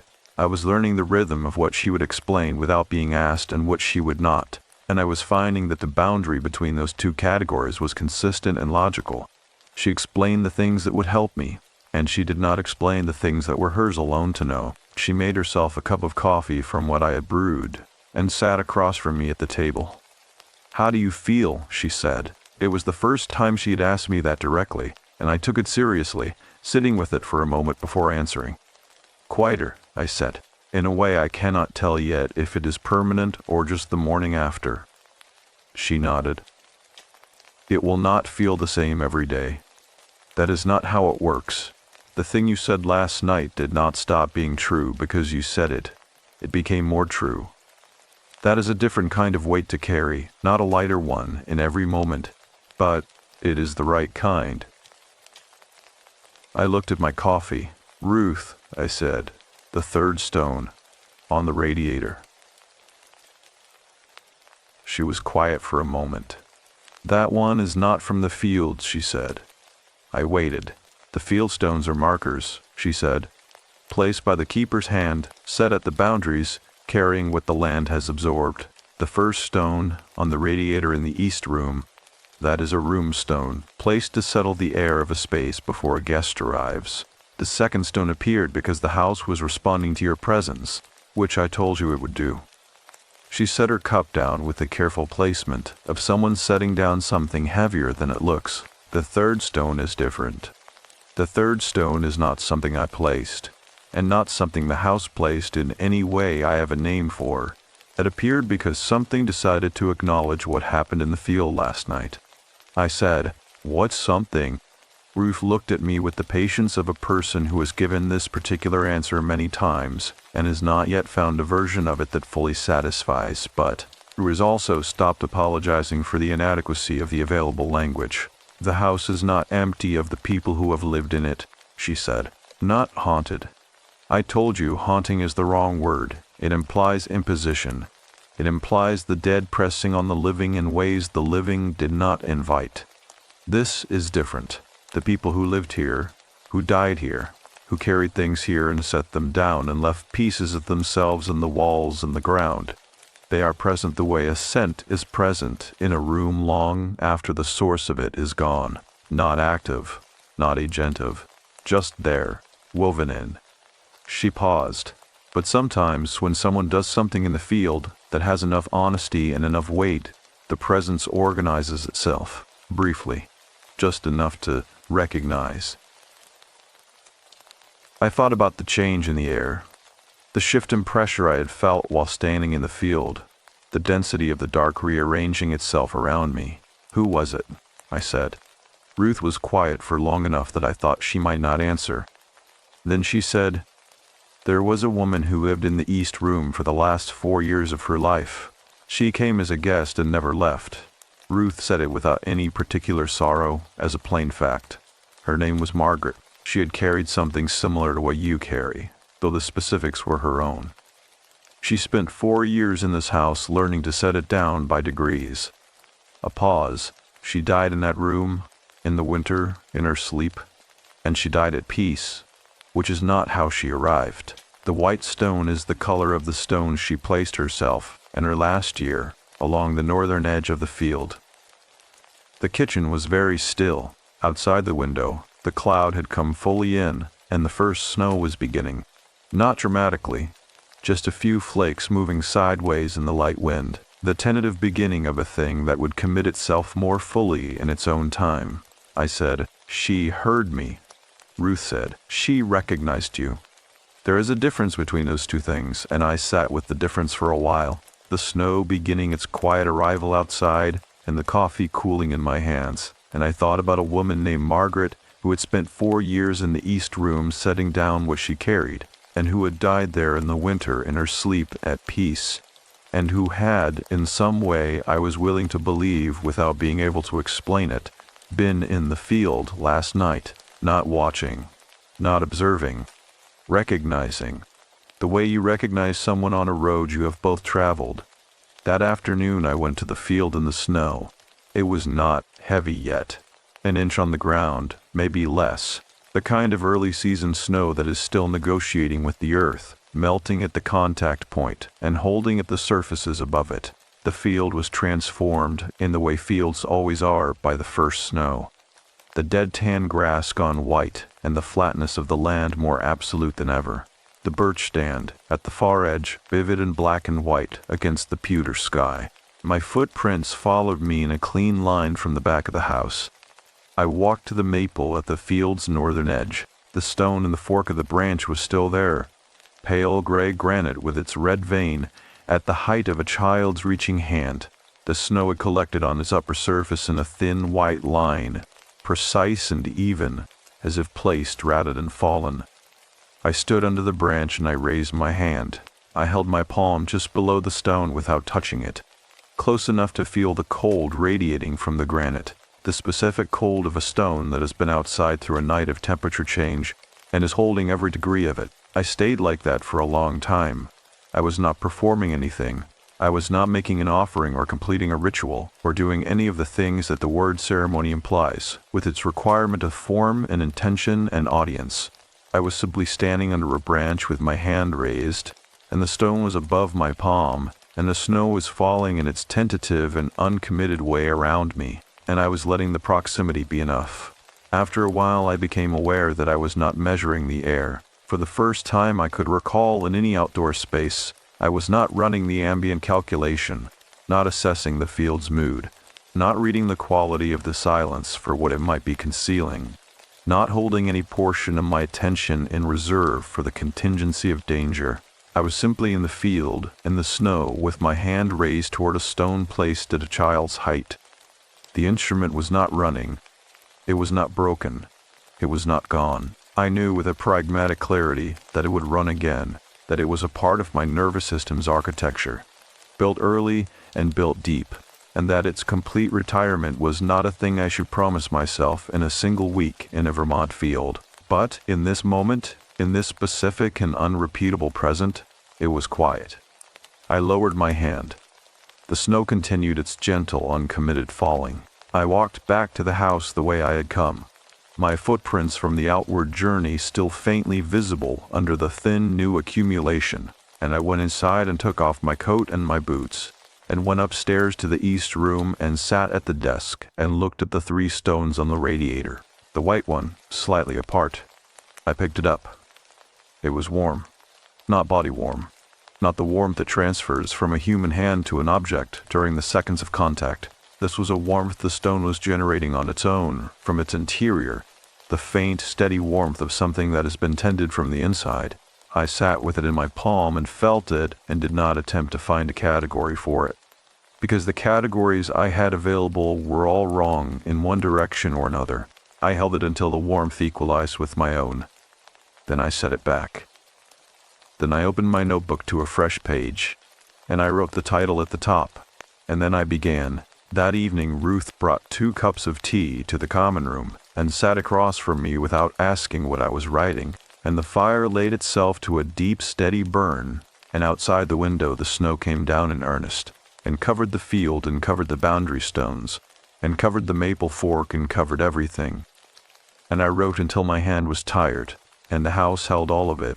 The snow had covered the field completely by morning, and the boundary stones were under it, and the maple fork was under it, and the world outside the east room window was the particular white of a first real snowfall. Not the tentative inch of the day before, but a full commitment, 6 inches at least, the land having accepted winter's premise overnight and reorganized itself around it. I lay in bed and looked at the ceiling and felt the quality of the morning. The instrument was quiet again, not absent. I had been honest with myself about that in the field, and I intended to stay honest, but quiet in the way of something that has been running at high pitch for a very long time and has found, temporarily, a lower register. The ceiling of the east room was plaster, slightly uneven in the way of old ceilings, with a faint water stain near the window that had been there long enough to become part of the room's character rather than a deficiency. I had not noticed it until now, which told me something about how much of my attention had been directed elsewhere since my arrival. I had been here 6 days. I dressed and went downstairs, and Ruth was at the stove, and the coffee was made, and this time there were 2 places set at the table, which had not happened before on any morning, and I sat at mine and looked at the second setting and waited. Ruth brought the eggs and sat across from me, and we ate together in the comfortable quiet of people who have passed through something difficult in each other's company and come out on the same side of it. After a while she said, "You wrote last night." "Until past midnight," I said. Most of it came at once, which is unusual for me. I usually have to approach things sideways. "The house makes things direct," she said. "It has been organizing what you carried for 6 days. When you finally gave it the words came organized." I thought about that. The image of the house as a kind of editor. arranging the material before I sat down to write it, the way a careful researcher leaves their notes sorted on the desk so that when the writer arrives, the structure is already visible under the surface. I said, "I want to ask you something." She looked at me with her steady, measuring attention. "Margaret," I said, "the woman who lived in this room, did she write?" Ruth was quiet for a moment. "She did," she said, "not for publication, for herself. The same composition book you found in the common room." She paused. "She left it deliberately. She said it might be useful to someone who came after her and needed to know the house was trustworthy before they could trust it." I set my fork down. "She left it for someone like me," I said. "She left it for whoever needed it," Ruth said. "She did not know who that would be. She trusted the house to know." I thought about the moment I had pulled the composition book from behind the row of upright spines, the sense of my hand moving toward it with a certainty that was not entirely my own, the feeling of following rather than deciding. I thought about sitting on the floor of the common room reading Margaret's entries in the firelight, the entries that matched my own experience with the precision of a letter written to a specific recipient. The house had known. I was willing to say that plainly now, without the protective hedge of almost, or something like, or, I suppose you could say. The house had known I would need that book before I arrived.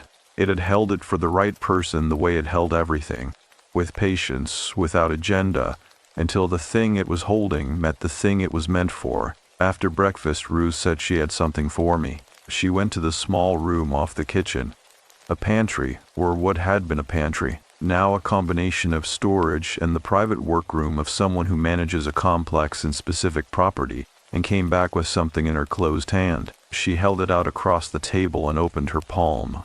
A stone. Not one of the three from the radiator, those were still upstairs. I had checked before coming down. This one was different. A flat oval of gray-green serpentine, smooth and slightly warm even before I touched it. Its surface carrying a faint pattern that was not quite marking, and not quite grain, but something between the two. A quality of the stone's interior made visible by some old process of pressure and time. "This is for you to take with you," Ruth said. "Not from the field, and not from the house. From the quarry at the edge of the property, the one the family worked in the 1800s. The stone from this land, but not placed anywhere. Clean." She looked at me steadily. "Put it somewhere you spend time. Your desk if you have one. Somewhere you sit when you are working." I picked it up. It was heavier than its size suggested. "What will it do?" I said. "Nothing dramatic," Ruth said. "It is not a remedy, and it is not a charm, and I am not giving it to you as either of those things. It is a piece of this place, a reminder that what happened here happened, and that the ground held it, and that you can put something down and have it stay down." She paused. "The mind forgets. The body takes longer to forget. Having something from this place in your hands sometimes helps the body remember what the mind already knows." I closed my fingers around it. That afternoon I packed my bag. I was not leaving until the following morning. I had one more night in the East Room. But there was something clarifying about the act of packing. The methodical gathering of the week's dispersal, the folding and stowing of the things I had brought with me, the 2 novels, one finished and one barely started, the notebook, now more than half full, the good walking boots, which had done exactly the work they were brought for and showed it in the mud and field grass on their soles, the clothes, the charger, the small kit of practical items that follows me everywhere. I left the serpentine stone on the desk until last. When I picked it up to pack it, I held it for a moment and looked around the East Room. The white iron bed, the quilt in shades of blue, the wardrobe with its mirror, the window seat and the field beyond it under its complete white coverage, the radiator with its 3 stones. I had arrived in this room 6 days ago as a person moving away from something, and I was leaving it as a person who had, at minimum, turned around and looked at the thing directly and said its name out loud in a cold field to a witness that asked nothing of her. That was not everything. I was not pretending it was everything. But it was more than I had managed in 32 years of managing. And it was real, and the house had seen it, and the ground held it, and a woman named Margaret, who had done something similar in the same room and died at peace in the winter, had, in some quiet and unrepeatable way, recognized me in the field. I set the serpentine stone gently in the bottom of my bag. That evening Ruth made dinner. A real dinner, not just breakfast, the first time. A venison stew with root vegetables and dark bread. And we ate in a kitchen with the snow still thick on the ground outside, and the lamp over the table making a warm circle around the two of us, and the gray cat doing its post-dinner circuit of the kitchen floor. We talked about ordinary things, which felt like a gift of extraordinary proportions. Ruth's plans for the property before the deep winter came. The state of the county road after the snow. A book she had been reading about the history of Vermont's marble industry. A cousin of mine who had, it turned out, spent a summer in Vermont years ago doing trail restoration work, and had apparently hiked within a few miles of this property without knowing it. It was the conversation of people who were comfortable. That was all it was, and it was more than enough.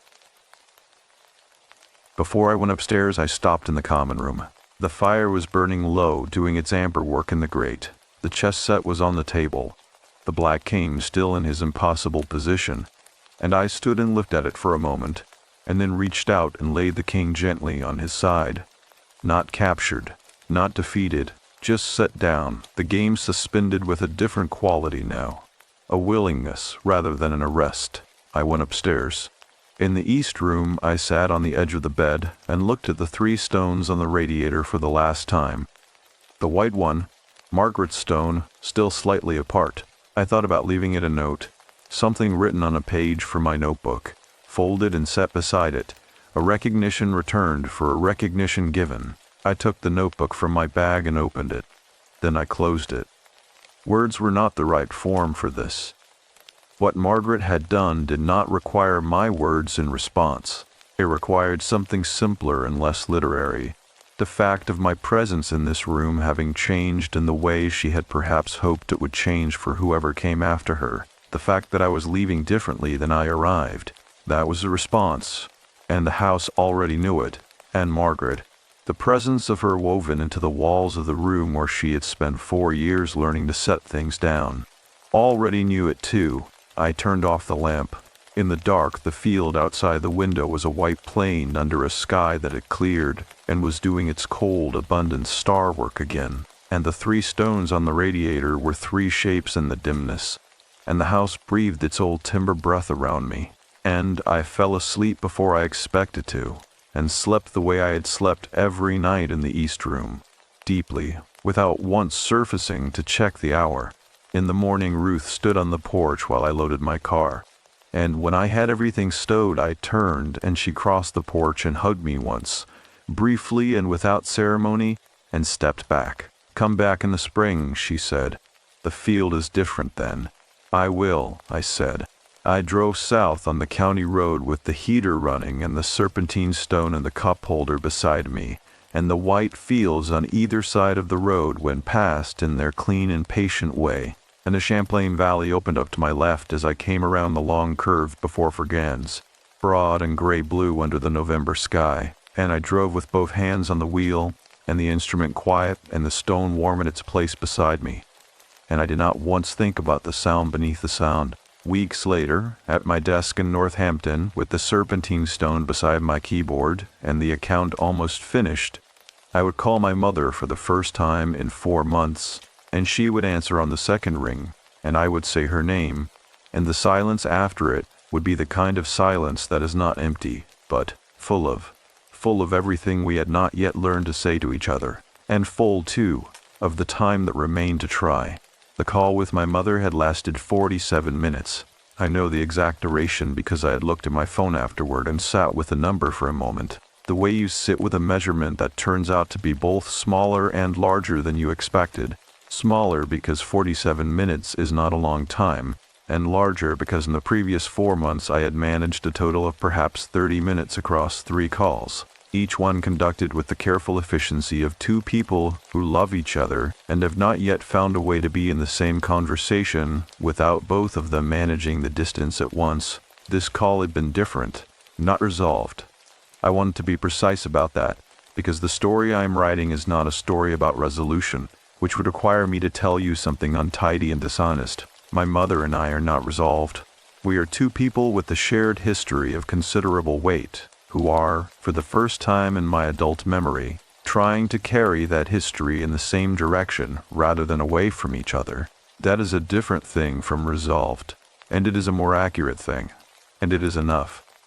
I had not told her about the Alderman Inn, not on that first call. We had talked about her garden, which she was putting to bed for the winter, with the methodical care she brings to all physical tasks.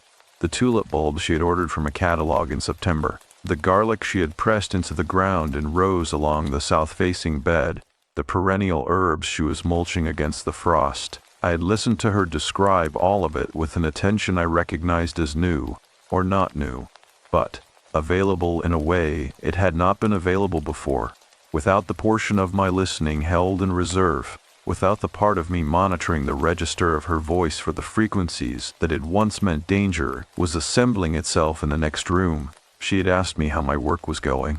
I had told her about a manuscript I was editing, a debut novel by a young writer in Chicago whose prose was very good and whose structure needed substantial help, and I had described the problem in the way I describe editing problems when I am genuinely engaged with them, which is with more enthusiasm than the subject probably warrants to anyone outside the profession. My mother had listened and asked one question that was better than the questions most people ask, which told me, as it always has, that she is more perceptive than the life she lived for 30 years gave her much opportunity to demonstrate. Before we hung up, I had said, "I want to come for Christmas." A pause, brief, but textured. Then she said, "I would like that." I set the phone on the desk beside the serpentine stone and looked at both of them for a while. The stone had been on my desk for 3 weeks at that point, since the morning I had unpacked my bag from the Vermont trip and placed it at the upper right corner of my workspace with the deliberateness Ruth had recommended. "Somewhere I sit when I am working," she had said, and I had taken that literally. It sat between my keyboard and the edge of the desk, and I touched it often without meaning to. The way you touch things that have become part of the furniture of a space, absently, as a form of orientation, a small return to the physical world when the mind has been too long in its own architecture. The warmth Ruth had described, the quality of the stone that was not transferred heat but something from its interior, was intermittent. Some mornings I picked it up and it was simply cold, a piece of old serpentine doing what stone does, holding the temperature of the air around it. Other mornings it had that faint internal warmth, steady and specific, and on those mornings I noticed I worked differently, more directly, less time spent circling the thing I was trying to say, less energy deployed in the management of approach. I had mentioned this to my therapist Diane, not the Diane who had recommended the inn, a different Diane, the therapist I had returned to in November after a 3-year gap. The return prompted partly by Vermont and partly by the recognition that the work the house had started wanted a skilled human being to continue it. She had listened to the description of the stone with the specific quality of attention she deploys when something is both outside her framework and worth taking seriously. Then she had said, "What matters is not the mechanism. What matters is that you have an object that cues a different relationship to your own process. The cue works. Use it." I had liked her for that answer. December arrived with a quality I had not expected, which was gentleness, not in its weather. The weather was a Massachusetts December in the way Massachusetts Decembers reliably are, cold and gray and intermittently brutal. But in the texture of my days, the hypervigilance had not disappeared. I had been honest with myself and with my therapist about that, documenting its specific appearances with the precision of someone who has decided to study a thing rather than simply endure it. It appeared in the body most reliably, a tightening across the shoulders when a door opened in my peripheral vision, a spike of alert in the seconds before a phone rang. The way I position myself in restaurants with my back to the wall and a clear sight line to the exit, a habit so old I had stopped noticing it until Vermont taught me to notice it again. But there was a difference now. The difference was not in the frequency of the instruments running, it was in my relationship to the running. I could feel it activate and know what it was. Not danger, not a signal requiring response, but the body doing what it had learned to do, running the old program, and I could observe it with something approaching the neutrality Ruth had described in the house as witnessing. Not indifferently, I was not indifferent to my own nervous system. but without the secondary layer of distress that had always accompanied the primary response. The instrument running was no longer also proof of damage. It was simply the instrument running, doing what it knew how to do, and I could let it run, and also let it quiet when the quieting came. My therapist had a name for this. I will not use the name here, because clinical language belongs in clinical settings, and what I am writing is not a clinical account. What I will say is that it felt, in practice, like having more room. I wrote the account of the Alderman Inn across 3 weeks of November evenings. After the editing work was done for the day and the apartment had gone quiet and the serpentine stone sat at the upper right of my desk in its place, I wrote it in the order it happened, which is not always the order I write things. I am constitutionally an out-of-sequence writer, a person who finds the middle first and works outward, but the account wanted its chronological form and I gave it that. Writing it was not the same as the field. The field had been the primary thing. The direct encounter, the saying aloud in the dark to a witness that asked nothing, the instrument going quiet in the snow. The writing was the secondary thing, which is not a lesser thing. Writing is how I think. It is how I make permanent what experience is always trying to dissolve into the past. The account fixed what had happened in a form I could return to, not to relive it, but to verify it, to hold the evidence of it against the moments when the mind suggests that what you felt was smaller or larger or less real than it was. I had called it, in my notebook, by a title that arrived during the writing the way titles arrive when they are right, not chosen, simply found, already there in the material waiting to be recognized. 3 words. The right 3 words. I will not put them here, because the account is the account, and this is the afterword, and they belong to their own place. On the 20th of December I drove to western Massachusetts. My mother's house was a small cape on a quiet street, in a town I had known since childhood from a different angle. We had not lived there when I was young. She had chosen it herself after leaving, chosen it for reasons she had explained to me once in a way that I had heard but not fully received until Vermont. She had chosen it because it was ordinary, because nothing about it reminded her of anything she needed to forget, because the street was quiet and the neighbors were unremarkable and the house itself was simply a house, without history, without atmosphere, without the quality of holding anything in its walls that had not been placed there by ordinary daily life. I understood that choice differently now. She had needed, as I had needed in the Vermont field, a place with no residue. She had needed clean ground. She had built her life on it, with the same methodical care she brought to the tulip bulbs and the garlic rows, and the life she had built was genuinely hers, and it was good, and I had not, until recently, been able to fully see it as the achievement it was, because I had been too busy being angry about what preceded it. She met me at the door before I knocked. She was 64, and she looked like herself, which is the most honest description I have of her, not aged, not diminished, not the version of her I sometimes assembled from memory in the bad hours, but simply herself, in her kitchen clothes, with her reading glasses pushed up onto her head and a dish towel over her shoulder, and the expression of someone who is genuinely pleased and is not performing the pleasure. I hugged her for longer than I usually do. She did not comment on the length. She patted my back twice, the way she has always done, and stepped back and looked at me and said, "You look different." "Vermont," I said. "I will tell you about it." We spent 2 days in the ordinary grace of a quiet Christmassy, her cooking, which is very good, my helping in the ways she directs, walks on the cold streets in the mornings, evenings with the television on, at low volume, while we read in separate chairs in the living room, in the comfortable parallel of people who know how to be in the same room. I told her about the Alderman Inn on the second evening in pieces, carefully, watching her face.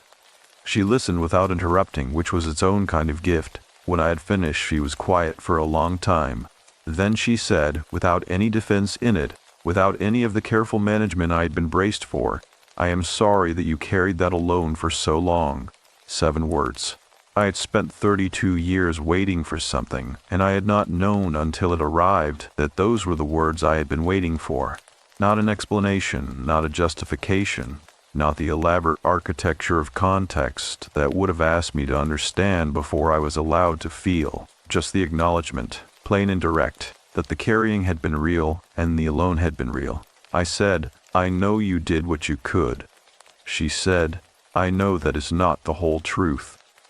We sat in the living room with that for a while, the television off now, the lamp between our chairs making its warm circle, and outside the window the December street was empty and cold and the neighbors' lights were on in their ordinary way, and inside the house there was something in the air that had not been there before, something that was not resolution and was not forgiveness in any ceremonial sense, but was the beginning of the thing that those words point toward, the actual lived thing that the words are only approximate descriptions of. Before I left the next morning, I placed the serpentine stone briefly on her kitchen windowsill. Not permanently. I took it with me when I left. But, for a moment, in the morning light, I wanted it in her house, wanted the small piece of Vermont ground to be in the room where she made her coffee and looked out at her ordinary street and lived her hard-won and genuine life. She saw me do it and did not ask why. She simply looked at the stone for a moment and then looked at me, and whatever she read in my face satisfied some question she had formed and not voiced, and she turned back to the stove. The drive home was 3 hours on roads I knew, and I drove them in the good quiet of someone who has put something down and confirmed it stayed down, and the serpentine stone sat in the cup holder in the place it had occupied since Vermont, and the winter fields went past on either side in their stripped and patient way, and I thought about spring and what Ruth had said, that the field was different then, and I thought, yes, I think I am ready to see it different. Spring came to the Champlain Valley in the particular way of northern springs, which is to say reluctantly and then all at once, weeks of cold holding, mud season turning the county roads soft and treacherous, the maples running their sap in the gray days of March before any visible green appeared anywhere. And then one morning in the second week of April, the light changed, and everything that had been waiting simply began. I drove north on a Friday. The fields on either side of the county road were a color I do not have a precise word for. Not green yet, not the dead tan of winter, something in between, the color of a thing in the process of becoming. The ditches ran with snowmelt. The sky was the specific pale blue of early spring in New England, high and clean and carrying a warmth that was still more promise than fact. The sun doing its work at a low angle that made every surface it touched look freshly considered. I had the windows down despite the cold. The air coming in off the field smelled of mud and new water and something vegetative underneath. The smell of ground that has been frozen for months and is releasing itself back into activity. A smell that is slightly fermented, slightly sweet, entirely alive. I have forgotten that smell, or not forgotten it, but lost access to it during the winter months in Northampton, where the air was colder and drier and less inclined to announce itself. It arrived to the car window now like something I had not known I was waiting for. The drive was 3 hours, and I did not want it to be shorter. I had spent the winter in the good and done remarkable work of a life that was changing in small ways, the therapy continuing, the account finished and printed and placed in a folder in my desk drawer, the calls with my mother arriving more regularly and with the new quality they had found in December, easier without being effortless, honest without being managed. I had sent her a photograph of the serpentine stone at one point, in response to a question she had asked about Vermont, and she had texted back, "It is beautiful," and I had looked at those 3 words on the screen of my phone for a long time, feeling the ordinary and extraordinary weight of them. I had not announced my return to Ruth. I had sent a message in March asking if there was a room available in mid-April, and she had replied with a single line, "The East Room is free from the 14th. No elaboration, no welcome or greeting. Just the information, clean and direct exactly as she was. The inn appeared at the end of the drive as I turned off the county road, and I prepared myself to feel the weight of return. The complex mixture of anticipation and something like apprehension that accompanies going back to a place where something significant happened. Then what I felt instead was simpler than that. What I felt was the recognition I have when I enter any place that has held me well, a quality of, yes, this, here. The maples along the drive had leafed out in the tentative way of early spring, a pale and almost translucent green, each leaf still small enough to be individual against the sky rather than merging into the mass of full summer canopy. The gravel was soft with moisture. The house at the end of the drive was white and black, and unchanged. The center chimney not smoking now, too warm for fire, just the windows reflecting the afternoon light in their old wavy glass. Ruth was on the porch.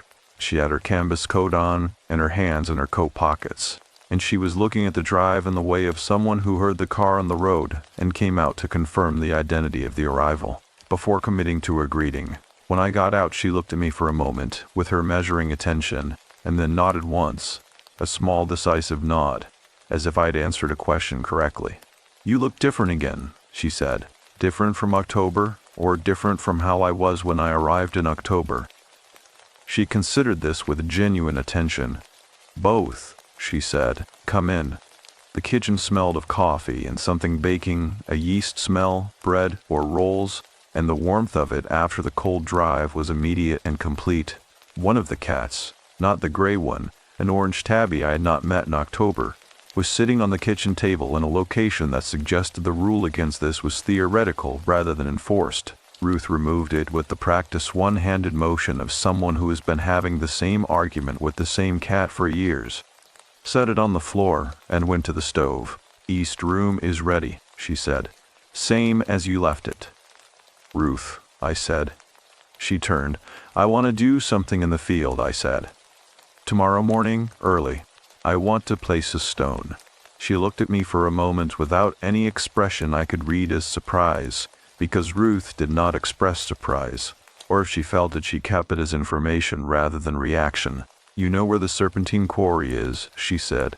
It was not a question. She had told me in October when she gave me the stone to take home. "Find one that fits your hand. Bring it to the field at first light." She turned back to the stove. That evening, I walked the field alone. The field in April was everything Ruth had suggested it would be, different in a way that was both literal and tonal. The brown winter grass growing through with the new green, the ground soft and giving underfoot in the way of ground that is actively doing something. The birch stand at the eastern edge budded into a pale green haze that softened the black and white severity of the winter trunks. The boundary stones were visible again, the snow gone, their placement in the earth looking settled and inevitable, as if they had always been there and would always be, which in any practical sense they had and would. I walked the perimeter of the field slowly. I stopped at the maple at the northern edge. The stone in the fork of the branch was still there, the pale granite with its red vein, at the height of a child's reaching hand. Around it, in the maple's new leaf bud, a small company of green. I stood and looked at it for a long time, and then I raised my hand and rested my fingertips very lightly on its surface, not lifting it, not displacing it, just making contact. The stone was warm from the afternoon sun, ordinary warmth, solar and explainable, and I held it without needing it to be more than that. I walked back to the house in the long April evening light, the sky going through its unhurried gradations above the field, the early peepers starting up somewhere in the wet ground near the tree line. That thin, insistent spring sound, the first real sign in the natural world that the cold has made its retreat, and something else has moved in to replace it. At first light, I went to the quarry. It was a low shelf of exposed serpentine at the property's southeastern edge, half hidden by brush that had grown over it in the decades since anyone had worked it commercially, the stones showing in greenish-gray faces through the vegetation, old tool marks still visible on some surfaces, the record of hands that had worked here more than 100 years before. I crouched at the edge of it and looked at the loose pieces at the base of the shelf, the fragments that had come free on their own over years of freeze and thaw. I picked up several before I found the right one. The right one was not dramatic, not the most beautiful piece, not the largest or the most perfectly shaped. It was a modest oval, slightly irregular on one face, the green-gray of the serpentine deepening to almost black, where moisture had collected in a small depression on its surface. It was the weight of something that has earned its weight. I turned it in my hand, and it fit there without requiring adjustment, sitting in the cup of my palm with the settled quality of something that was already where it was supposed to be. I carried it to the field. The morning was cool and very clear, the sun still low enough to come in horizontal across the field and light the new grass from the side, each blade throwing a thin shadow to the west. The peepers had gone quiet with the dawn. The birches at the eastern edge were still in the morning stillness. I walked to the center of the field. I did not say anything aloud. What I had needed to say aloud I had said in October, in the dark, to the cold air and the patient ground and whatever had been present to receive it. That saying was done, and it was held, and it was the ground's to keep. What I was doing now was something different. Not a declaration, but an acknowledgement. Not a release, but a continuation. I crouched down. The ground was soft enough that I did not need a tool. I pressed the stone's flat base into the earth with the heel of my hand, pressing steadily until it had seated itself to a depth that felt permanent, the way the boundary stones were permanent, the way things are permanent when the ground has accepted them. I stood up. The stone was upright in the center of the field, modest and unhurried, its greenish-gray surface catching the early light. Around it, the new grass was already leaning back in from the small disturbance of its planting. In a week, it would be difficult to find. In a season, the field would have grown around it and incorporated it, and it would be simply part of what the field held. One more stone among the stones, carrying its small specific piece of the field's long record. I looked at it for a moment. Then I turned and walked back toward the house, the long shadow of me moving ahead across the wet grass in the low morning light. The field behind me doing what fields do, holding, quietly, everything placed in them, making no distinction between the weight of one thing and another, asking nothing of what it keeps. The kitchen light was on. Ruth was at the stove. Through the window, I could see the orange cat back on the table, and Ruth turning to remove it again, and the coffee made, and the morning beginning its ordinary and sufficient work. I went inside.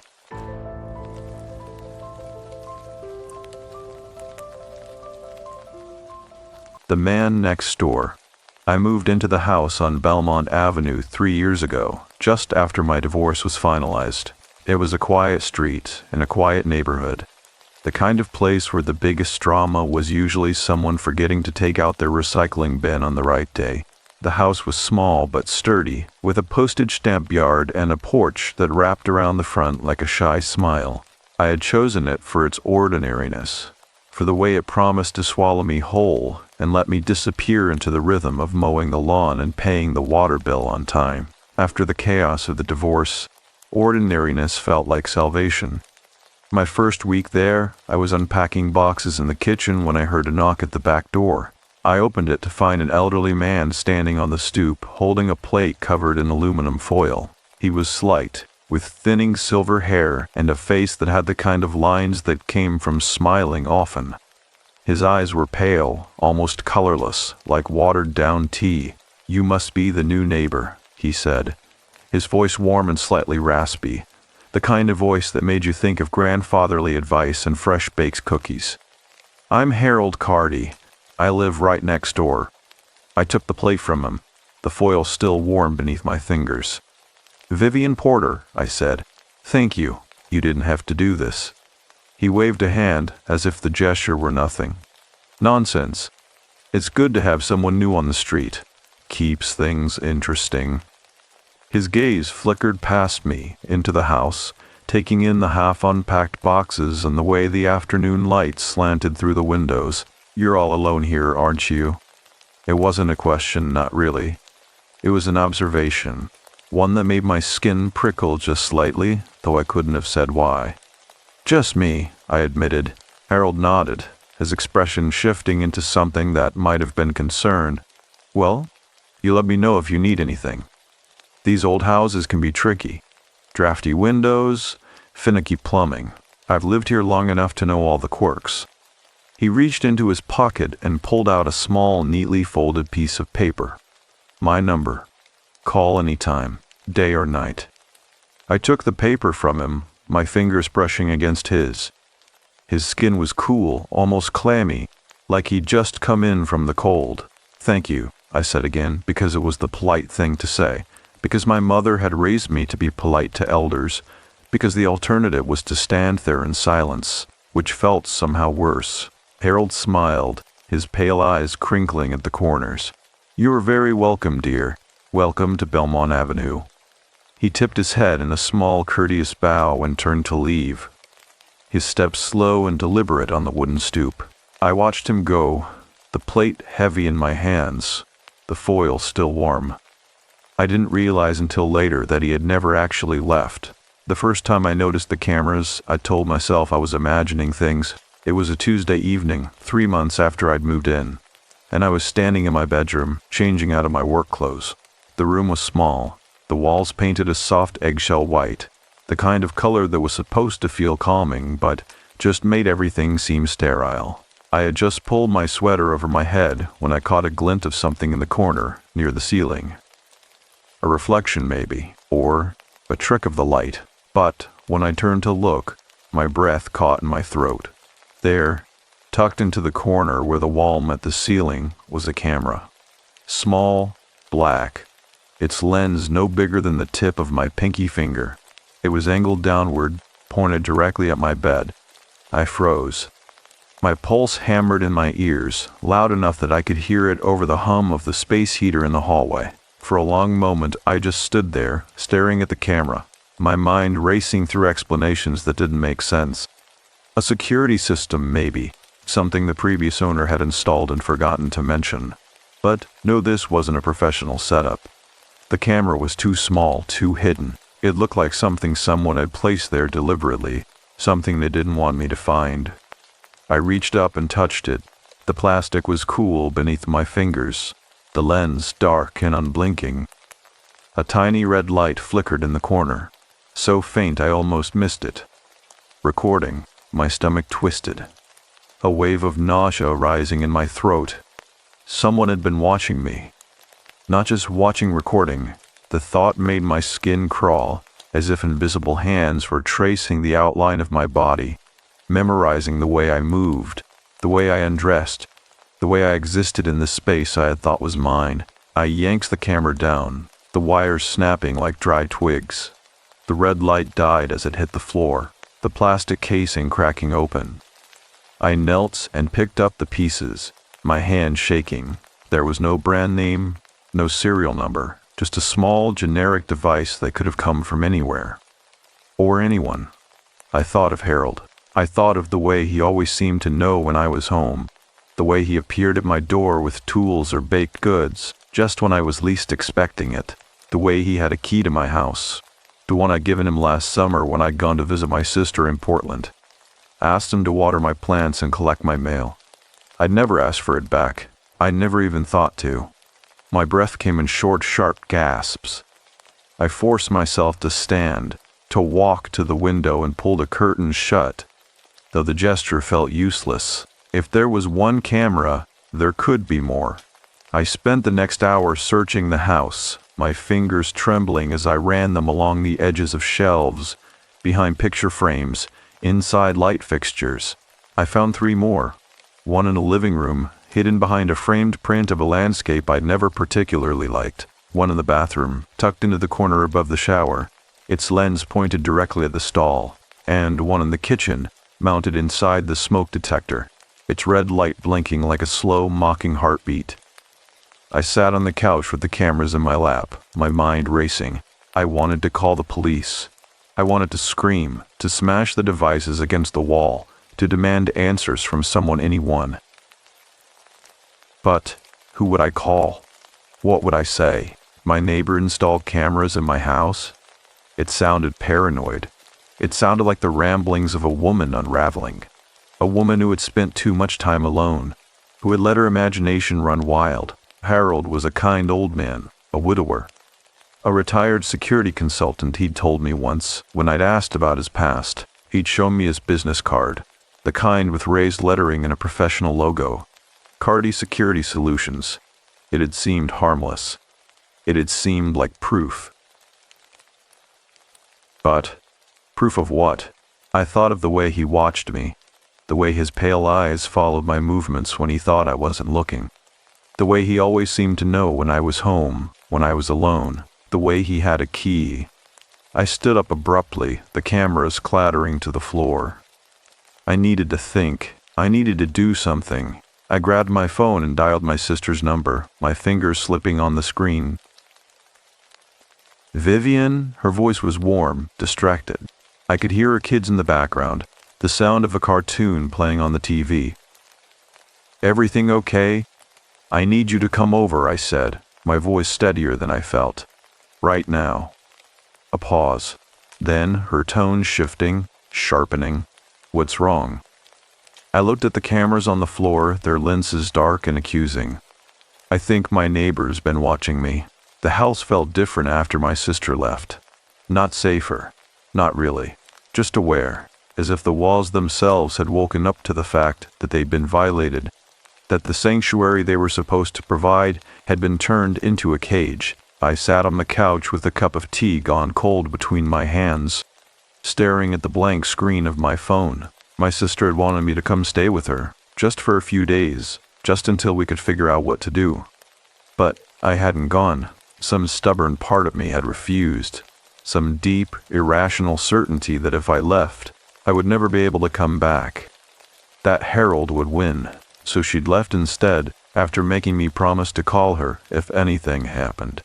After making me promise to keep the doors locked, the curtains shut, the lights on. After making me promise to stop being so damn polite. I set the tea down and stood up, my legs unsteady beneath me. The house was too quiet. The kind of quiet that made you listen for things that weren't there. Or things that were there but shouldn't have been. I walked to the front window and peeked through the curtains. Just a fraction of an inch. Just enough to see the street outside. Harold's house was dark, his driveway empty.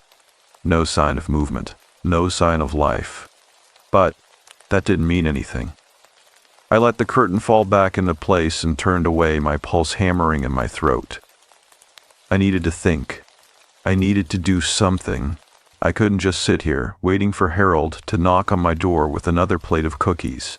Another friendly smile, another lie. I grabbed my phone and pulled up the internet browser, my fingers typing in Harold's name before I could second-guess myself. The results loaded slowly, the screen flickering as the signal struggled. There wasn't much. A few old news articles, a mention in a local business directory, a blurry photo from a community event 5 years ago. I clicked on the first article, my breath catching as the page loaded. Local security consultant questioned in connection with string of home invasions. The headline was from a Detroit newspaper, dated 12 years ago.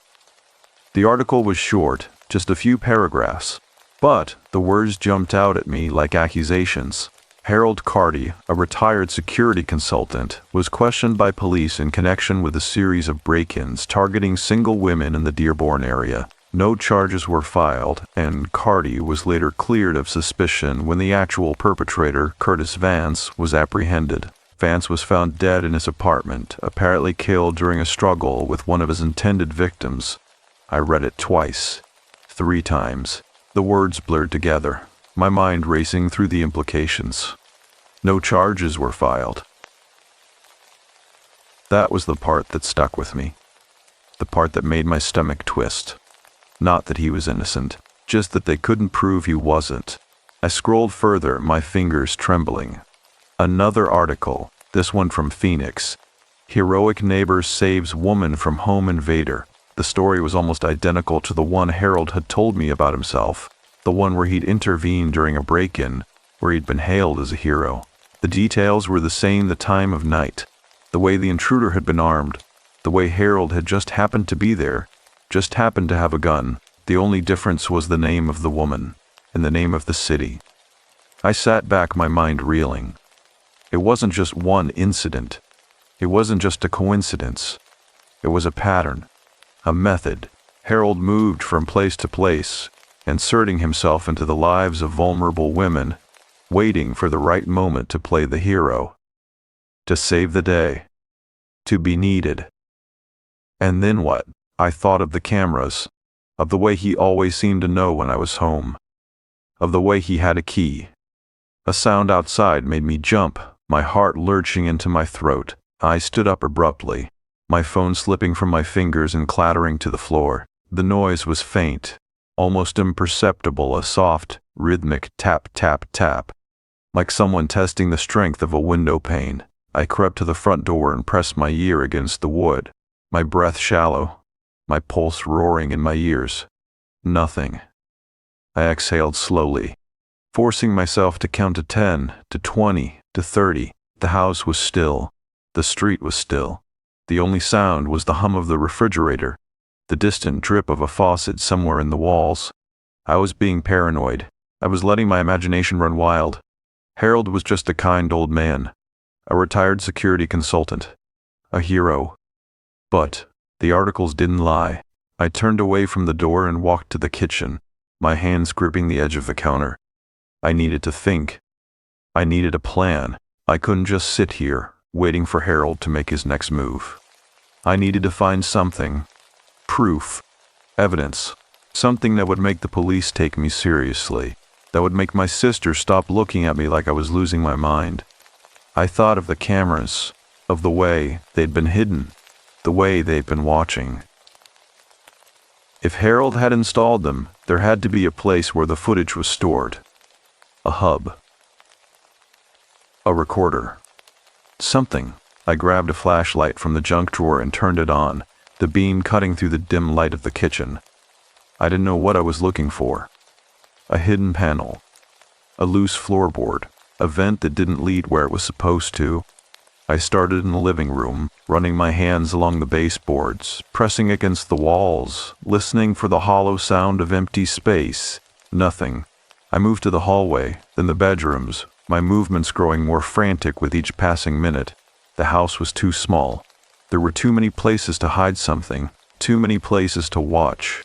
I was in my bedroom, kneeling beside the bed, my fingers tracing the edge of the nightstand, when I heard it. A click. Not from inside the house. From outside. I froze, my breath catching in my throat. The sound came again, a soft metallic click, like the sound of a lock turning. Not my front door, not my back, but somewhere. Close. I stood up slowly, my body tense, my mind racing. The sound had come from the side of the house, near the garage. I crept to the window and pulled the curtain back, just enough to see outside. The yard was empty, the street quiet.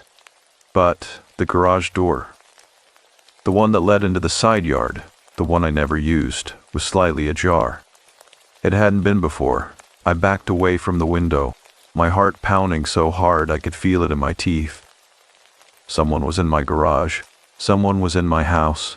I grabbed the flashlight and turned it off, plunging the room into darkness. I didn't know what I was going to do. I didn't know if I was going to confront whoever was out there or run, but I knew I couldn't just stand there, waiting. I crept to the bedroom door and pressed my ear against it, listening. Silence. I turned the knob slowly, wincing as the mechanism clicked softly. The hallway was dark, the only light coming from the faint glow of the street lamps outside, filtering through the curtains. I took a step forward, then another, my bare feet silent on the hardwood. The garage door was at the end of the hall, just past the kitchen. I could see the faint outline of it, the way the frame seemed slightly off-center, as if it had been forced open and then hastily shut. I reached out and pressed my palm against the door. It was cold, colder than it should have been, as if someone had just come in from outside. I held my breath, my ear pressed to the wood, listening for the sound of movement, of breathing, of anything. Nothing. I exhaled slowly, my fingers curling around the doorknob. I didn't want to open it. I didn't want to see what was on the other side. But I had to know. I had to see. I turned the knob. The door swung open with a soft creak, the hinges groaning in protest. The garage was dark, the only light coming from the faint glow of the moon through the small, high window. The air smelled of oil and dust, of things left too long in the dark. I stepped inside, my flashlight still off, my eyes straining to make out shapes in the gloom. And then I saw it. A figure, standing in the far corner of the garage, near the workbench where I kept my tools. Tall, thin, a dark jacket, a pale face. Harold. He was perfectly still, his body angled slightly away from me, as if he hadn't heard the door open. As if he didn't know I was there. His hands were in his pockets, his head tilted just slightly, as if he were listening to something. Or waiting. I didn't move. I didn't breathe. I just stood there, my fingers gripping the flashlight so tightly my knuckles ached. I should have run. I should have screamed. I should have done something, but I was frozen. My body locked in place by fear, by the sheer paralyzing wrongness of seeing him there, in my garage, in the dark. And then he turned. His face was pale in the moonlight, his eyes dark and unreadable. He didn't startle. He didn't flinch. He just looked at me, his expression calm, almost pleased, as if he'd been expecting me all along. "Vivian," he said, his voice soft, almost gentle. "I was just checking on your security system. The cameras weren't working properly." I didn't speak. I couldn't. My throat was too tight, my mind too busy racing through the implications of what he was saying, of what he was doing. Harold took a step forward, his movements slow, deliberate. "You really should be more careful about locking your doors, dear. Anyone could walk right in." I backed up, my shoulders pressing against the doorframe. The flashlight was still in my hand, its weight suddenly heavy, like a weapon. Or a shield. I raised it slightly, the beam still off, my fingers trembling. Harold stopped. His gaze flickered to the flashlight, then back to my face. His smile was small, almost sad. "You don't need to be afraid of me, Vivian. I'm just trying to keep you safe." The words were reasonable, rational, the kind of thing a kind neighbor would say, the kind of thing a concerned friend would tell you when you were overreacting, when you were letting your imagination get the best of you. But his voice was wrong. It was too calm, too smooth, like he was reading from a script, like he'd said these words before, to other women, in other houses, in other cities. I swallowed, my mouth dry. "You need to leave," I said, my voice barely above a whisper. Harold didn't move. His pale eyes held mine, unblinking. "I can't do that, dear. Not yet." The way he said it, the quiet certainty, the lack of threat, the lack of anything made my skin crawl. It wasn't a negotiation. It wasn't even a warning. It was just a fact, a statement of intent. I turned and ran. I didn't think. I didn't plan. I just moved, my body acting on instinct, on the deep primal understanding that I was not safe, that the man in my garage was not a man at all, but a predator wearing a kindly neighbor's face. I bolted down the hallway, my bare feet slapping against the hardwood, my breath coming in sharp, panicked gasps. I grabbed my phone from the kitchen counter and dialed 911, my fingers slipping on the screen. 911, what's your emergency? "There's a man in my house," I gasped, my voice high, breathless. He's in my garage. He won't leave. "Ma'am, I need you to stay calm," the dispatcher said, her voice steady, practiced. "What's your address?" I rattled it off, my mind racing. "Please hurry. Please. Officers are on their way. Are you in a safe location?" I looked toward the hallway, toward the dark outline of the garage door. I could hear nothing. No footsteps. No movement. Just the sound of my own heartbeat, loud and frantic in my ears. I don't know," I admitted. "Can you get to a neighbor's house, somewhere outside?" I thought of Harold, of the way he'd looked at me in the garage, the way he'd spoken, as if this were all just part of some carefully orchestrated plan, as if he'd known all along that this moment would come. "I can't," I said, my voice breaking. "He's my neighbor. He's the one who—" The dispatcher's voice sharpened. "Ma'am, I need you to listen to me. Can you lock yourself in a room, a bathroom, a bedroom with a lock?" I nodded, though she couldn't see me. Yes, I can. Do that now. Stay on the line with me until the officers arrive. Do you understand?" "Yes." I hung up and ran to my bedroom, slamming the door shut behind me.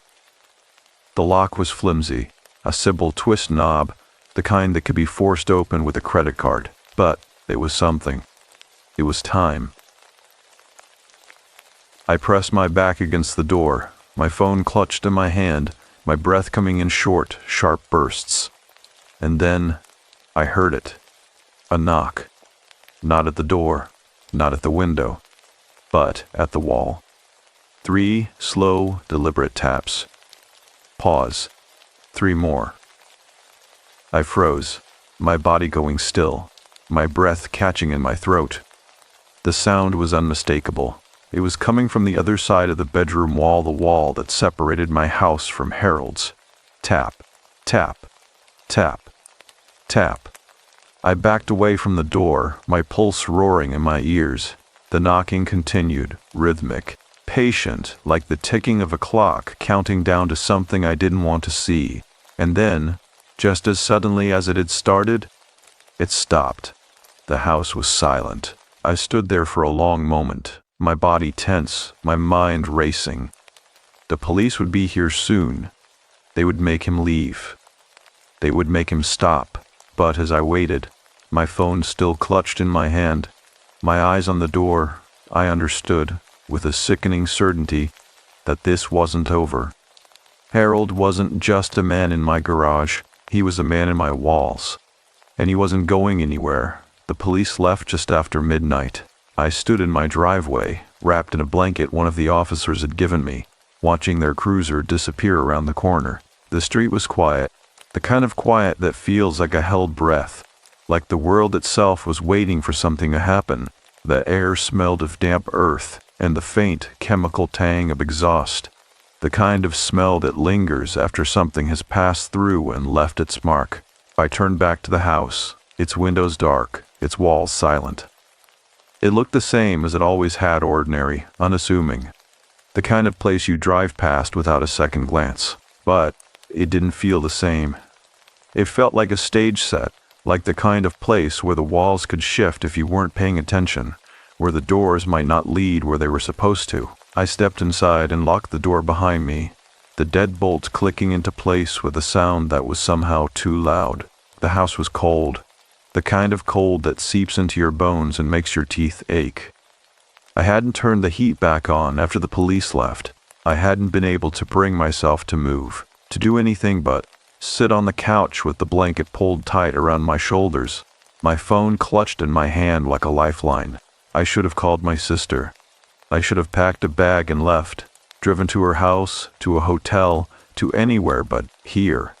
But I didn't. Some stubborn, irrational part of me refused to run. Some deep, gnawing certainty that if I left, Harold would win.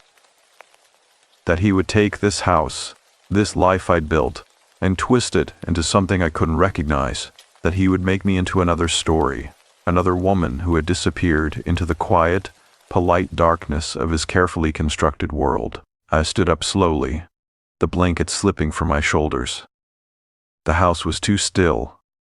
The kind of still that makes you listen for things that aren't there, or things that are there but shouldn't be. I walked to the kitchen and turned on the light, the sudden brightness making me wince. The counters were clean, the dishes washed, the floor swept. Everything was exactly as it should have been, except for the cameras. Except for the way the air smelled faintly of something metallic, like the inside of a gun barrel, or the aftertaste of a storm. I opened the junk drawer and pulled out the flashlight, its weight familiar in my hand. I needed to see. I needed to know. If Harold had been in my garage, if he had been in my walls, there had to be a way in. A hidden door. A crawl space. Something. I started in the living room, running my hands along the baseboards, pressing against the walls, listening for the hollow sound of empty space. Nothing. I moved to the hallway, then the bedrooms, my movements methodical, my breath steady. I was looking for something specific now. Not just cameras, not just proof, but a way in. A place where Harold could move unseen, where he could watch without being watched, where he could wait. I was in the bathroom, kneeling beside the tub, my fingers tracing the edge of the tile, when I found it. A seam. It was thin, almost imperceptible. A hairline crack in the drywall just above the baseboard. I pressed my fingers against it, feeling the slight give of the material beneath. The drywall was loose. I pried at it gently, my nails digging into the edge, and a small section popped free, revealing a dark, narrow space behind it. A crawl space, just wide enough for a person to squeeze through. My breath caught in my throat. The air that rushed out was cold, damp. The kind of air that smelled of old wood and mildew and something else, something faintly metallic. Like the scent of a gun left too long in the dark, I shone the flashlight into the space, its beam cutting through the gloom, illuminating a narrow tunnel that ran along the length of the wall. The beam caught on something, a wire, thin and black, sneaking along the baseboard and disappearing into the darkness. I followed it with my fingers, my heart pounding in my ears. It led to a small rectangular device tucked into the corner, its surface smooth and unmarked. A receiver, or a transmitter. Something that sent signals out. I pulled it free, the wires snapping like dry twigs. The device was light in my hand, its surface cool. No brand name, no serial number. Just a small generic box that could have come from anywhere, or anyone. I thought of Harold, of the way he always seemed to know when I was home, of the way he had a key. I thought of the cameras. I thought of the knocking.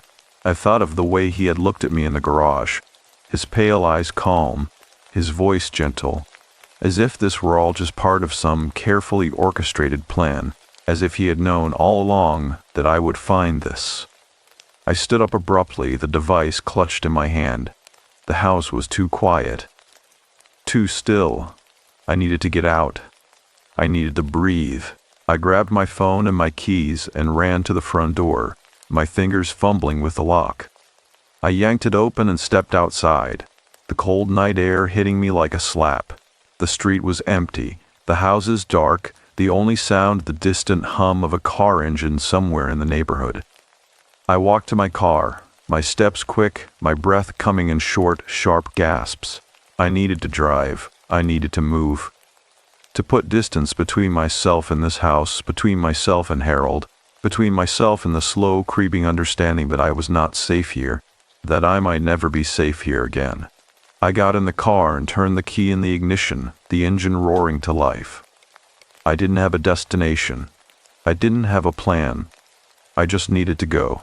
I pulled out of the driveway and turned onto the main road, my hands gripping the steering wheel so tightly my knuckles ached. The streets were empty, the stoplights blinking yellow in the dark. I drove without thinking, my mind racing through the implications of what I'd found. The device in my pocket was heavy, its weight a constant reminder of what Harold had done, of what he was. I didn't know how long I drove, 10 minutes, 20, long enough for the adrenaline to start fading, for the shaking in my hands to slow, for the cold, rational part of my brain to start asking questions. What now? It demanded. What do you do now? I pulled over to the side of the road and parked, my breath fogging the windshield. I needed to think. I needed a plan. I couldn't just keep running. I couldn't just keep hiding. Harold knew where I lived. He had a key. He had cameras. He had ways in. If I went to the police again, they'd tell me the same thing they told me before. That there was no proof, no evidence, no reason to believe I was in danger. That I was overreacting. That I was letting my imagination get the best of me. But I wasn't imagining things. I pulled out my phone and dialed my sister's number, my fingers slipping on the screen. Vivian? Her voice was thick with sleep, with worry. What's wrong? What time is it? I need you to come get me, I said, my voice steadier than I felt. Right now. A pause, then her tone shifting, sharpening. Where are you? I rattled off the nearest intersection, my eyes scanning the dark street. I'll wait here. But you need to hurry. I'm on my way, she said. Stay on the line with me. I didn't argue. I didn't explain. I just waited, my phone pressed to my ear, my eyes on the rearview mirror. The street was still empty, still quiet, but I knew, with a sickening certainty, that it wouldn't stay that way for long. Harold was watching. Harold was waiting. And I was done playing his game. The drive to Harold's house took less than a minute. My sister parked her car 2 houses down from his, killing the headlights before we even turned onto the street. The neighborhood was quiet. The kind of quiet that feels like a held breath. Like the world itself was waiting for something to happen. Harold's house was dark, the windows blank, the porch light off. It looked ordinary, unassuming. The kind of place you drive past without a second glance. But it didn't feel ordinary. It felt like a fortress, like a place where the walls had eyes. My sister turned to me, her face pale in the dim glow of the dashboard lights. "Are you sure about this?" I wasn't, not even a little, but I nodded anyway, my fingers gripping the device I'd pulled from the wall, its edges sharp against my palm. "We need to see," I said. "We need to know." She didn't argue. She just reached into the glove compartment and pulled out a flashlight, its beam bright and steady. "Then, let's go." We got out of the car and walked toward Harold's house, our footsteps silent on the pavement.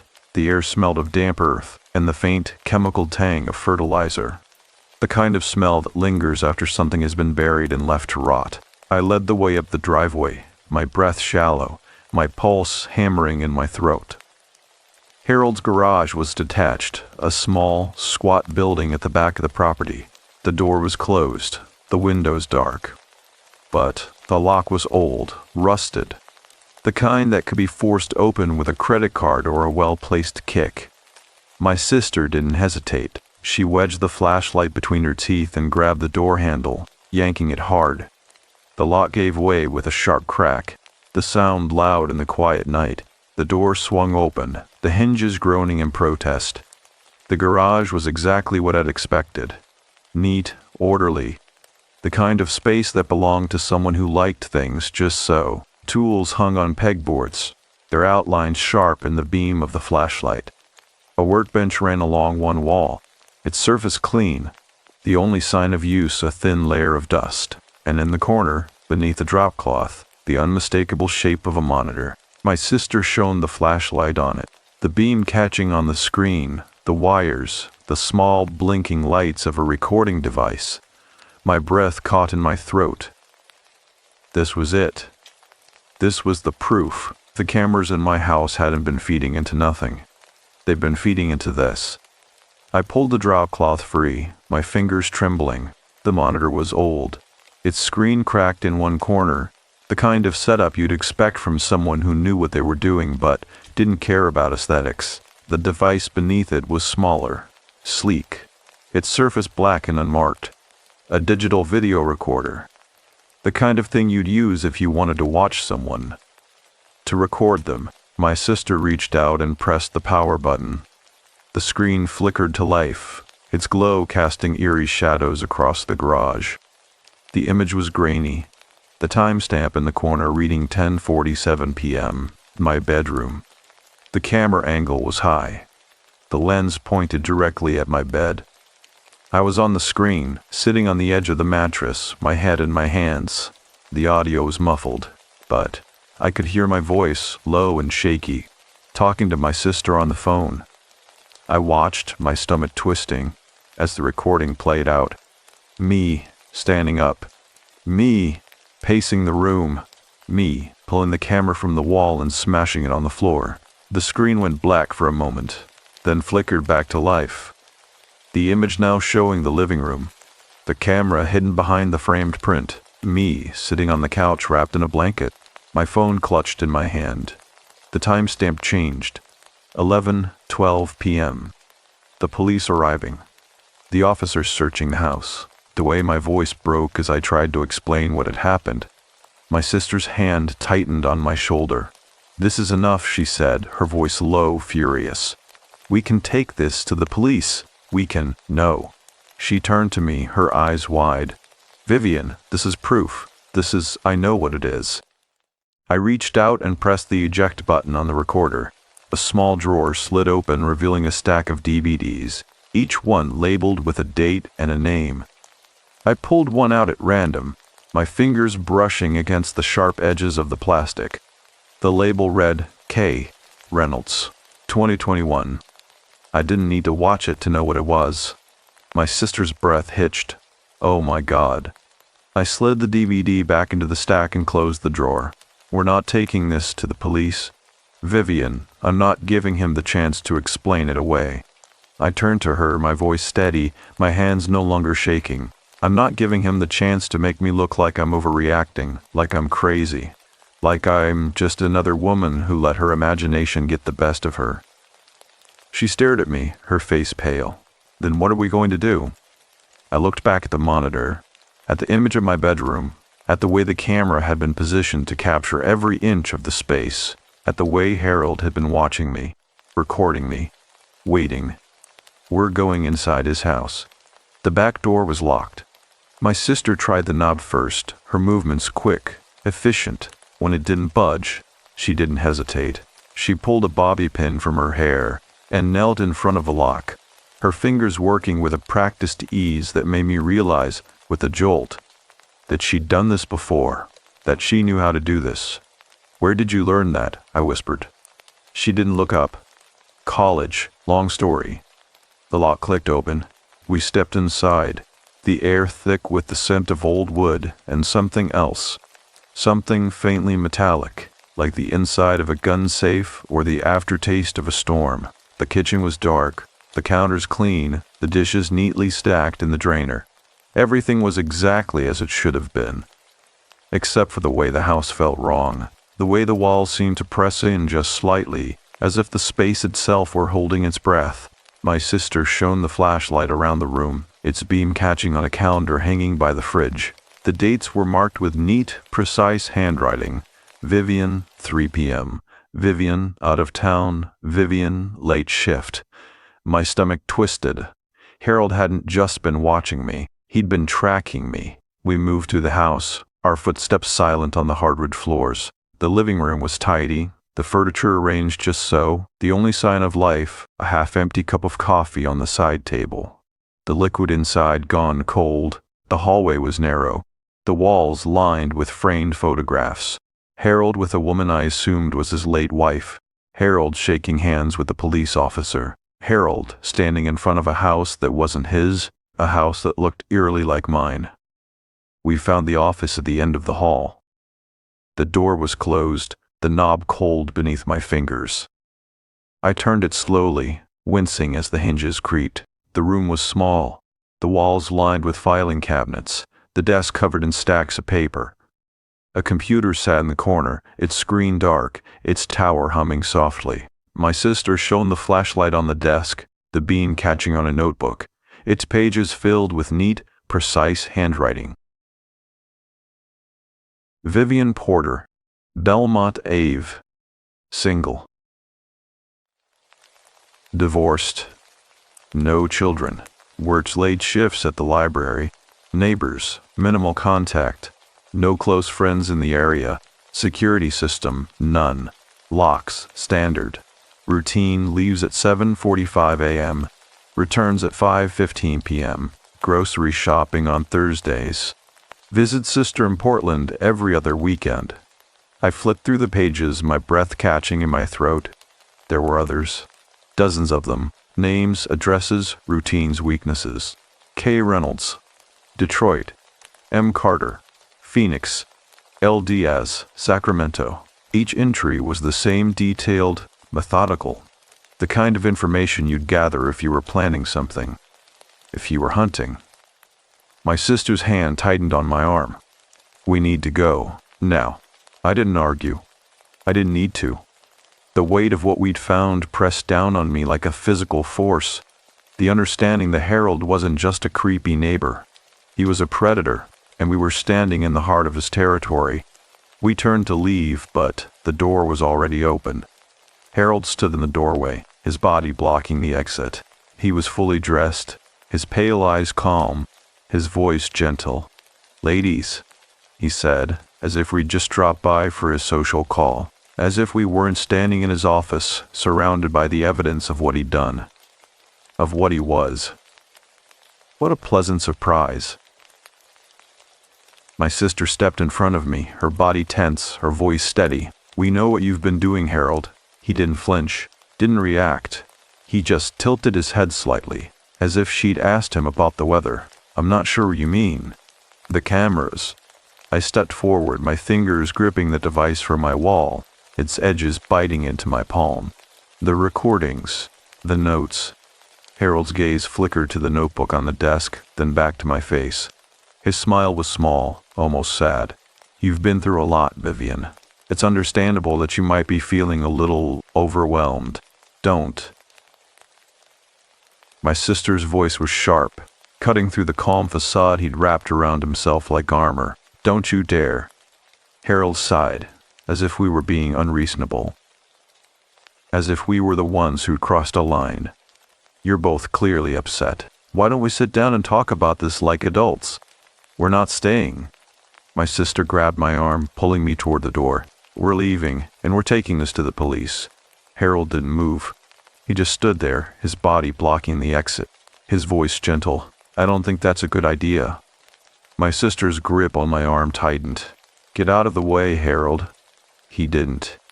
He just looked at me, his pale eyes calm, his voice soft. "You don't want to do that, Vivian. You don't want to make a scene. You don't want to be the woman who cries wolf." I didn't answer. I didn't have to. The way he said it, the quiet certainty, the lack of threat, the lack of anything made my skin crawl. It wasn't a negotiation. It wasn't even a warning. It was just a fact. A statement of intent. My sister stepped forward, her body tense, her voice low. "Move, now." Harold didn't flinch. He just reached into his pocket and pulled out a small black device. A remote. He pressed a button. The computer on the desk flickered to life, its screen casting eerie blue light across the room. The image was grainy, the timestamp in the corner reading 10:47 p.m.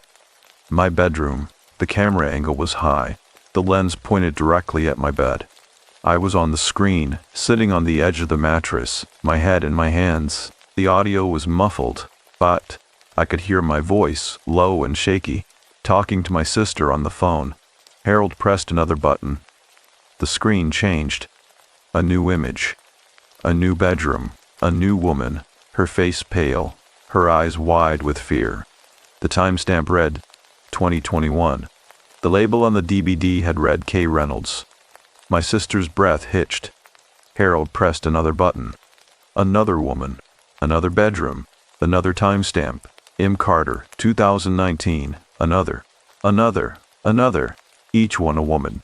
Each one a bedroom. Each one a bedroom. Each one a moment of terror, of violation, of hunting. Harold turned to me, his voice gentle. "You see, Vivian, you're not the first, and you won't be the last." My sister's hand tightened on my arm, her nails digging into my skin. "We're leaving," she said, her voice steady, her eyes on the door. "And we're taking this to the police." Harold didn't move. He just looked at me, his pale eyes calm, his voice soft. "You won't." I didn't answer. I didn't have to. The way he said it, the quiet certainty, the lack of threat, the lack of anything, made my skin crawl. It wasn't a negotiation. It wasn't even a warning. It was just a fact, a statement of intent, and a promise. The next morning, I woke to the sound of my phone buzzing on the nightstand. I reached for it, my fingers fumbling in the half-light of dawn filtering through the curtains. The screen showed a text from an unknown number. No message, just a single image attachment. My thumb hovered over it, my pulse quickening. I knew with a sickening certainty who it was from. I opened the photo.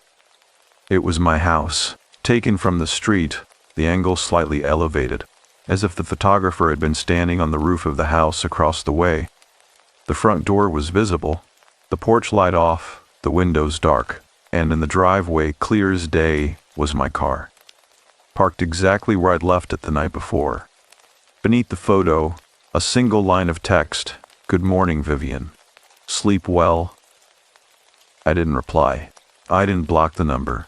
I just set the phone down and stared at the wall, my mind racing through the implications. Harold wasn't just watching me. He wasn't just recording me.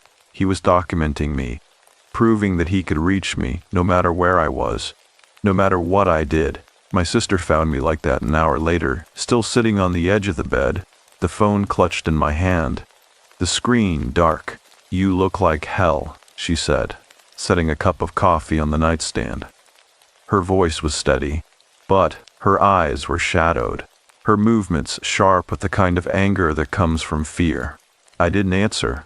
I just handed her the phone. She read the text, her expression tightening. We're going to the police. No, Vivian, he'll just deny it. I stood up, my body stiff, my mind racing. He'll say it's a wrong number. He'll say I'm overreacting. He'll say anything to make us look crazy. She set the phone down, her fingers curling into fists. Then what do? I walked to the window and pulled the curtain back just enough to see the street outside. Harold's house was quiet, his driveway empty, his windows dark, but I knew he was there. I could feel him there, like a spider in the corner of the room, waiting for the right moment to move. We fight back. We spent the day preparing. My sister called in sick to work. I called the library and did the same. We didn't discuss it. We didn't need to. The understanding between us was silent, solid.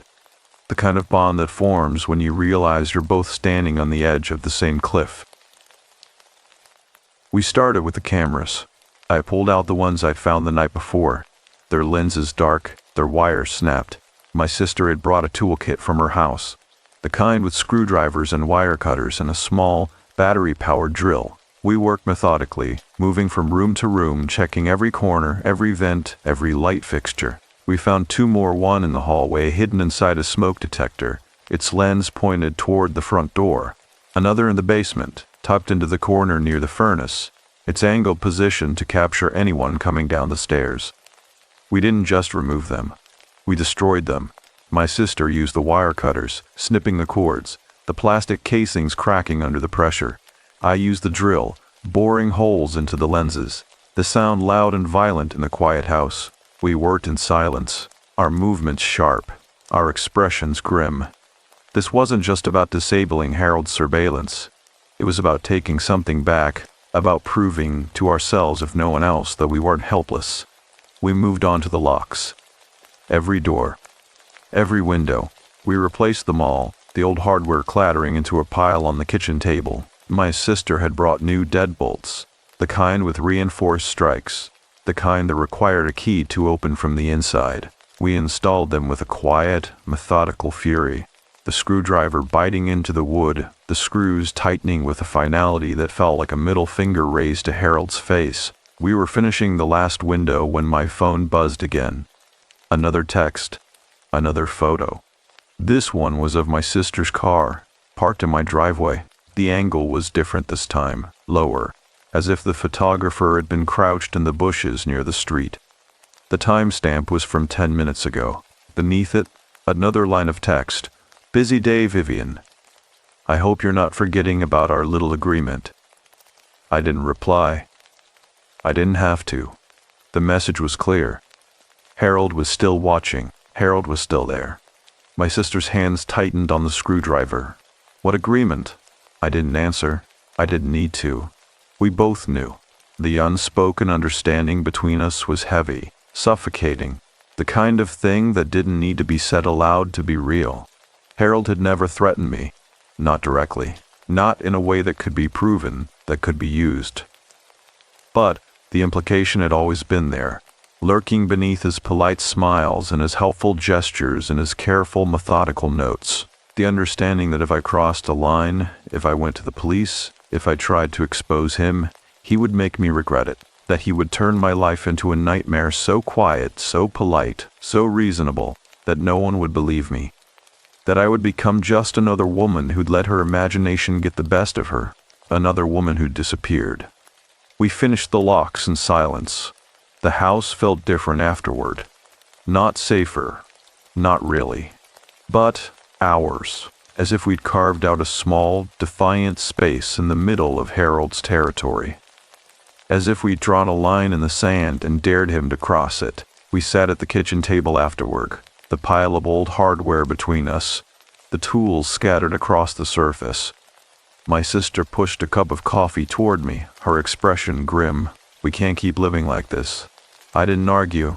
I didn't need to. The weight of what we'd found in Harold's office, the recordings, the notes, the careful, methodical way he'd documented everything. It wasn't just about me anymore. It wasn't just about my house, my life, my fear. It was about all of them. The women in the notebook, the names on the DVDs, the careful, polite way he'd inserted himself into their lives, waiting for the right moment to strike, waiting for the right moment to be a hero. My sister's fingers tightened around her mug. We need to go public. I looked at her. What? We take what we found, the recordings, the notes, the proof, and we post it. Online. Social media. Local news. Anywhere people will listen. Her voice was steady. Her eyes bright with the kind of anger that comes from being backed into a corner. We make it so he can't deny it, so he can't hide. I thought of the women in the notebook, of the way Harold had looked at me in his office, his pale eyes calm, his voice gentle, as if we were discussing the weather, as if we weren't standing in the heart of his territory, surrounded by the evidence of what he'd done, as if he weren't a predator wearing a kindly neighbor's face. He'll deny it, I said. He'll say we broke into his house. He'll say we're lying. Let him. My sister's voice was sharp, cutting through the fear, the doubt, the careful, polite way Harold had constructed his world. We have the recordings. We have the notes. We have proof that he's been doing this for years. I thought of the way the police had looked at me the night before, their expressions patient, their voices calm, as if I were a child who'd woken from a bad dream, as if I were the one who needed to be reasonable, as if I were the one who needed to be quiet. They won't believe us. My sister reached across the table and grabbed my hand, her fingers tight, her voice low. Then we make them. We spent the rest of the day uploading everything, the recordings, the notes, the photos of the cameras, the locks, the careful, methodical way Harold had documented his victims. We posted it all on Facebook, on Twitter, on every local news page we could find.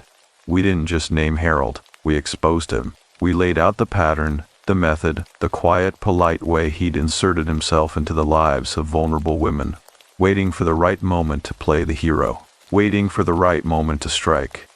We didn't use our real names. We didn't need to. The evidence spoke for itself.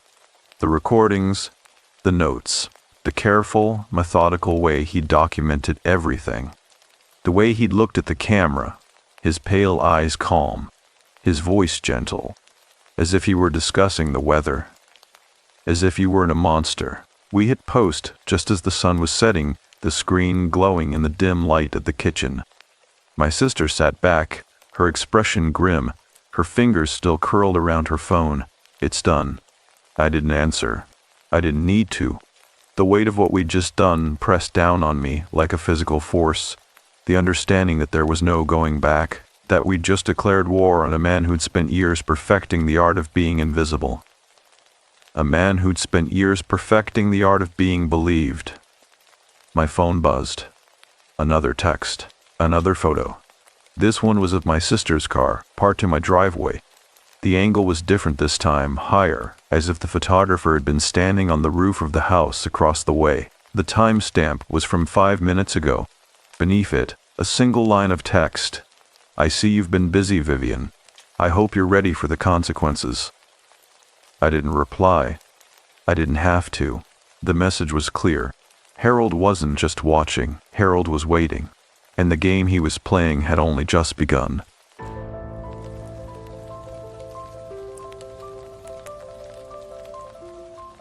The quiet rooms. I arrived at Harmony Elementary on a Tuesday morning in late September, just as the first yellow school buses were pulling into the lot. The building was exactly what I'd expected. Low-slung brick. The kind of architecture that had been designed to be functional, not beautiful. The playground equipment was old, the paint on the slides and swings chipped and faded, the kind of wear that came from decades of small hands and restless energy. The air smelled of diesel and damp earth, the kind of scent that lingers after a morning mist. I'd been called in as a consultant, a favor to an old friend in the district who'd heard about my work with missing children cases in Sacramento. 3 kids had vanished from Harmony Elementary in the past month, all during afternoon nap time. Not from the playground, not from the halls, from their classrooms.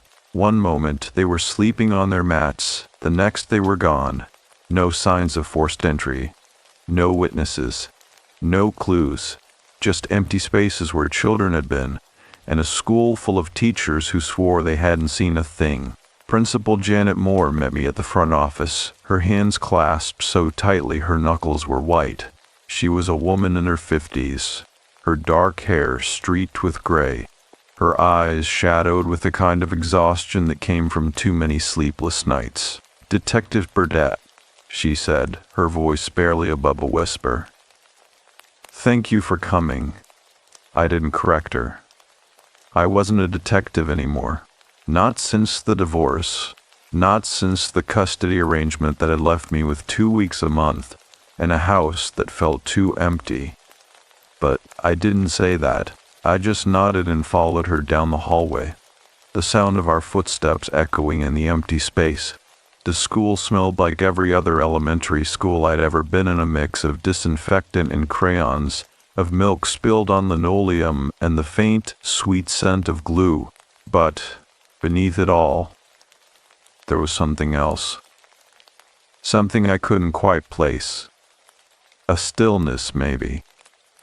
A quiet that felt too deep, too heavy, like the building itself was holding its breath. Principal Moore led me to her office, a small cluttered space lined with filing cabinets and stacks of paper. The walls were covered in children's drawings. Turkey handprints for Thanksgiving, jack-o'-lanterns for Halloween, the kind of art that was supposed to make the place feel warm, alive. But it didn't. It just made the silence feel heavier. She pulled up the security footage on her computer, her fingers trembling slightly as she clicked through the files. The first video showed a classroom of first graders, their small bodies curled on colorful mats, their breathing slow and even. The teacher, a woman with dark hair and a patient smile, sat at her desk grading papers. The timestamp in the corner read 1:15 p.m. "This is Destiny Rodriguez's class," Principal Moore said, her voice tight. "Watch closely." I did. At 1:47 p.m., Destiny was there, her dark hair fanned out on the mat, her chest rising and falling with the steady rhythm of sleep. At 1:48 p.m., the mat was empty. I rewound the footage, played it again. Then a third time. There was no glitch, no skip, no sign of movement. One frame, Destiny was there. The next, she was gone. Principal Moore's breath hitched. The other two disappearances were the same. Kevin Nakamura, Amber Kowalski, all during nap time, all in different classrooms, all gone. I sat back, my mind racing through the implications. Children didn't just vanish. They were taken by someone who knew the school, who knew the routines, who knew how to make it look like they'd never been there at all. I thought of the ventilation system, the way the principal had mentioned it earlier, the way her voice had dropped when she talked about the custodian, Ezra Gideon, a deaf man who'd worked at the school for 3 years, who kept to himself, who knew the building better than anyone. I looked at Principal Moore. I need to see the maintenance records, and I need to talk to Ezra Gideon. She didn't argue. She just nodded, her face pale, and pulled a thick binder from the shelf behind her desk. The maintenance records were spread across Principal Moore's desk, their pages yellowed with age, the ink faded in places where fingers had traced the same lines again and again. I leaned over them, my fingers brushing against the paper, the texture rough beneath my skin.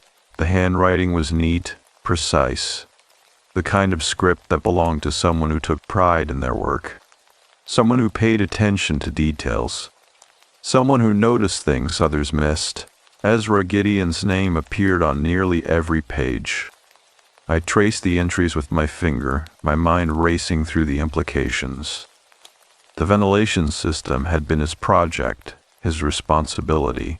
He'd redesigned it 2 years ago, adding new ducts, improving the airflow. The notes were technical, methodical, the kind of language that belonged to someone who understood the inner workings of the building in a way no one else did. The kind of language that belonged to someone who knew how to move unseen. Principal Moore watched me from across the desk, her arms crossed, her expression tight. Ezra's been with us for 3 years, she said, her voice careful, measured. He's a good man, quiet, keeps to himself. The children like him. I didn't answer. I didn't need to. The records spoke for themselves. The dates of the disappearances aligned with Ezra's work orders, with the times he'd been in the building alone, the times he'd had access to the classrooms, the times he'd had access to the children. I looked up at Principal Moore. I need to talk to him. She hesitated, her gaze flickering toward the door, as if she expected Ezra to appear at any moment, as if she were afraid of what he might hear. He's deaf, she said finally. He communicates through notes, some basic sign language, but most of us don't know much ASL. He's private. I nodded, my mind already racing through the implications. A deaf man in a school full of children. A man who moved through the building unseen, who knew its secrets, its weaknesses, its hidden spaces. A man who had redesigned the ventilation system. A man who had been in the building during every disappearance. I still need to talk to him. We found Ezra in the basement. The air was thick down there, heavy with the scent of damp concrete and the faint metallic tang of old pipes. The fluorescent lights buzzed overhead, casting a sickly yellow glow over the rows of shelves lined with cleaning supplies. The ancient furnace humming in the corner like a sleeping beast. Ezra was kneeling beside it, his back to us, his hands moving deftly as he adjusted a valve. He was tall, his shoulders thin beneath his gray work shirt, his dark hair streaked with silver at the temples. He didn't turn as we approached, didn't react to the sound of our footsteps on the concrete. He just kept working, his movements slow, deliberate, the kind of precision that came from years of practice. Principal Moore tapped him on the shoulder. Ezra turned, his expression calm, his eyes sharp behind wire-rimmed glasses. He didn't speak. He just looked at us, waiting. Principal Moore pulled a notepad from her pocket and scribbled a quick message. This is Detective Burdett. He wants to ask you some questions about the missing children. Ezra read the note, his gaze flickering to me, then back to the paper. He took the notepad from Principal Moore and wrote his response in careful, precise letters. I am sorry about the children. It is a terrible thing. I took the notepad from him, my fingers brushing against his. His skin was cool, his hands steady. Do you remember anything unusual on the days the children disappeared? I wrote. Anyone in the building who shouldn't have been there? Ezra read the question, his expression thoughtful. He wrote back, his handwriting just as neat as the maintenance records. I see nothing. I work alone, mostly in basement and storage areas during school hours. I studied his face as he wrote, looking for any sign of deception, any flicker of guilt. But there was nothing, just a quiet, careful man, his eyes steady behind his glasses, his movements deliberate. Tell me about the building's layout, I wrote. Are there areas that aren't covered by security cameras? Ezra hesitated, his pen hovering over the paper. Then he wrote, many areas not covered. Basement, storage rooms, mechanical spaces. Building is old. Many passages between walls for pipes and wires. I felt a chill run down my spine. Could someone move through the building unseen using these passages? Ezra's expression didn't change. He just wrote, possible, but difficult. Passages are small, dirty, would need to know building very well. Who knows the building that well? Another hesitation.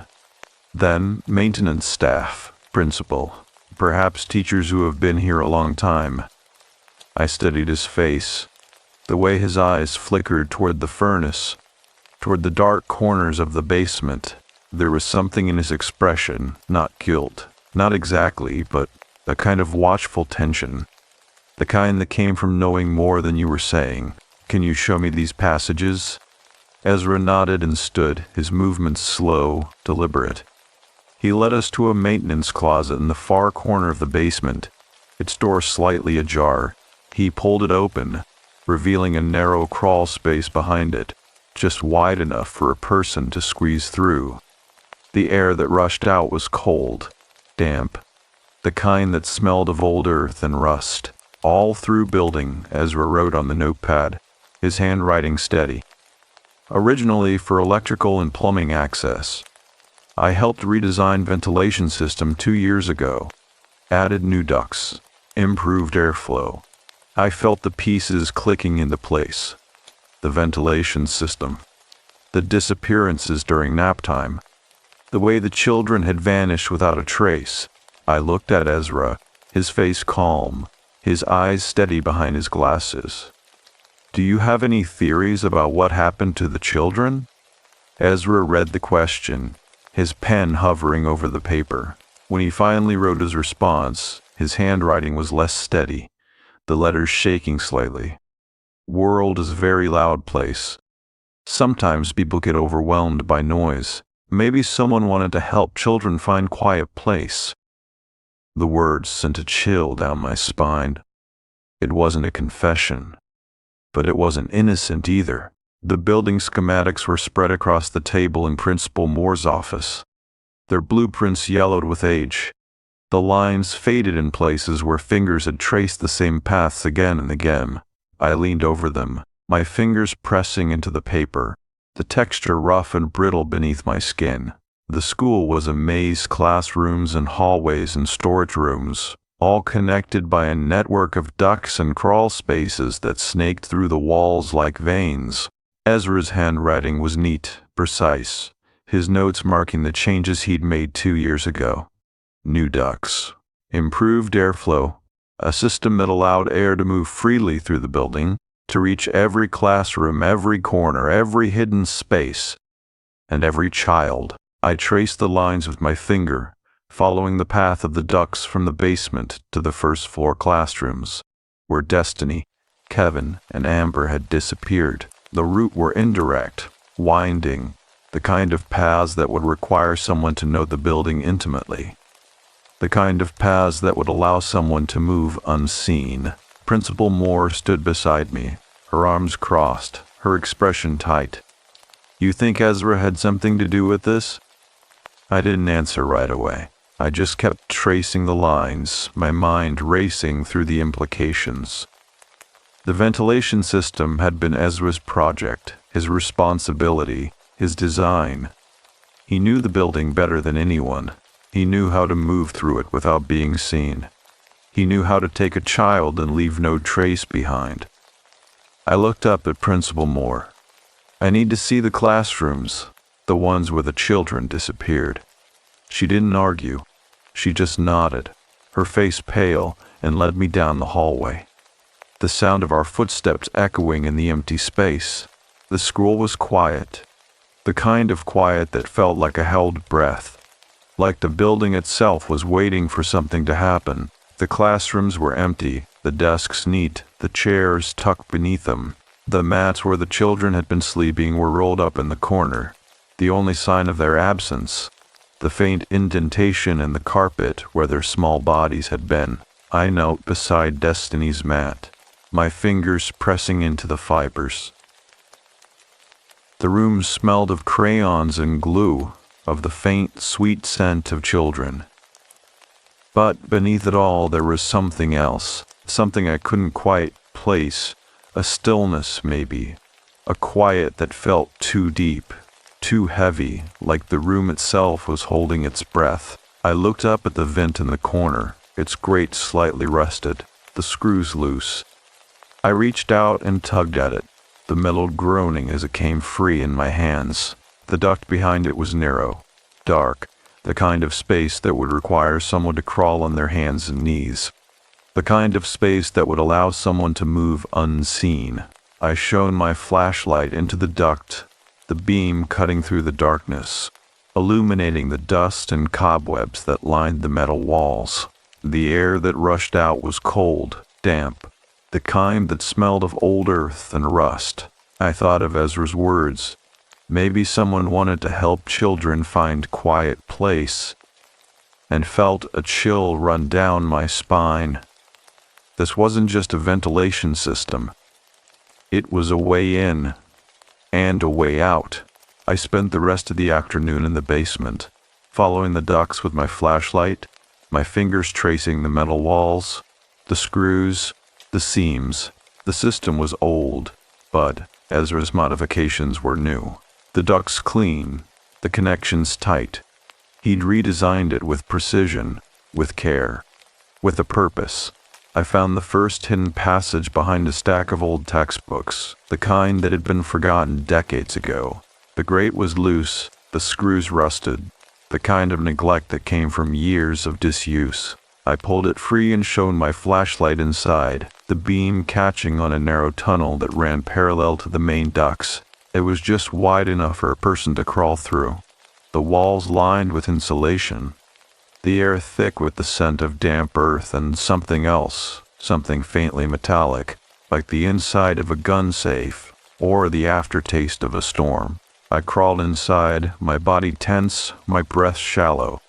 The tunnel was dark, the only light coming from the beam of my flashlight, its glow casting eerie shadows on the walls. The space was cramped, the air thick with dust. The kind of silence that made you listen for things that weren't there, or things that were there but shouldn't have been. I followed the tunnel as it wound through the building, branching off into smaller passages, each one leading to a different classroom, a different hallway, a different hidden space. The ducts were a maze, a network of paths that allowed someone to move unseen, to reach any part of the school without being detected, without being seen. I thought of the children, of the way they'd vanished during nap time, as if they'd simply been swallowed by the building itself, of the way Ezra had written, maybe someone wanted to help children find quiet place, and felt a cold, sinking certainty settle in my stomach.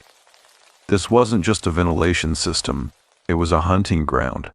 I found the storage room at the end of the tunnel, its door slightly ajar, the hinges rusted from disuse. The air that rushed out was cold, damp, the kind that smelled of old earth and something else, something faintly sweet, like the scent of flowers left too long in the dark. I pushed the door open wider, the beam of my flashlight cutting through the gloom, illuminating the shelves lined with old supplies, the boxes of paper, the broken chairs stacked in the corner, and the beds. There were 3 of them, small and neat, their sheets clean, their pillows plump. The kind of beds you'd find in a child's room, the kind that were meant to be comforting, safe. But these weren't in a child's room. They were in a storage closet, hidden behind a false wall, accessible only through the ventilation system. I stepped inside, my body tense, my breath shallow. The room was small, the walls lined with soundproofing foam, the kind used in recording studios, the kind that absorbed noise that made the world outside feel far away. The air was thick with the scent of disinfectant and something else, something faintly chemical, like the aftertaste of medicine. I thought of the children, of the way they'd vanished during nap time, as if they'd simply been swallowed by the building itself, of the way Ezra had written. Maybe someone wanted to help children find quiet place, and felt a cold, sinking certainty settle in my stomach. This wasn't just a storage room, it was a cage. The beds were still warm. I pressed my palm against the nearest one, the fabric soft beneath my fingers, the heat lingering like a ghost. The sheets smelled of laundry detergent and something else, something faintly medicinal, like the aftertaste of a sedative. My pulse hammered in my throat as I knelt beside the bed, my flashlight beam cutting through the dimness, illuminating the small, careful details. A stuffed animal tucked beneath the pillow, a half-empty glass of water on the nightstand, a child's drawing taped to the wall. The crayon lines were smudged, the colors bright and uneven, the kind of art that belonged in a classroom, not a hidden room beneath a school. I recognized the drawing. It was Destiny's. The same dark hair. The same careful, uneven letters spelling out her name in the corner. The same D she practiced writing on the chalkboard in her classroom. I'd seen it in the security footage. In the photos Principal Moore had shown me. In the missing persons report that had been sitting on my desk for weeks. The same child who had vanished during nap time, as if she'd simply been swallowed by the building itself. I stood up abruptly, my body tense, my mind racing. The room was too small, the walls too close, the air too thick with the scent of disinfectant and something else, something faintly chemical, like the aftertaste of a drug. I thought of Ezra's words. Maybe someone wanted to help children find quiet place, and felt a cold, sickening certainty settle in my stomach. This wasn't just a hiding place. It was a prison. I found Ezra in the boiler room. The air was thick with the hum of machinery, the scent of oil and hot metal, the kind of heat that made your skin prickle. He was kneeling beside the furnace, his back to me, his hands moving deftly as he adjusted a valve. He didn't turn as I approached, didn't react to the sound of my footsteps on the concrete. He just kept working. His movements slow, deliberate, the kind of precision that came from years of practice. I shone my flashlight on him, the beam catching on the wire-rimmed glasses perched on his nose. The careful part in his dark hair, the way his shoulders tensed just slightly as he realized I was there. He turned slowly, his expression calm, his eyes sharp behind his glasses. He didn't speak. He just looked at me, waiting. I pulled out the notepad and scribbled my question, my handwriting sharp, angry. "Where are the children?" Ezra read the note, his gaze flickering to me, then back to the paper. He didn't write a response. He just stood up, his movements slow, deliberate, and walked to the far corner of the room, where a heavy metal door was set into the wall. It was old, its surface rusted. The kind of door that belonged in a place meant to be forgotten. He pulled a ring of keys from his pocket and unlocked it. The mechanism groaning as it turned, the door swung open, revealing a narrow staircase leading downward into darkness. Ezra turned to me, his expression unreadable. He didn't write anything, he just gestured toward the stairs, his hand steady, his eyes calm behind his glasses. An invitation. Or a challenge. The staircase was steep, the air growing colder with each step, the scent of damp earth and rust thickening until it coated the back of my throat. The walls were lined with pipes, their surfaces slick with condensation, the kind of moisture that came from years of neglect. The only light came from my flashlight, its beam cutting through the darkness, illuminating the narrow passage as it wound deeper into the earth. The lower I went, the heavier the air became, the silence pressing down on me like a physical weight. The stairs ended in a heavy metal door, its surface pitted with age, the kind of barrier meant to keep things in. Or out. I hesitated, my fingers curling around the handle, my breath shallow. I didn't know what I'd find on the other side. I didn't know if I wanted to. But I turned the handle anyway. The door swung open with a groan, revealing a large underground room, its walls lined with soundproofing foam, the kind used in recording studios, the kind that absorbed noise, that made the world outside feel far away. The air was thick with the scent of disinfectant and something else, something faintly sweet, like the aftertaste of medicine, and in the center of the room, beneath the flickering glow of a single overhead light, were the children. Destiny, Kevin, Amber. They were lying on small cots, their bodies still, their chests rising and falling with the slow, steady rhythm of sleep. Their faces were pale, their limbs limp, the kind of stillness that came from something deeper than rest, from something chemical, from something forced. I stepped inside, my body tense, my flashlight beam cutting through the gloom, illuminating the medical equipment beside each cot. IV stands, Monitors. The kind of setup you'd find in a hospital or a prison. The machines hum softly, their screens glowing with steady vital signs. The kind of numbers that belong to children who were alive but not awake. Not here. Ezra followed me inside, his movements slow, deliberate. He didn't write anything. He didn't need to. The room spoke for itself. I turned to him, my fingers trembling as I scribbled on the notepad. What did you do to them? Ezra read the question, his expression thoughtful. Then he wrote, his handwriting careful, precise. The world is very loud. The children were suffering. I gave them peace. The words sent a chill down my spine. I looked at the children, their small bodies still beneath the thin blankets, their faces slack with the weight of whatever drug Ezra had given them. This isn't peace, I wrote. This is imprisonment. Ezra's gaze flickered to the children, then back to the notepad. It is salvation. He wrote slowly, his pen pressing hard into the paper. You do not understand what it is like to hear everything. Every whisper, every scream. The world is drowning in noise. I am giving them silence.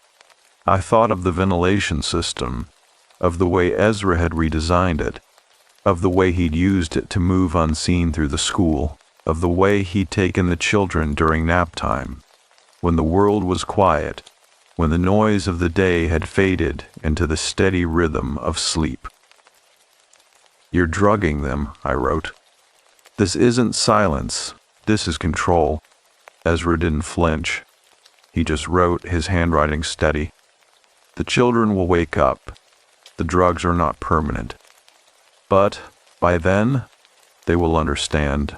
They will know that noise is the enemy, that quiet is the only true peace. I looked at Destiny, at the way her dark hair fanned out on the pillow, at the way her chest rose and fell with the slow, steady rhythm of the machines. You can't keep them here, I wrote. Their families are looking for them. The police are looking for them. I am looking for them. Ezra's expression didn't change. He just wrote, his pen moving slowly across the paper. You will not find them. Not here. Not anywhere. They are safe now. They are quiet. I thought of the security footage, of the way the children had vanished between frames, as if they'd simply been swallowed by the building itself, of the way Ezra had moved through the ducts, unseen, unheard, of the way he'd taken them and left no trace behind. And I understood, with a cold, sickening certainty, that he wasn't just a custodian, he was a hunter, and the school was his territory. The medical equipment was a maze of wires and tubes, each machine humming softly, their screens glowing with steady vital signs. I knelt beside Destiny's cot, my fingers brushing against the IV line taped to her small arm. The liquid inside the bag was clear, the label marked with a name I didn't recognize. A sedative maybe, something strong enough to keep a child unconscious for days, weeks, however long Ezra needed. I traced the tube with my finger, following it to the port in Destiny's arm. The skin around it bruised from days of use. Her breathing was slow, steady, the kind of rhythm that belonged to someone in a deep, drug-induced sleep. I thought of the way she vanished from her classroom, the way the security footage had shown her there one moment and gone the next, the way Ezra had moved through the ducts, unseen, unheard, the way he'd taken her and left no trace behind. I looked up at Ezra, his pale face calm behind his glasses, his hands steady at his sides. He was watching me, his expression unreadable, the kind of stillness that came from absolute certainty, from absolute control. I scribbled on a notepad, my handwriting sharp, angry. How long have you been doing this? Ezra took the notepad from me, his fingers brushing against mine. His skin was cool, his touch light, the kind of contact that felt like a violation. He wrote slowly, his pen pressing hard into the paper, long enough to know it is necessary. Necessary for what? For peace. His handwriting was careful, precise. The world is too loud. The children suffer. I give them quiet. I thought of the soundproofing foam on the walls, the way the room absorbed noise, the way it made the world outside feel far away, of the way Ezra had redesigned the ventilation system, the way he'd used it to move unseen through the school, of the way he'd taken the children and left no trace behind. And I understood with a cold, sickening certainty that this wasn't just about control. It was about belief. Ezra truly thought he was saving them, and that made him more dangerous than anything else. I turned back to the medical equipment, my mind racing through the implications. The IV bags were labeled with dosages, the numbers neat and precise, the kind of calculations that belonged to someone who knew what they were doing, someone who'd studied, someone who'd practiced. I thought of Ezra's background, the way Principal Moore had mentioned he'd worked in a pharmaceutical lab before coming to the school, the way he'd spent 2 years in a psychiatric facility as a teenager, diagnosed with selective mutism and auditory processing disorder, the way he'd written in his notes about the world being too loud, about the noise driving him to madness, the way he'd decided silence was the only cure. I scribbled on the notepad, my fingers trembling. You're not a doctor. You're not a nurse. You have no right to do this. Ezra read the note, his expression unchanging. Then he wrote, his handwriting slow, deliberate. I have every right. I am the only one who understands, the only one who listens.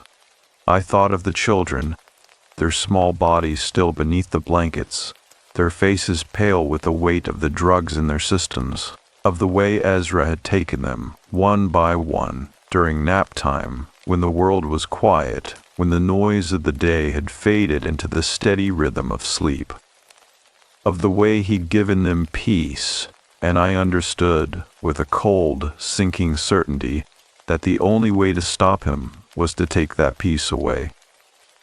I reached for the IV line in Destiny's arm, my fingers curling around the plastic port.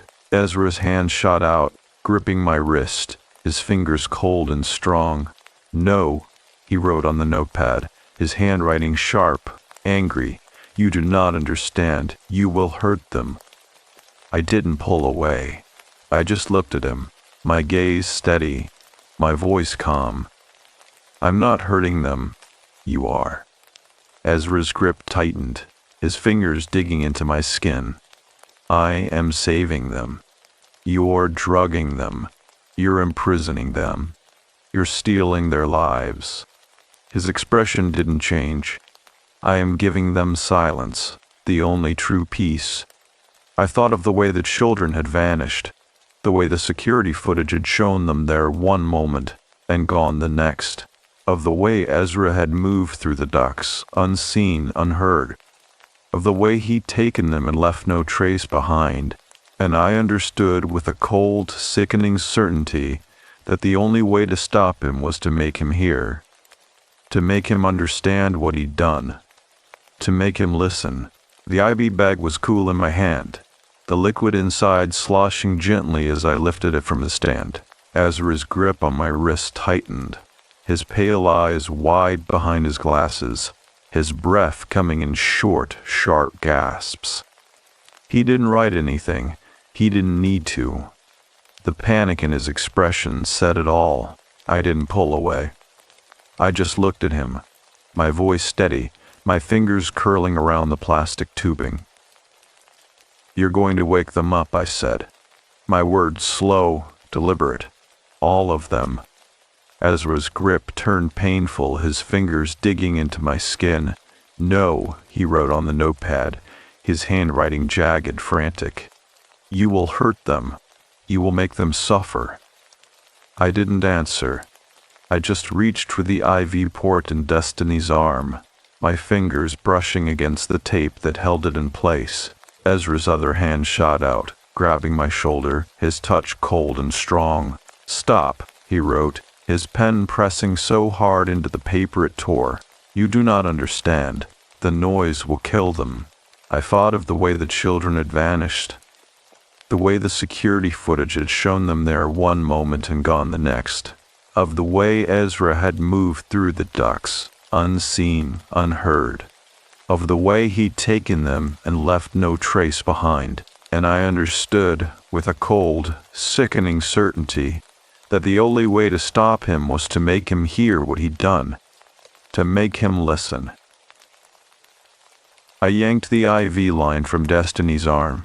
The port came free with a soft pop, a thin trickle of blood welling up where the needle had been. Ezra's breath hitched, his grip on my wrist turning bruising, his expression twisting into something raw, something desperate. "What have you done?" he wrote, his handwriting wild, his pen digging into the paper. I didn't answer. I just moved to Kevin's cot, my fingers curling around his IV line, my pulse hammering in my throat. Ezra lunged for me, his body crashing into mine, his hands gripping my arms, his strength surprising for a man so thin. "You are killing them," he wrote, his pen shaking, his breath coming in short, panicked gasps. "The noise will destroy them." I didn't pull away. I just looked at him, my voice steady, my fingers tightening around the plastic tubing. "They're not dead," I said, my words slow, deliberate. "They're drugged, and you're going to wake them up." Ezra's grip turned painful, his fingers digging into my skin. "You do not understand," he wrote, his handwriting jagged, his pen tearing through the paper. "The world is too loud. The children cannot survive it."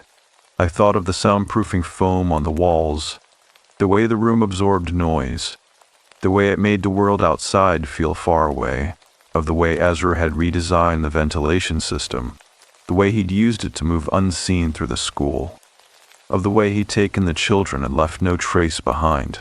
And I understood, with a cold, sickening certainty, that the only way to stop him was to make him hear what he'd done, to make him listen. I pulled the IV line from Kevin's arm. The port came free with another soft pop, another trickle of blood. Ezra's breath came in ragged gasps, his grip on my arms turning bruising, his expression twisting into something raw, something desperate. "You are murdering them," he wrote, his pen shaking, his handwriting wild. "The noise will kill them." I didn't answer. I just moved to Amber's cot, my fingers curling around her IV line, my pulse hammering in my throat. Ezra's body crashed into mine again, his hands gripping my wrists, his strength surprising, his touch cold and strong. "Stop," he wrote, his pen digging into the paper, his breath coming in short, panicked gasps. "You do not understand. You are destroying them." I didn't pull away. I just looked at him, my voice steady, my fingers tightening around the plastic tubing. "They're not dead," I said, my words slow, deliberate. "They're drugged, and you're going to wake them up." Ezra's grip turned painful, his fingers digging into my skin. "You are killing them," he wrote, his handwriting jagged, his pen tearing through the paper. "The noise will destroy them." I thought of the way the children had vanished, the way the security footage had shown them there one moment and gone the next, of the way Ezra had moved through the ducts, unseen, unheard, of the way he'd taken them and left no trace behind. And I understood with a cold, sickening certainty that the only way to stop him was to make him hear what he'd done, to make him listen. I pulled the IV line from Amber's arm. The port came free with a final soft pop, a final trickle of blood. Ezra's breath came in ragged gasps, his grip on my arms turning bruising, his expression twisting into something raw, something desperate. "You have killed them," he wrote, his pen shaking, his handwriting wild. "The noise will destroy them." I didn't answer. I just stepped back, my body tense, my breath shallow. The children were still breathing, still alive, still there. But they weren't awake. Not yet. Ezra's hands tightened on my arms, his fingers digging into my skin. "You do not understand," he wrote, his pen tearing through the paper. "The world is too loud. The children cannot survive it." I thought of the soundproofing foam on the walls, the way the room absorbed noise, the way it made the world outside feel far away, of the way Ezra had redesigned the ventilation system, the way he'd used it to move unseen through the school, of the way he'd taken the children and left no trace behind, and I understood, with a cold, sickening certainty, that the only way to stop him was to make him hear what he'd done, to make him listen. I reached for the radio on my belt and turned it on. The static that filled the room was loud, jarring, the kind of noise that felt like a physical force. Ezra's body jerked, his hands flying to his ears, his expression twisting into something raw, something desperate. "Turn it off," he wrote, his pen shaking, his handwriting wild. "Please, you are hurting them." I didn't turn it off. I just turned the volume up. The static grew louder, filling the room, bouncing off the soundproofing foam. The kind of noise that felt like it was tearing through the silence Ezra had so carefully constructed. The children stirred on their cots, their small bodies twitching, their breathing growing faster, shallower. Ezra's hands flew to his ears, his expression twisting into something raw, something desperate. "Stop," he wrote, his pen shaking, his handwriting wild. "You are killing them." I didn't stop. I just turned the volume up higher. The static filled the room, loud and relentless, the kind of noise that felt like it was tearing through the silence, through the control, through the careful, methodical world Ezra had built. The children's eyes fluttered open, their small bodies twitching, their breathing growing faster, shallower. Ezra's hands flew to his ears, his expression twisting into something raw, something desperate. "Please," he wrote, his pen shaking, his handwriting wild. "You are destroying them." I didn't answer. I just turned the volume up higher, and I made him listen.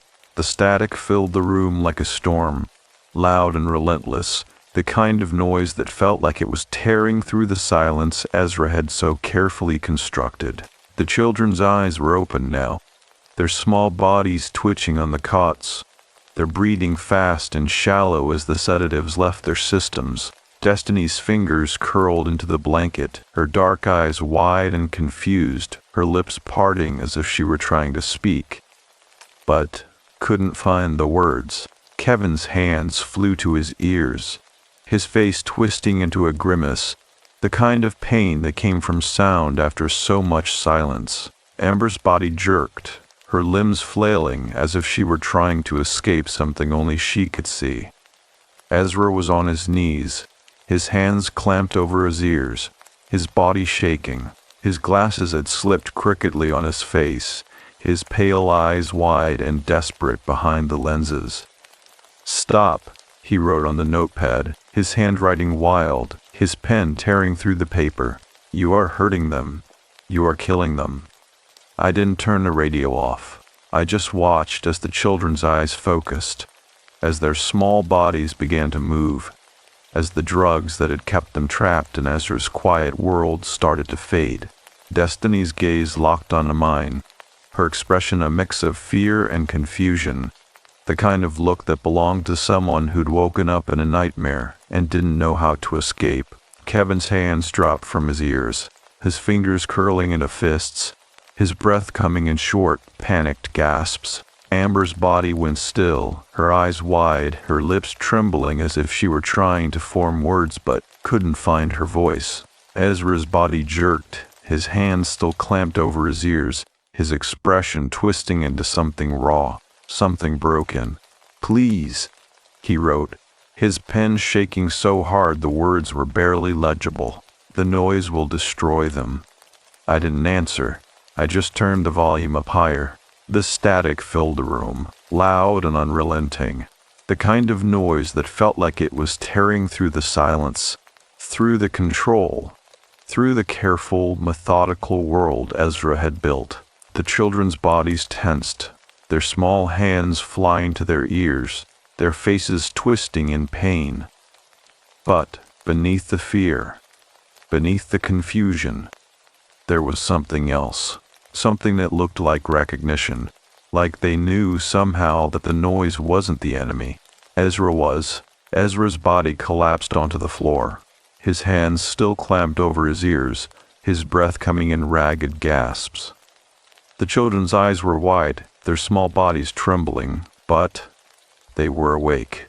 They were here, and they were looking at Ezra with an expression that made my stomach twist. Destiny's voice was the first to break through the static, small and shaky but clear. "He took us," she said, her fingers curling into the blanket, her dark eyes locked onto Ezra's crumpled form. "He put us to sleep." Kevin's voice followed, higher, more frantic. "He said we were sick," he said, his hands still pressed to his ears, his body shaking. "He said the noise was bad. He said we had to be quiet."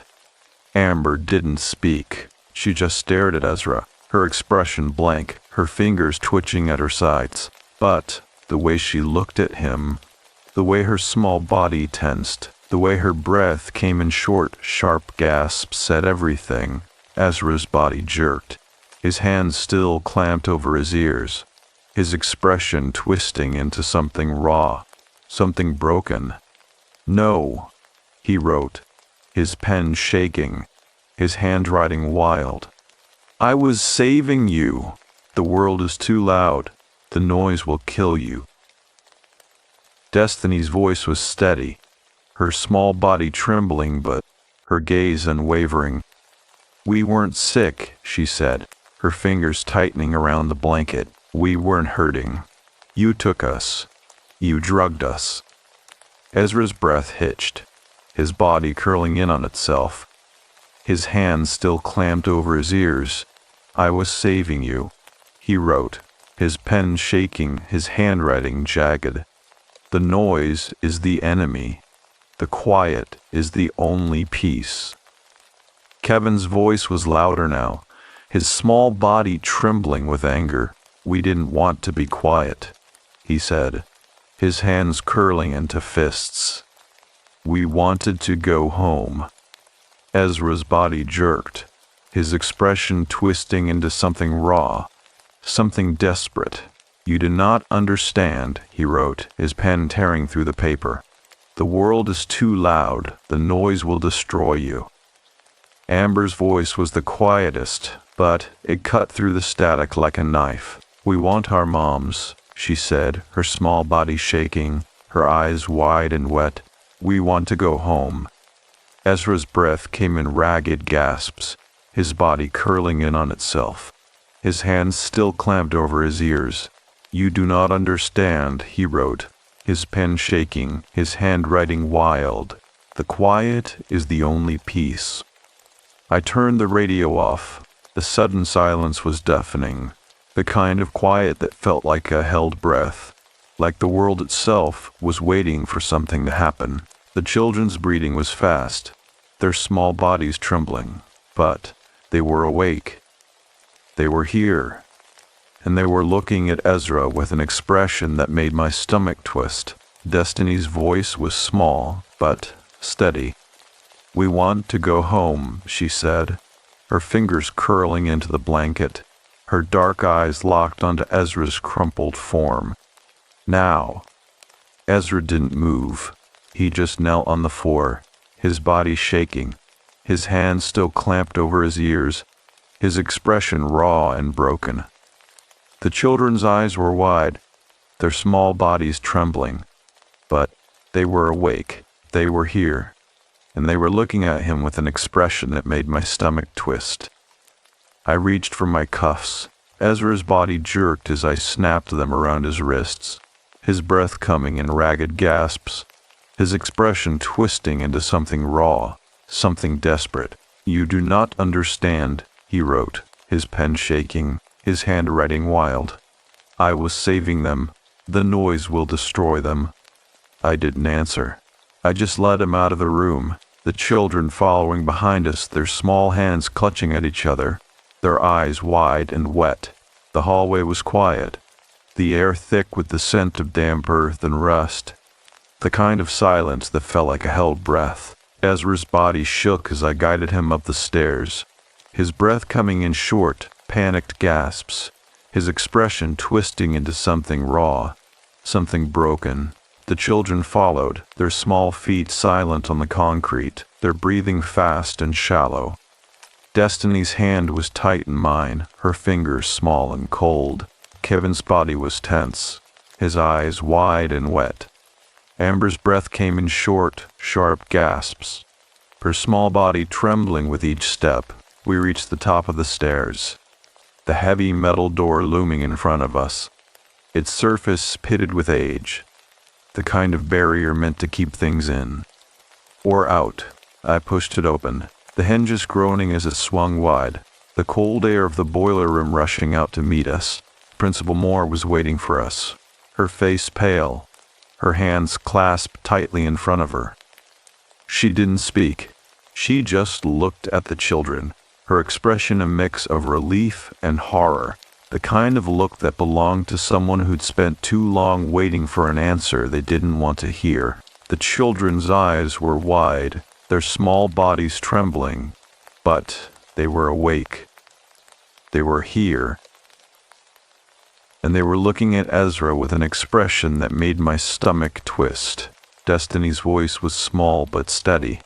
"He took us," she said, her fingers tightening around mine. Her dark eyes locked onto Principal Moore's face. "He put us to sleep." Principal Moore's breath hitched, her hands flying to her mouth, her expression twisting into something raw, something desperate. "Oh my God," she whispered, her voice breaking. "Oh my God." I didn't answer. I just led Ezra past her, the children following behind us, their small hands clutching at each other, their eyes wide and wet. The hallway was quiet, the air thick with the scent of disinfectant and crayons, the kind of silence that felt like a held breath. The school was empty, the classrooms dark, the only sound the distant hum of the ventilation system, the kind of noise that felt like a reminder of what Ezra had built, of what he'd done, of what he believed. Ezra sat in the principal's office, his wrists cuffed in front of him, his body slumped in the chair like a marionette with its strings cut. His glasses were crooked, one lens cracked from where he'd been pressed against the floor during the struggle upstairs. His breath came in shallow, uneven gasps, his pale eyes darting between the children now wrapped in blankets on the couch, and the two police officers standing by the door. The room smelled of stale coffee and the faint, metallic tang of adrenaline, the kind of scent that lingers after something violent has passed through. Principal Moore stood in the corner, her arms crossed tightly over her chest, her knuckles white. She hadn't spoken since we'd brought the children up from the basement, hadn't moved, except to flinch when Ezra's gaze flickered toward her, his expression a mix of betrayal and something darker, something that looked almost like grief. I crouched in front of Destiny, her small hands clutching the blanket around her shoulders. Her dark eyes were wide, her lower lip trembling, but her voice was steady when she spoke. "He said the world was too loud," she whispered. "He said we had to be quiet or the noise would hurt us." Kevin, curled beside her, nodded, his fingers dug into the fabric of the blanket, his breath hitching. "He gave us medicine. It made us sleep. He said it was to keep us safe." Amber didn't speak. She just stared at Ezra, her expression blank, her small body trembling. The kind of silence that comes from something too big to put into words. One of the officers, a broad-shouldered man with a name tag that read Officer Carter, stepped forward, his radio crackling at his hip. "We've got an ambulance on the way for the kids," he said, his voice low, his gaze flickering between Ezra and the children. "Paramedics will check them over, Make sure they're stable. Then we'll get statements. I nodded, but my attention was on Ezra. His body had gone still, his breath shallow, his gaze fixed on the children like they were something sacred, something broken. You need to tell them where the others are, I said, my voice cutting through the quiet. Ezra's head snapped toward me, his expression twisting. He didn't write anything. He didn't need to. The way his fingers curled into the arms of the chair, the way his breath hitched, said it all. There are more, aren't there? I pressed. Other kids, other schools. His lips pressed into a thin line. His silence was answer enough. Officer Carter's radio crackled again. Ambulance is 2 minutes out. I stood, my body tense, my gaze locked onto Ezra. You're going to tell us where they are, I said, my voice low, deliberate. All of them. Ezra's breath came in a ragged gasp. His fingers twitched, as if he were reaching for a pen that wasn't there. Then, slowly, he shook his head. Not in refusal, in despair. The paramedics arrived in a rush of noise and movement, their voices sharp, their hands efficient as they checked the children's vitals, their pupils, their responses. Destiny's heartbeat was steady. Kevin's lungs were clear. Amber's reflexes were sluggish but present. They'll be okay, one of the paramedics murmured as she wrapped a blood pressure cuff around Destiny's small arm. Just need fluids, rest, maybe a day or two in the hospital for observation. Ezra's body jerked at the words, his breath coming in short, panicked gasps. No, he wrote on the notepad. Principal Moore slid across the desk. They can't go back.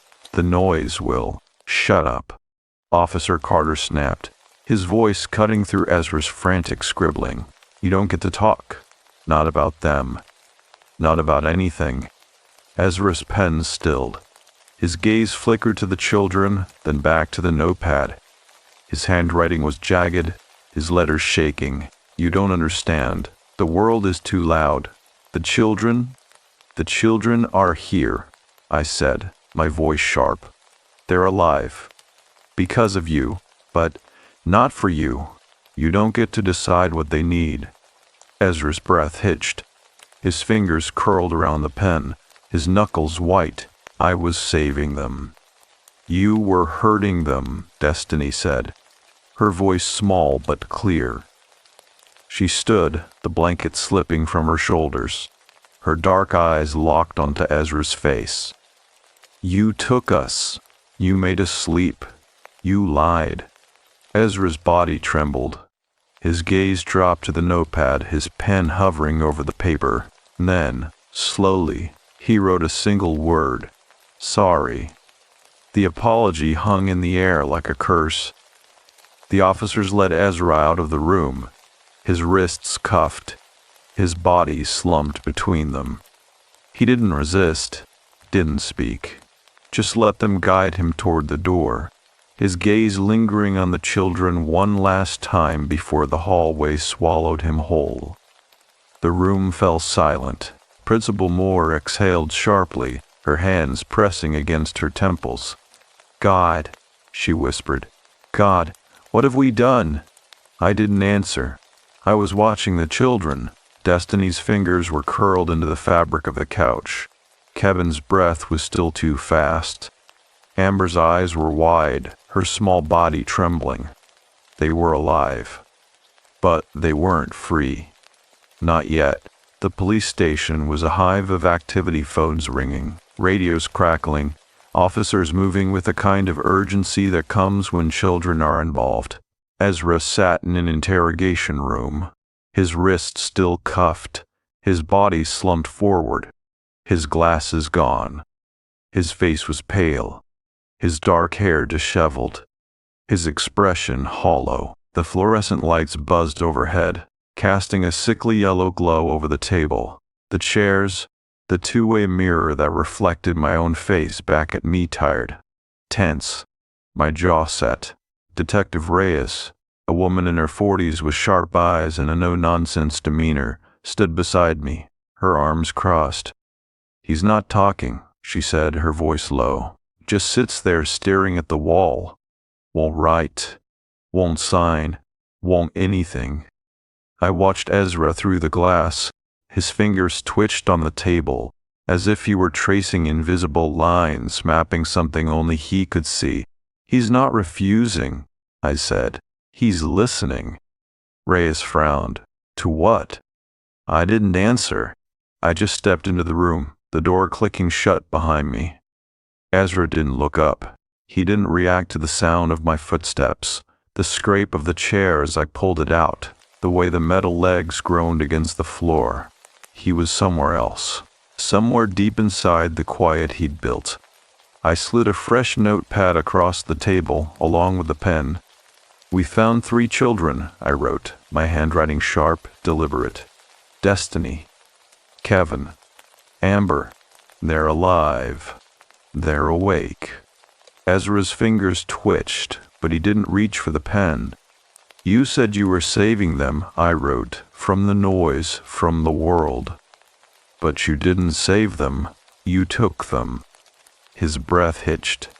A small, broken sound. "There are more," I wrote. "Other kids, other schools. You're going to tell us where they are." Ezra's hand hovered over the notepad. Then, slowly, he picked up the pen. His handwriting was shaky, his letters uneven. "I didn't hurt them.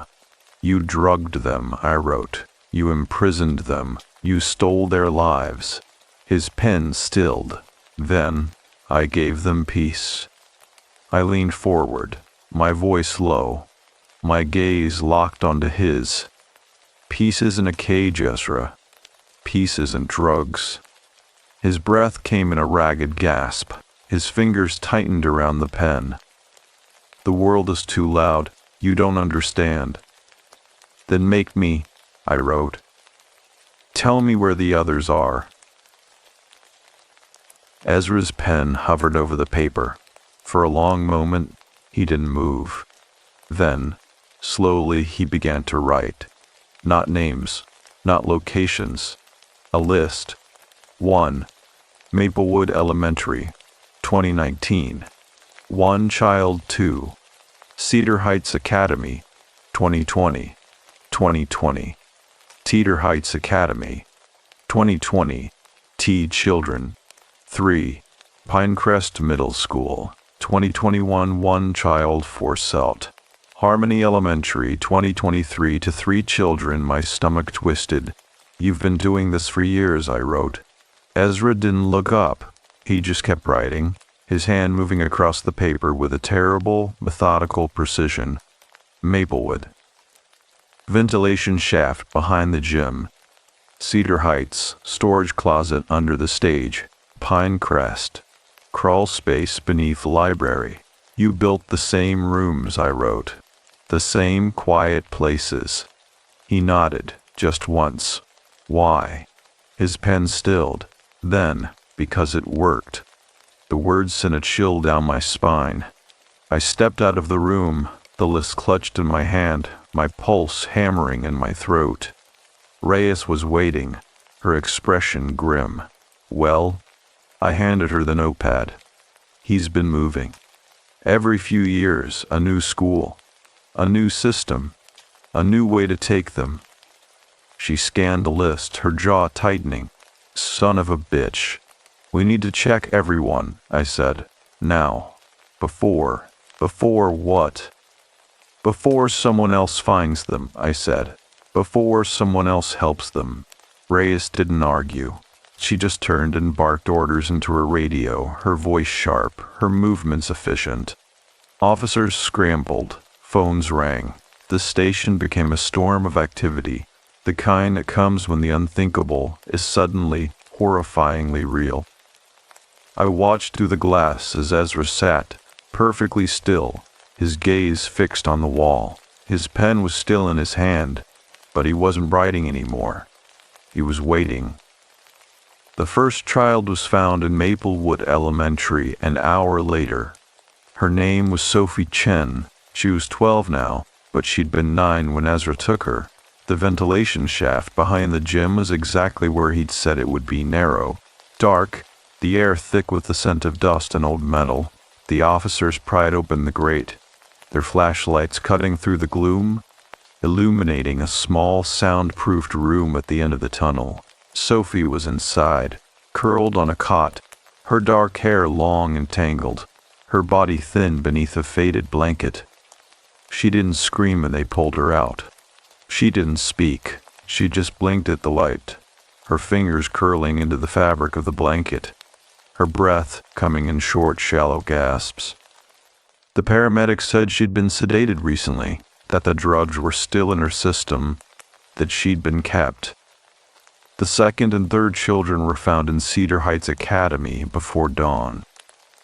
Brothers, twins, their names were Liam and Noah Carter. They were 8 when they'd been taken, 10 now. They were found in the storage closet under the stage, their small bodies curled together, their breathing slow and even. The room was identical to the one beneath Harmony Elementary, soundproofed walls, medical equipment, the faint chemical scent of sedatives lingering in the air. The fourth child, a boy named Jacob Reyes, was found in Pinecrest Middle School just after sunrise. He was alone, his body curled beneath a thin blanket, his dark eyes wide and confused as the officers lifted him into the light. He didn't cry. He didn't struggle. He just looked at them, his expression blank, his fingers twitching at his sides. 4 children, 4 schools, 4 quiet rooms, and Ezra had built them all. Back at the station, the interrogation room was silent. Ezra sat at the table, his wrists cuffed, his body still.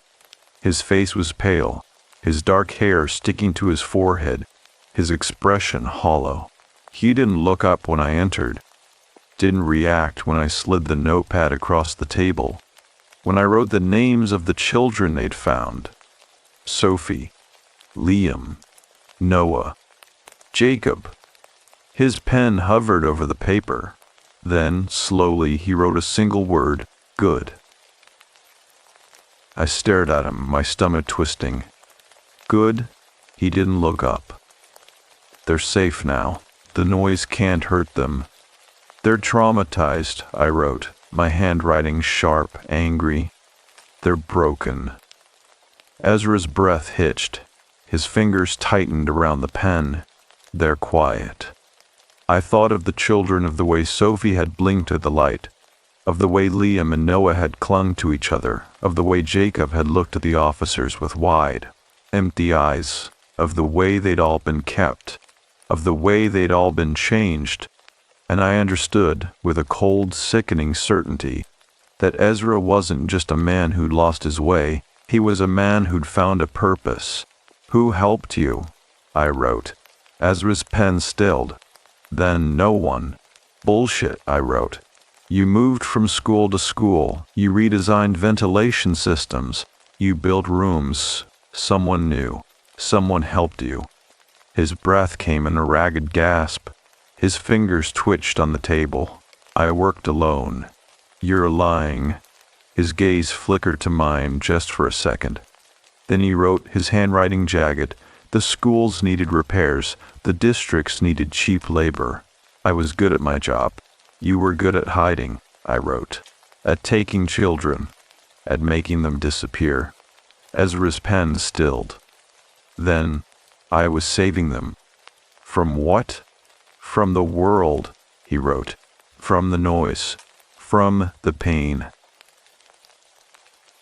I thought of the children, of the way they'd looked when they'd been pulled from the dark, of the way their small bodies had trembled, of the way their eyes had been wide and empty, of the way they'd been kept. And I understood, with a cold, sickening certainty, that Ezra wasn't just a monster. He was a believer. Who else knows about the rooms? I wrote. Ezra didn't answer. Who else helped you? His breath came in short, panicked gasps. His fingers curled around the pen, his knuckles white. No one. You're lying, I wrote. Someone had to know. Someone had to let you do this. His gaze dropped to the notepad. His pen hovered over the paper. Then, slowly, he wrote a single name, Dr. Eleanor Voss. The name sent a chill down my spine. "Who is she?" I wrote. Ezra's breath hitched. His fingers tightened around the pen. "She understands." "Understands what?" "The noise," he wrote. "The quiet. The way the world hurts." I thought of the children, of the way they'd been drugged, of the way they'd been kept, of the way they'd been changed, of the way Ezra had moved from school to school, from child to child, without ever being caught. And I understood, with a cold, sickening certainty, that this wasn't over. That Ezra wasn't the source. He was just the beginning. The station was a storm of activity when I stepped out of the interrogation room, the list clutched in my hand, my pulse hammering in my throat. Reyes was waiting, her expression grim. "We found them," she said. "All four. Alive. But what?" She hesitated. "But they're not okay, Burdett. They're not even there." I didn't answer. I just handed her the notepad, my fingers brushing against hers. "We need to find Dr. Eleanor Voss." Reyes read the name, her expression tightening. "Who the hell is that?" "The person who taught Ezra how to save them," I said. "The person who taught him how to listen." Reyes's gaze snapped to mine. "You think she's still out there?" I looked through the glass at Ezra's slumped form, at the way his fingers twitched on the table, at the way his breath came in short, panicked gasps. And I knew. "She's not just out there," I said. "She's waiting."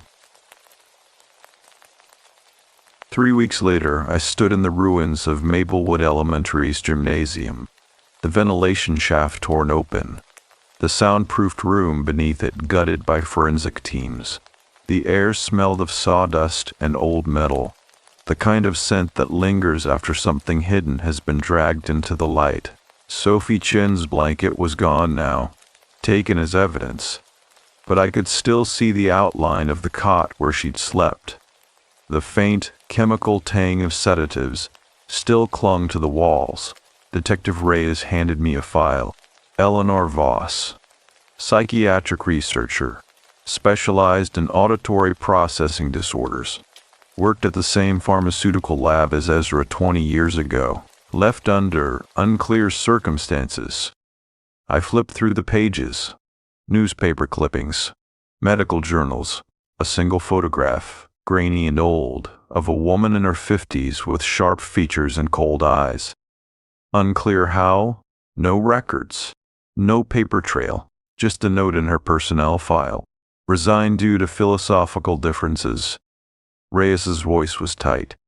She published a paper once. The Pathology of Noise, Silence as Treatment for Auditory Trauma. Got her blacklisted.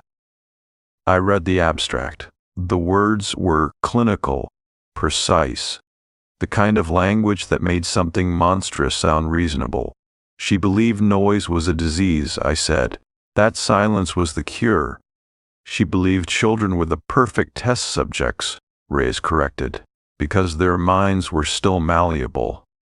I thought of Ezra, of the way he'd written about the world being too loud, of the way he'd taken the children, of the way he'd kept them, of the way he'd looked at me when he'd written Eleanor's name, his expression hollow, his fingers trembling. She found him, I said. She trained him. Reyes didn't answer. She didn't need to. The file spoke for itself. We found Eleanor Voss in an old research facility on the outskirts of Bakersfield. The building was abandoned, its windows boarded, its doors chained, but the locks were fresh. The security cameras were new. And when we broke in, the air smelled of antiseptic and something else, something faintly sweet, like the aftertaste of medicine. The first floor was empty. The second floor was a lab. Rows of soundproofed rooms line the hallway, each one identical small cots, medical equipment, the hum of machines keeping the air clean, the noise out. And in the center of it all, a desk, a computer, a list of names, hundreds of them, children, schools, targets. Eleanor was sitting at the desk when we found her. She didn't look up, didn't react to the sound of our footsteps, the click of Ray's cuffs, the way the light spilled across her notes. She just kept writing, her pen moving across the paper with a terrible, methodical precision. "Dr. Voss," Reyes said, her voice sharp, "you're under arrest." Eleanor didn't flinch. She just finished her sentence, capped her pen, and set it down. Then she looked at us, her expression calm, her eyes cold. "Took you long enough." I stepped forward, my gaze locked onto the list. "How many?" She didn't answer. She didn't need to. The names spoke for her. The trial was quiet. Eleanor never raised her voice, never showed remorse. She just sat there, her hands folded in her lap, her expression serene, as the prosecutor read the charges: kidnapping, conspiracy, the systematic drugging and imprisonment of children. The jury listened. The judge listened. The families of the children listened, their faces pale, their hands clenched in their laps. But Eleanor wasn't talking to them. She was talking to me. "You think you've stopped this," she said when I visited her in holding, her voice low, her gaze steady. "But you haven't. The world is too loud, detective. The children suffer." "Not like this," I said. She smiled. "A small, sad thing. You'll see." The last time I saw Eleanor Voss, she was being led out of the courthouse in cuffs, her head high, her expression calm. The cameras flashed. The reporters shouted. The families of the children watched, their faces a mix of relief and horror, and something darker, something that looked like understanding. She didn't look back, but as the doors closed behind her, as the van pulled away, I saw her lips move. 3 words. "We'll be listening." The schools were repaired. The ventilation systems were replaced. The children were sent home. But the quiet rooms were still out there, hidden, waiting. And somewhere, someone was listening for the noise. Someone was believing in the silence. Someone was preparing to save them. And the only thing I knew for certain was this: the next time a child vanished, I would hear it, and I would answer.